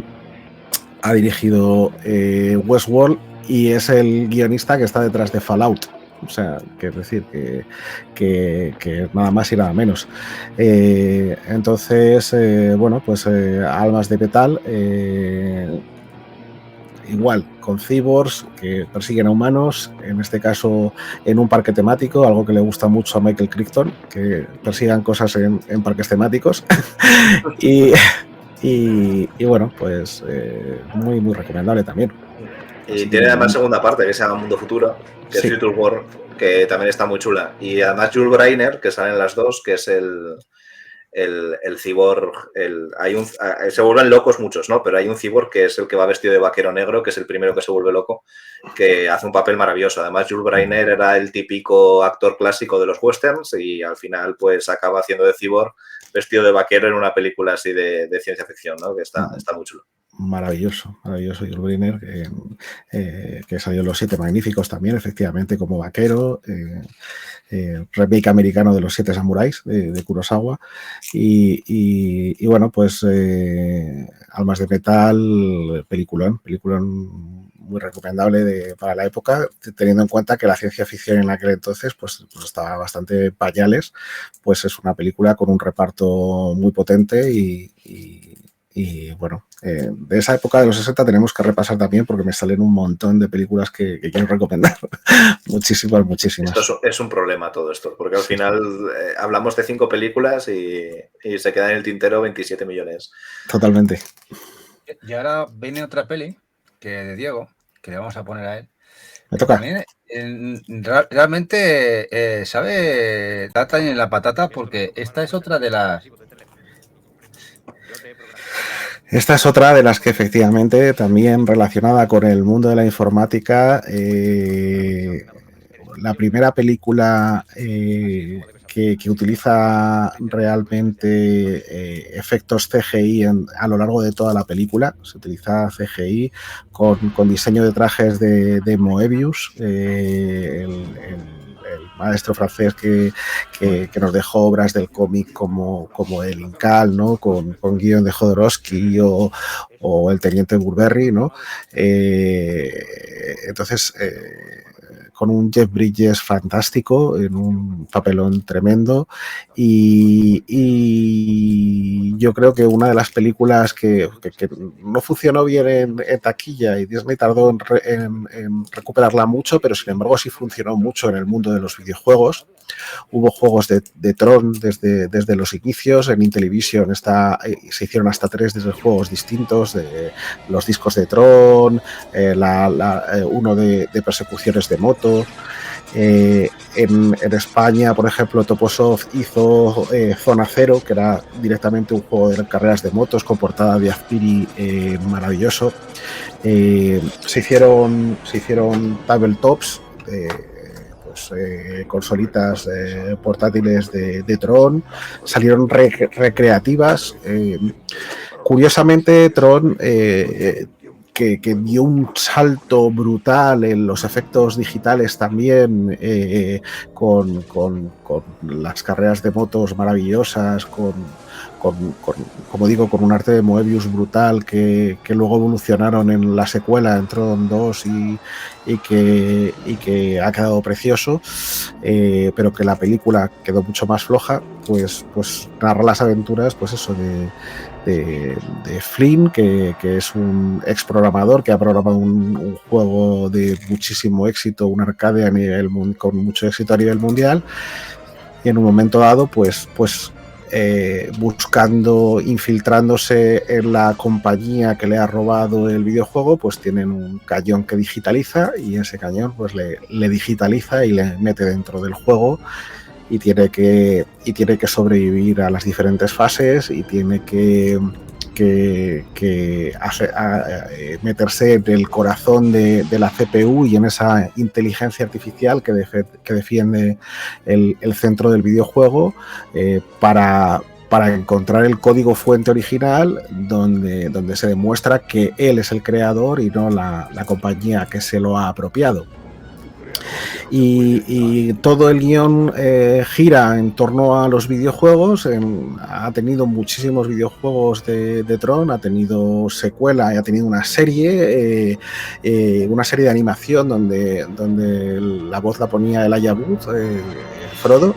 La serie de animación es fantástica, me gustó muchísimo. La película, la secuela, pues visualmente es maravillosa, pero de guión es bastante flojita. Y se rumorea que están haciendo una tercera parte. tuvo secuelas en los videojuegos, tuvo en Game Boy Advance, tuvo Tron 2.0 y luego ha habido muchos videojuegos, tanto... Spoiler, ¿no estás ahí? Y como digo, pues es una película que curiosamente no ganó el Oscar a los mejores efectos visuales porque la Academia de Hollywood consideró que hacía trampas al usar ordenadores y la descalificaron de la categoría ese año. O sea, los mejores efectos visuales que ahora son única y exclusivamente por ordenador, pues esta película quedó fuera de los Oscars ese año precisamente por utilizar ordenadores para generar efectos visuales. La mezcla de blanco y negro con color, con los diseños de trajes de Moebius, con los negativos también pintados por encima para resaltar las líneas de los trajes y efectos visuales de ordenador, yo creo que le dan un toque, o sea, habiendo mucho de artesanal detrás, hay mucho también de los inicios del CGI y hay mucho de relación con el videojuego. Para mí es una película que me ha acompañado desde la infancia y fetiche total. Pues la secuela me gustó, quizá porque la banda sonora es de Daft Punk. La banda sonora es maravillosa. Y eso hace que mientras veía la película y escuchaba la música que viene en todo momento en la película, la piel de gallina. De hecho, me gustó mucho. Creo que, a ver, sin ser la maravilla que supuso la primera, creo que es una buena secuela. Sí. Quizá podría haber sido mejor, quizás sí, pero creo que está a la altura. Esperemos que sí. Es verdad que parece que quieren hacer una trilogía, una tercera parte. Claro que ahí nos dejó ese final abierto en la secuela, con ese género de vida, ¿no? Que se trae alguien de allí, el hijo del protagonista, quedando la IA y vida dentro de tal, a ver cómo queda aquello, ¿no? Supongo que irán por ahí los tiros. Pero vamos, que si hay una trilogía nos la vamos a comer con patatas, o sea, la vamos a disfrutar. Totalmente, vamos a estar ahí. Sí. De hecho, pues de esto, cuando salió la segunda parte de los cines, me fui a los cines a pedirles pusieron unas banderolas de 3 metros de altura gigantes de Tron y fui a pedir las banderolas y las tengo ahí que no sé qué hacer porque son 3 metros de altura, no cabe en ningún lado, pero tengo ahí los pósters gigantes de Tron y bueno, pues visualmente sí que era una delicia el remake. Si bien me gustó la película, la segunda menos, ya os digo que la serie de animación que también la tenéis en Disney Plus, eso es fantástica también. Es una sola temporada, pero muy, muy redonda y muy bien hecha. Eso sí, los videojuegos de PlayStation 3 y DS no los compráis. No. Y más que habiendo tanto material, ¿no? de esta licencia. Sí, bueno, la verdad es que los vinilos de Daft Punk nos faltan, no me gustaría tenerlos porque es que la banda sonora la escucha 1000 veces. De hecho, una temporada que me la ponía siempre y me a dormir me la ponía.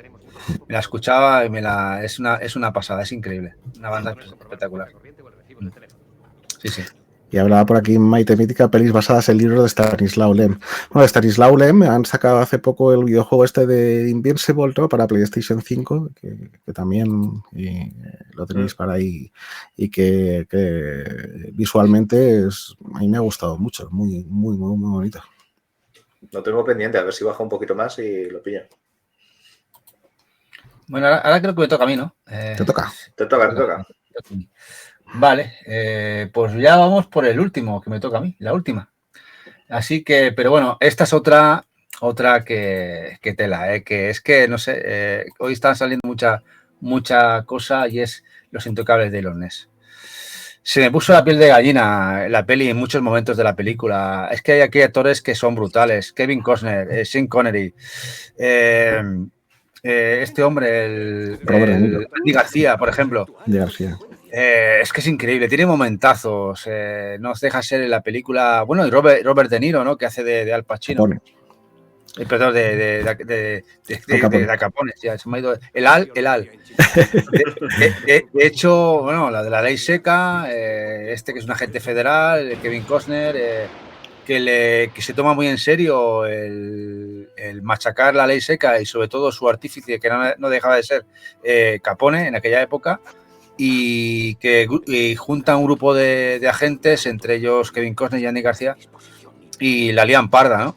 Pero bueno, ya el argumento es buenísimo. La escena de la estación de tren, ¿os acordáis? Con la niñera que se le cae el carrito del bebé, se para el tiempo. O sea, es espectacular. La banda sonora tiene momentazos. Lamentablemente que se nos muere Sean Connery en la película, eso la lían parda. Bueno, la película es muy larga, pero a la vez muy corta, porque a mí se me hizo muy corta. Es increíble. No sé, supongo que muchos la habréis visto y creo que es esencia pura de lo que es actuar bien. Además de que la dirección, que en este caso era Brian De Palma, ¿no? Sí. Es increíble. Brian De Palma, sí, efectivamente, que es un directorazo y que ha hecho un mogollón de grandes pelis también. Y aquí Sean Connery se come la película. Yo creo que es el secundario que se come al protagonista de nuevo. O sea, si en la última cruzada lo hace, si en Los Inmortales lo hace, en Los Inmortales también se merienda a Christopher Lambert, pero Los Inmortales, otra peli que no hemos mencionado, pero otra ochentera por antonomasia. Y desde luego aquí en esta película borda el papel y hace, o sea, cuando van cayendo estos intocables, ¿no? O sea, te llega porque has empatizado tanto con los personajes a lo largo de la película que son impactaba de verdad, o sea, te tocaba de verdad cuando iban cayendo. Película, ¿no? Es exagerado. Y además es que tanto Sean Connery como Robert De Niro se comen al protagonista. O sea, es que lo habéis dicho perfectamente. O sea, la película es de ellos dos. O sea, no hay otra salida. Además, el tema de la ley seca es un tema que está muy tratado en el cine estadounidense, sobre todo es un tema muy clásico en las películas de cine negro de los 30 a los 50 y tuvo después una sequía, valga la redundancia, en el cine y fueron retomados por este tipo de películas de una forma bastante chula. De todas formas, si os mola el tema y queréis ahondar un poquito más en las películas de las que bebe Los Intocables, por ejemplo, está la de Scarface, no la de Al Pacino, sino la... Muchos me pegaréis, pero la buena, o sea, la original, a mí me gusta mucho más la original, que es un peliculón increíble sobre la ley seca y yo la recomiendo si queréis ahondar un poquito más en este tipo de cosillas. Sí, y curiosamente la ley seca también tuvo su representación en el videojuego, sobre todo ahí a partir de esta película y mucho en el videojuego español y de MSX y de Amstrad Spectrum y tal, y hicieron varios juegos que fueron Chicago's 30 de Topo, hicieron el Cosa Nostra de Ópera, hicieron de Infogrames que ahora es Atari y que vuelve a recuperar la marca Infogrames, hicieron el Prohibition, que era como una especie de Operation Wolf, ¿no? Uno de estos de el uso de la pistola y todos son un poco ambientados en la ley seca, un poco cuando esta peli pues lo retomó, digamos, que hizo ahí una pequeña moda que intentaron aprovechar otras compañías, en este caso en el videojuego también. Y bueno, pues poco más que decir de Los Intocables, vamos, o sea, maravilloso. Yo cierro mi círculo con esta, ahora tenéis que seguir vosotros. Falta una cada uno. Sí, creo que yo voy a cerrar mi círculo de una forma muy rápida porque tengo poco que decir de esta película. La he incluido solo como ejemplo de la explotación. Que es una de las mejores películas de la época. Sí, por Dios, esto es... me cuesta verla hasta a mí, o sea, no te digo más. Esta la vi yo, esta sí que la vi, esta sí que las que he visto, esta sí que la he visto yo. Esta sí que Pues he puesto esta maravilla de aquí, ¿vale? Que se llama Thor el Conquistador, pues porque revisando la lista había visto que no había visto ninguna película, no había puesto ninguna película de explotación del cine de Peplum, que no me salía antes, de espada y brujería, tipo Conan, ¿no? Y esta es una de las peores que he podido encontrar por ahí y que nos llegaron aquí en formato físico en VHS. Es una película con unos actores terribles, un guión prácticamente inexistente y vamos, esto no es recomendable ni para tu peor enemigo. Solo si te gusta muchísimo el cine Peplum, pero si no, os recomiendo que veáis pues cualquier película de la serie Ator, por ejemplo, que aunque son también bastante cutronas, por lo menos tiene sus incentivos, ¿no? Es que esto es muy, muy cutre. También quería mostrarla porque esta edición no es una edición así, también hablamos un poquito de coleccionismo de VHS. Esto no es una edición normal, es una edición de promocional, ¿vale? No sé si podrá ver por allí que pone publicidad, ¿vale? Y estas eran las cintas que se entregaban a los videoclubs con una carátula falsa. Esta carátula no es la oficial con la que salió la película, tiene la contraportada en rosa, con escrito ahí un poquito el resumen de la propia película, y se la daban las distribuidoras de cine a los videoclubs para luego que ellos eligieran si realmente compraban esta película o no. Esto se supone que después lo tenían que devolver, pero muchos videoclubs lo hacían, se la quedaban y la alquilaban después en su videoclub, ¿no? Maravilloso. Así que por traer aquí un poquito algo diferente, pero sí, vamos, como dicen por ahí, El Señor de las Bestias, otro ejemplo, muchísimo mejor película que esta Thor, ¿no? Con el protagonista de V, ¿no? Con el actor que era protagonista de V, que fue la serie de los 80 y que nos marcó a todos, que sin cortarse mucho copió el nazismo y les puso de lagartos del espacio y ya está. Y marchando. Otro trabajo bien hecho, que después tuvo un remake maravilloso. Sí. Luego hay otra que salieron los dos hermanos bárbaros. Esa es maravillosa. Esa, de hecho, los dos son gemelos y eran competidores de culturismo en Estados Unidos. Uh-huh. Y rodaron la película. De hecho, curioso que no tenían ni idea de italiano. Y rodaron la película. Y es una película que es una película italiana, pero estos dos competían a nivel de culturismo, eran gemelos. Y me acuerdo de la escena, si os acordáis, que los cuelgan y rompen no sé si te acuerdas tú, Varo, rompen la soga apretando el cuello y rompen la soga. Impresionante. A ver, la peli es muy divertida. Dentro de lo que es el género de bárbaros y de espada y brujería, es muy divertida. Es una chorripeli como esta que estáis viendo, pero es muy divertida por eso mismo, porque tiene cosas muy así, ¿no? Sí, además de estos, que eran dos hermanos, que los estoy buscando aquí porque no me acordaba el nombre, es David Paul y Peter Paul, ¿vale? Y son los típicos tíos enormes, con melena negra, y son prácticamente iguales. Lo rodaron, después de la de los bárbaros, que fue su primera película de introducción al cine, rodaron una obra maestra que aquí en España nos llegó con el título de Vaya par de colegas, ¿vale? El título original, Double Trouble. Esta es una joyita que es de lo mejorcito que he visto yo en cine ochentero terrible, ¿vale? De lo mejorcito que he visto yo en los últimos 2 meses. O sea, cada una de las escenas de esta película es para cogerla y enmarcarla. Esto lo veis con unos colegas y vamos... Os aseguro la mejor tarde de vuestra vida. Os lo digo de verdad. Es una maldita maravilla de película. Es el típico cine de ¿cómo se llama este? De buddies, ¿no? De colegas. Sí. Lo que pasa es que son los dos gemelos. Uno es un policía y el otro es una especie de delincuente. Entonces, al final se tienen que unir para derrotar a la típica mafia de turno, ¿no? Es, vamos, impresionante. Por favor, echarle un ojo porque es que es una... Esa no recuerdo haberla visto, tendré que verla, porque a mí me gustó la de los bárbaros, esa tendré que verla. Sí, no, esta es bastante mejor. O sea, en esta te ríes. Nombre se llama en inglés Double Trouble, doble problema, y en español Vaya par de colegas, creo que se llama. Vaya par de colegas, eso es. de Buddy Movies nos han faltado las de Bud Spencer y Terence Hill, ¿no? También. Muy italianas. Tenemos que haber metido una. Tenemos que haber metido una.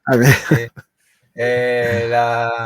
Alguna del oeste, alguna de estas, la llamaba Trinidad o sí, alguna de ellas que también me marcaron mi época, también la vi en el cine. Bueno, nos queda la última de Diego y cerramos el especial de hoy. Había que buscártela, que creo que no habrá mucho problema porque es la última tuya. A ver. Para cerrar, sí. Esta es brutal, ¿eh? Esta es brutal. Esta es de resplandeciente. Para cerrar con un Resplandor, que la hemos mencionado antes por varios motivos. La hemos mencionado con Blade Runner cuando utilizó metraje en la versión de director. Hemos mencionado a Jack Nicholson en Alguien voló sobre el nido del cuco, que tuvo una época súper brillante aquí en estos años, con Alguien voló sobre el nido del cuco, con Chinatown de Polanski, que es también una obra maestra, y con El Resplandor. Y la hemos mencionado cuando hablábamos de Stephen King porque renegó mucho de ella, porque reinterpretó Kubrick dejando mucho más a la imaginación y siendo mucho menos explícito, y sin embargo quedó una película que es una obra maestra atemporal, que ha inspirado a muchísimas películas de terror y a muchos videojuegos también. Recuerdo hace poco el de, por ejemplo, Tape, un Veil de Memories aquí español, que va sobre también películas y sobre resolver un misterio y tiene pues escenas muy del Resplandor. Encaja con todos los videojuegos estos típicos de terror asimétrico, ¿no? Donde uno persigue al resto y el resto tienen que sobrevivir. Habla un poco del mal del montañero, ¿no? De volverse loco por el aislamiento. Y bueno, pues tuvo una secuela, ¿no? La de Doctor Sueño, que es el niño ya crecido y que interpretado por Ewan McGregor, y que vuelve un poco sobre el Hotel Overlook y vuelve un poco a revivir ciertos fantasmas de la época. Yo creo que es de los pocos casos donde la película supera el libro, donde la película supera la obra original. Realmente Stanley Kubrick aquí, sí, antes revolucionó, ¿no? el género de la ciencia ficción, aquí también lo hizo con el terror. O sea, una de las películas de terror. Cuando me dicen nombra 3 películas de terror, ¿no? Pues siempre pues digo El Exorcista, Alien y El Resplandor. O sea, son y creo que hoy las hemos sacado todas. Para mí top de la historia del terror. Totalmente. Es que para mí, por ejemplo, Jack Nicholson aquí es increíble. O sea, es que te crees... Es Jack Nicholson haciendo de Jack Nicholson. Sí. O sea, es nació para este papel. Es brutal lo que hace en esta película. Es cada cara que mete, dices que hijo de la gran P. Cómo lo borda. La escena aquí de la puerta con el hacha.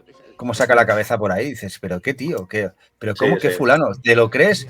Te metes en la ansiedad de la chica, de la mujer, escapando de él. Dices, es que la fulmina, como la pillé la fulmina. O sea, es locura la película. Y bueno, la de Todo Sueño la vi, me defraudó un poquito. Tengo que decir, es que son demasiado explícitos en la secuela. Sí. Dan demasiados detalles, dan demasiada información y creo que en ese sentido creo que la cagan bastante. Es lo que tiene Stephen King. Que es lo que le pasa a Stephen King, efectivamente, que decíamos que en el mismo remake que hizo El Resplandor Stephen King, que hizo un remake porque no quedó nada contento con la obra de Kubrick y que fue mucho más explícito contando, las niñas aparecían y decimos, somos las niñas fantasmas de no sé qué, pues ya ves que hay algo que no es normal, o sea, no hace falta que seas explícito. En Doctor Sueño le pasa eso, le pasa que si hubieran dejado un poco más a la inteligencia del espectador, que no siempre es idiota, pues yo creo que la película gana muchos enteros. Y menciona por aquí Rolling Pizza el doblaje español, pero curiosamente los eligió personalmente Kubrick, eligió al director de cine Carlos Saura y a Verónica Forqué por lo parecidas que eran las voces a las originales, pero claro, no se acercan ni muy de lejos a la versión original. Es tremendo. Totalmente. Pero fue Kubrick el que eligió las voces. Y si hablábamos antes del monolito de 2001 Odisea en el espacio que aparece en 50 millones de juegos como un easter egg, ¿en cuántos juegos habéis visto el tapizado del suelo del Resplandor? O el pasillo de sangre, ¿no? Con los ascensores. O el pasillo de sangre, eso es. En las pelis coreanas japos de miedo, de terror, más de una escena, copiando la escena de Kubrick aquí de los ascensores, la he visto, o sea, pero literal. O sea, no se han cortado un pelo. Y el baño también, el baño de la habitación donde... Sí, esa escena es brutal, me parece increíble. Ese baño también lo han copiado 100 millones de veces. O sea, hay homenajes al Resplandor en millones de juegos de terror y en muchísimas películas. O sea, está por todos lados. Por eso Kubrick es director de cine y es de los mejores, y por eso Stephen King es escritor y es de los mejores, pero cada uno en su posición y en su espacio. Creo que esa es la diferencia, ¿no? Por eso creo que Stephen se equivocó de intentar meterse. Le pasa como le pasa a Kojima, vamos, que creo que cada vez lo tuyo.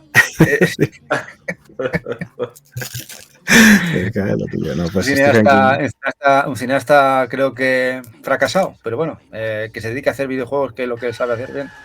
Sí.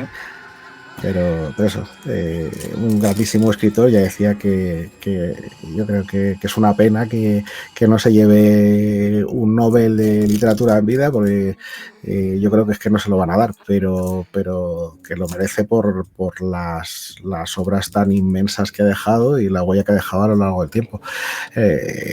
Dolores Claiborne, Eclipse Total, Misery y tal, o sea, tiene muchísimas, o sea, innumerables obras brutales y que han impactado un montón en la cultura de los últimos 20-30 años, y que quizás le baja a muchos enteros lo tremendamente productivo que es. la cantidad de material que saca le resta puntos para estar como los mejores escritores o como... Y eso que ahora está en plan... Ha bajado mucho la producción, pero aún así... Pero él vio un documental que comentaba que había bajado la producción por lo defraudado que se sentía con la industria. Que en parte era por lo defraudado que se sentía con la industria. Que no era por él mismo, sino por lo defraudado que se sentía, y por eso que en parte dejaba de escribir. Es muy Stephen King. Y hablando un poquito así de escritores y tal, La Boca del Miedo, ¿la habéis visto? Sí. Sí. No me acuerdo. Me parece un peliculón increíble, que se hubiera hecho una lista de mis 10 películas así un poquito más, con más de calidad, ¿vale? Seguramente hubiese entrado. O sea, me parece un peliculón muy, muy redondo. Y seguramente que la gran mayoría, si podemos hacer 10 películas, meteríamos muchos entre nosotros iguales, ¿no? Al final las grandes películas son de por vida. Sí. Oye, de hecho hay actores, propio Jack Nicholson, hay muchos actores que de aquí 30 años, 40 años, seguiremos viendo estas películas y diremos, joder, cómo está el patio, ¿no?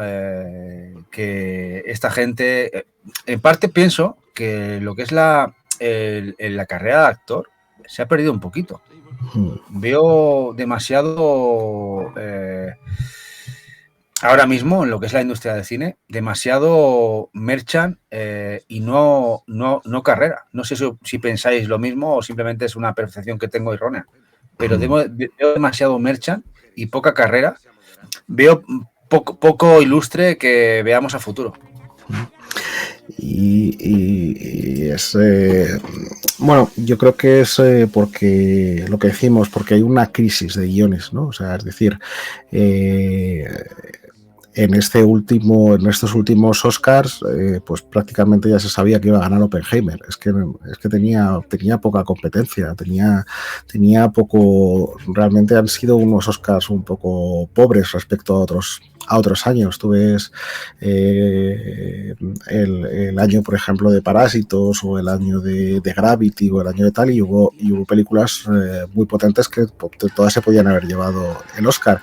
Y en esta última, pues, ¿qué queréis que os diga? Yo vi la de Barbie y no me pareció de Oscar, y vi el resto de películas y me parecieron bien, pero vamos, que otros años no hubieran estado ni nominadas. O sea, que este año se la ha llevado Oppenheimer por descarte, por ausencia de competencia prácticamente, que tampoco es la mejor de Nolan. O sea, yo creo que hay una crisis que puede venir de la huelga de guionistas, tal vez, o veremos a ver si se recupera y remonta, pero creo que ha sido un año en general malo para el cine. O sea, yo creo que viene un poco arrastrado por todo el problema que ha habido con el COVID, y que el cine perdió muchísimo poder y que se arrastró mucho a la industria propia del cine. Creo que son las secuelas que estamos viendo ahora, en parte.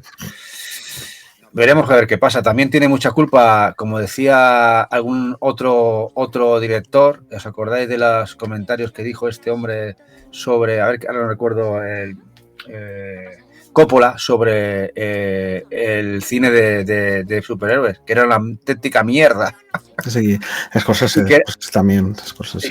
Y que era el culpable del problema que había ahora mismo en la industria del cine. Lo dijo así de claro, ¿no? Yo no lo voy a poner así, a mí me encanta el cine de superhéroes, pero bueno, quizás tiene parte de culpa. No sé, yo de todas formas es que veo que todas las generaciones ha pasado esto. Yo no me imagino a la generación que creció viendo a Spencer Tracy o a Humphrey Bogart flipar con Jack Nicholson o ver estas películas y poner el grito en el cielo diciendo el cine está acabado, porque se está acabando su cine, ¿sabes? Lo mismo nos pasa a nosotros con el cine actual. Y lo mismo les pasará a los jóvenes cuando sean pues de nuestra edad. Yo creo que ahora el cine mainstream sigue siendo muy mainstream, igual que lo era en la época de los 80, los 90 o los 2000, y sigue sacando peliculones increíbles, pero en una escena más indie. Perfect Days, por ejemplo, que estaba nominada a los Oscar, que me fastidió muchísimo que no ganasen, y me pareció un peliculón impresionante. Y he oído muy poquito hablar de ella. Lo que pasa es que tienes que ir buscándolas. Sí. A mí, por ejemplo, Dune, perdona que te corte, Diego, Dune parece, y la secuela, me parece de lo mejor que he visto en los últimos 5 o 10 años. Sí, pues serio, hay buen cine, sí, efectivamente. O sea, pero de actores, bueno, hay una generación un peldaño más atrás, que es la de Cillian Murphy, por ejemplo, o la de Christian Bale, o la de tal, que han dejado un listón altísimo. Y ahora, sin embargo, me cuesta más en Dune. La verdad es que este chico, el Samelet, lo ha hecho bastante bien, o me parece que hace muy buen papel. Pero me cuesta más reconocer, no sé si es porque ya soy un viejuner, pero me cuesta más reconocer a actores más jóvenes cuando una generación un pelín antes tiene un nivel de actorazos muy, muy importantes. Bueno, a ver del tiempo, quizá, un poco de tiempo y a ver qué tal. Este chaval ahora ha hecho la película, esta de La Casa de Chocolate, ¿no? Wonka, sí, Wonka. Sí, la de Wonka, ¿no? No la he visto, tengo que verla, a ver qué tal. No la he visto yo tampoco. Y si a Barugol le hubiera gustado subir un peldaño, a mí me hubiera gustado bajarlo. Me hubiera gustado bajar un peldaño y hablar de películas como Reanimator, La invasión de los ultracuerpos, La invasión de los ultracuerpos no es bajar un peldaño, y Soylent Green tampoco, no sé a dónde te estás yendo. Hombre, no son 2001 Odisea del espacio, pero... No, eso no, pero vamos, o sea, son peliculones, Bueno, pero ya lo haremos de aquí 3 o 4 podcasts, hacemos otro de cine, me ha encantado. De hecho, quizá no es el podcast que más audiencia hemos tenido, pero el que más he disfrutado, sinceramente. Yo sé el que más he disfrutado, yo me lo he pasado de coña. Y gracias a todos los que habéis estado por ahí y todas las que habéis estado por aquí apoyando, pero yo me lo he pasado, de hecho, las he vuelto a vivir con vosotros, las películas, la verdad, nos hacemos viejos. Sí. Nos he pasado las 4 horas por culpa de Jack. Sí, es que Jack, tío... no, si llega a estar la aquí sombra Jack, de Jack es alargada. llegas a estar aquí Jack, hacemos 5 películas solo cada uno. Sí. Tranquilamente. Así que Bueno, el pobre Jack, que hubiera querido estar aquí, pero ahora está por ahí Grecia, está por ahí por los Mykonos. Sí. A ver cuándo vuelve. Un abrazo enorme, Jack. Eso es. Sí. Y bueno, lo vamos a dejar aquí, ¿qué os parece? Que creo que se ha hecho un especial guapísimo, me ha encantado. Baru, hay sus películas que algunas he visto, pero otras no tenían ni zorra que eso exista. Diego, que ha sacado ahí el listón bien alto. Y bueno, y las mías, que realmente son las que en parte para mí fueron muy importantes cuando las vi, porque la gran mayoría las vi en su momento, ¿no? En estreno en cine y supuso para mí una locura, ¿no? O un videoclub, ¿no? Y bueno, nos vamos a marchar. No sé si queréis que hagamos una raid o directamente hacemos el corta y pega. No sé si hay alguien a estas horas. Yo ni idea. No sé si Eva nos puede alumbrar el... Creo que no hay nadie, creo. Hoy viernes están todos. Nos hemos tumbado a todos. Está Chatuti, creo. ¿Queréis que vayamos a Chatuti? Chatuti. Venga, si queréis, yo saludo y me retiro porque estoy muerto. Quería dar las gracias al público aquí, que ha habido gente inagotable desde el minuto 1 ahí, como Loki, como Maite, como tal. Han estado ahí participando muchísimo el chat, así que muchísimas gracias a todos. La verdad es que tanto Maite como Lokimara, Pilder y últimamente Robin Pizza, bueno, y todos los que habéis estado por aquí. O'Neill también. O'Neill ha estado desde el principio, el minuto 1. No quiero dejarme a nadie, que habéis estado todos. Knight también, que veo por aquí. Evil Ryu también, que se está muchísimo rato por aquí. Pilder, no sé, muchísimas gracias a todos y todas. Ha sido estupendo rememorar estas pelis con vosotros y nos vamos a marchar. Eso es. Y seguidnos a estos dos grandes, que hacen un contenido espectacular y que nosotros estamos muy contentos que estén por aquí. Y ya llegarán, Lokimara, ya llegarán. Que nos pone por ahí películas que han faltado y la verdad es que llegarán. Conociéndonos, llegarán. No, ya repetiremos. Creo que nos ha gustado a todos y vosotros creo que habéis tenido mucho caché y mucha de la gente que nos habéis estado escuchando. Ya repetiremos con Jack y sacaremos. Yo bajaré el nivel a nivel mierda, o sea, a nivel que lo consumimos como si fuera gloria. Y haremos aquí, quizá no haremos 10, haremos 5 cada uno, pero bueno. Bueno, pues nos vamos a marchar. A ver si doy aquí con la tecla. Y esto, aquí lo tengo. Que esto tiene su miga, porque como esto es un misterio. Aquí lo tenemos. El cierre, lo tengo por aquí. Pues un placer, besos y abrazos para todos y todas. Y nos vemos en el próximo día y en el próximo podcast que podamos hacer. Nos marchamos, guapísimos y guapísimas. Adiós.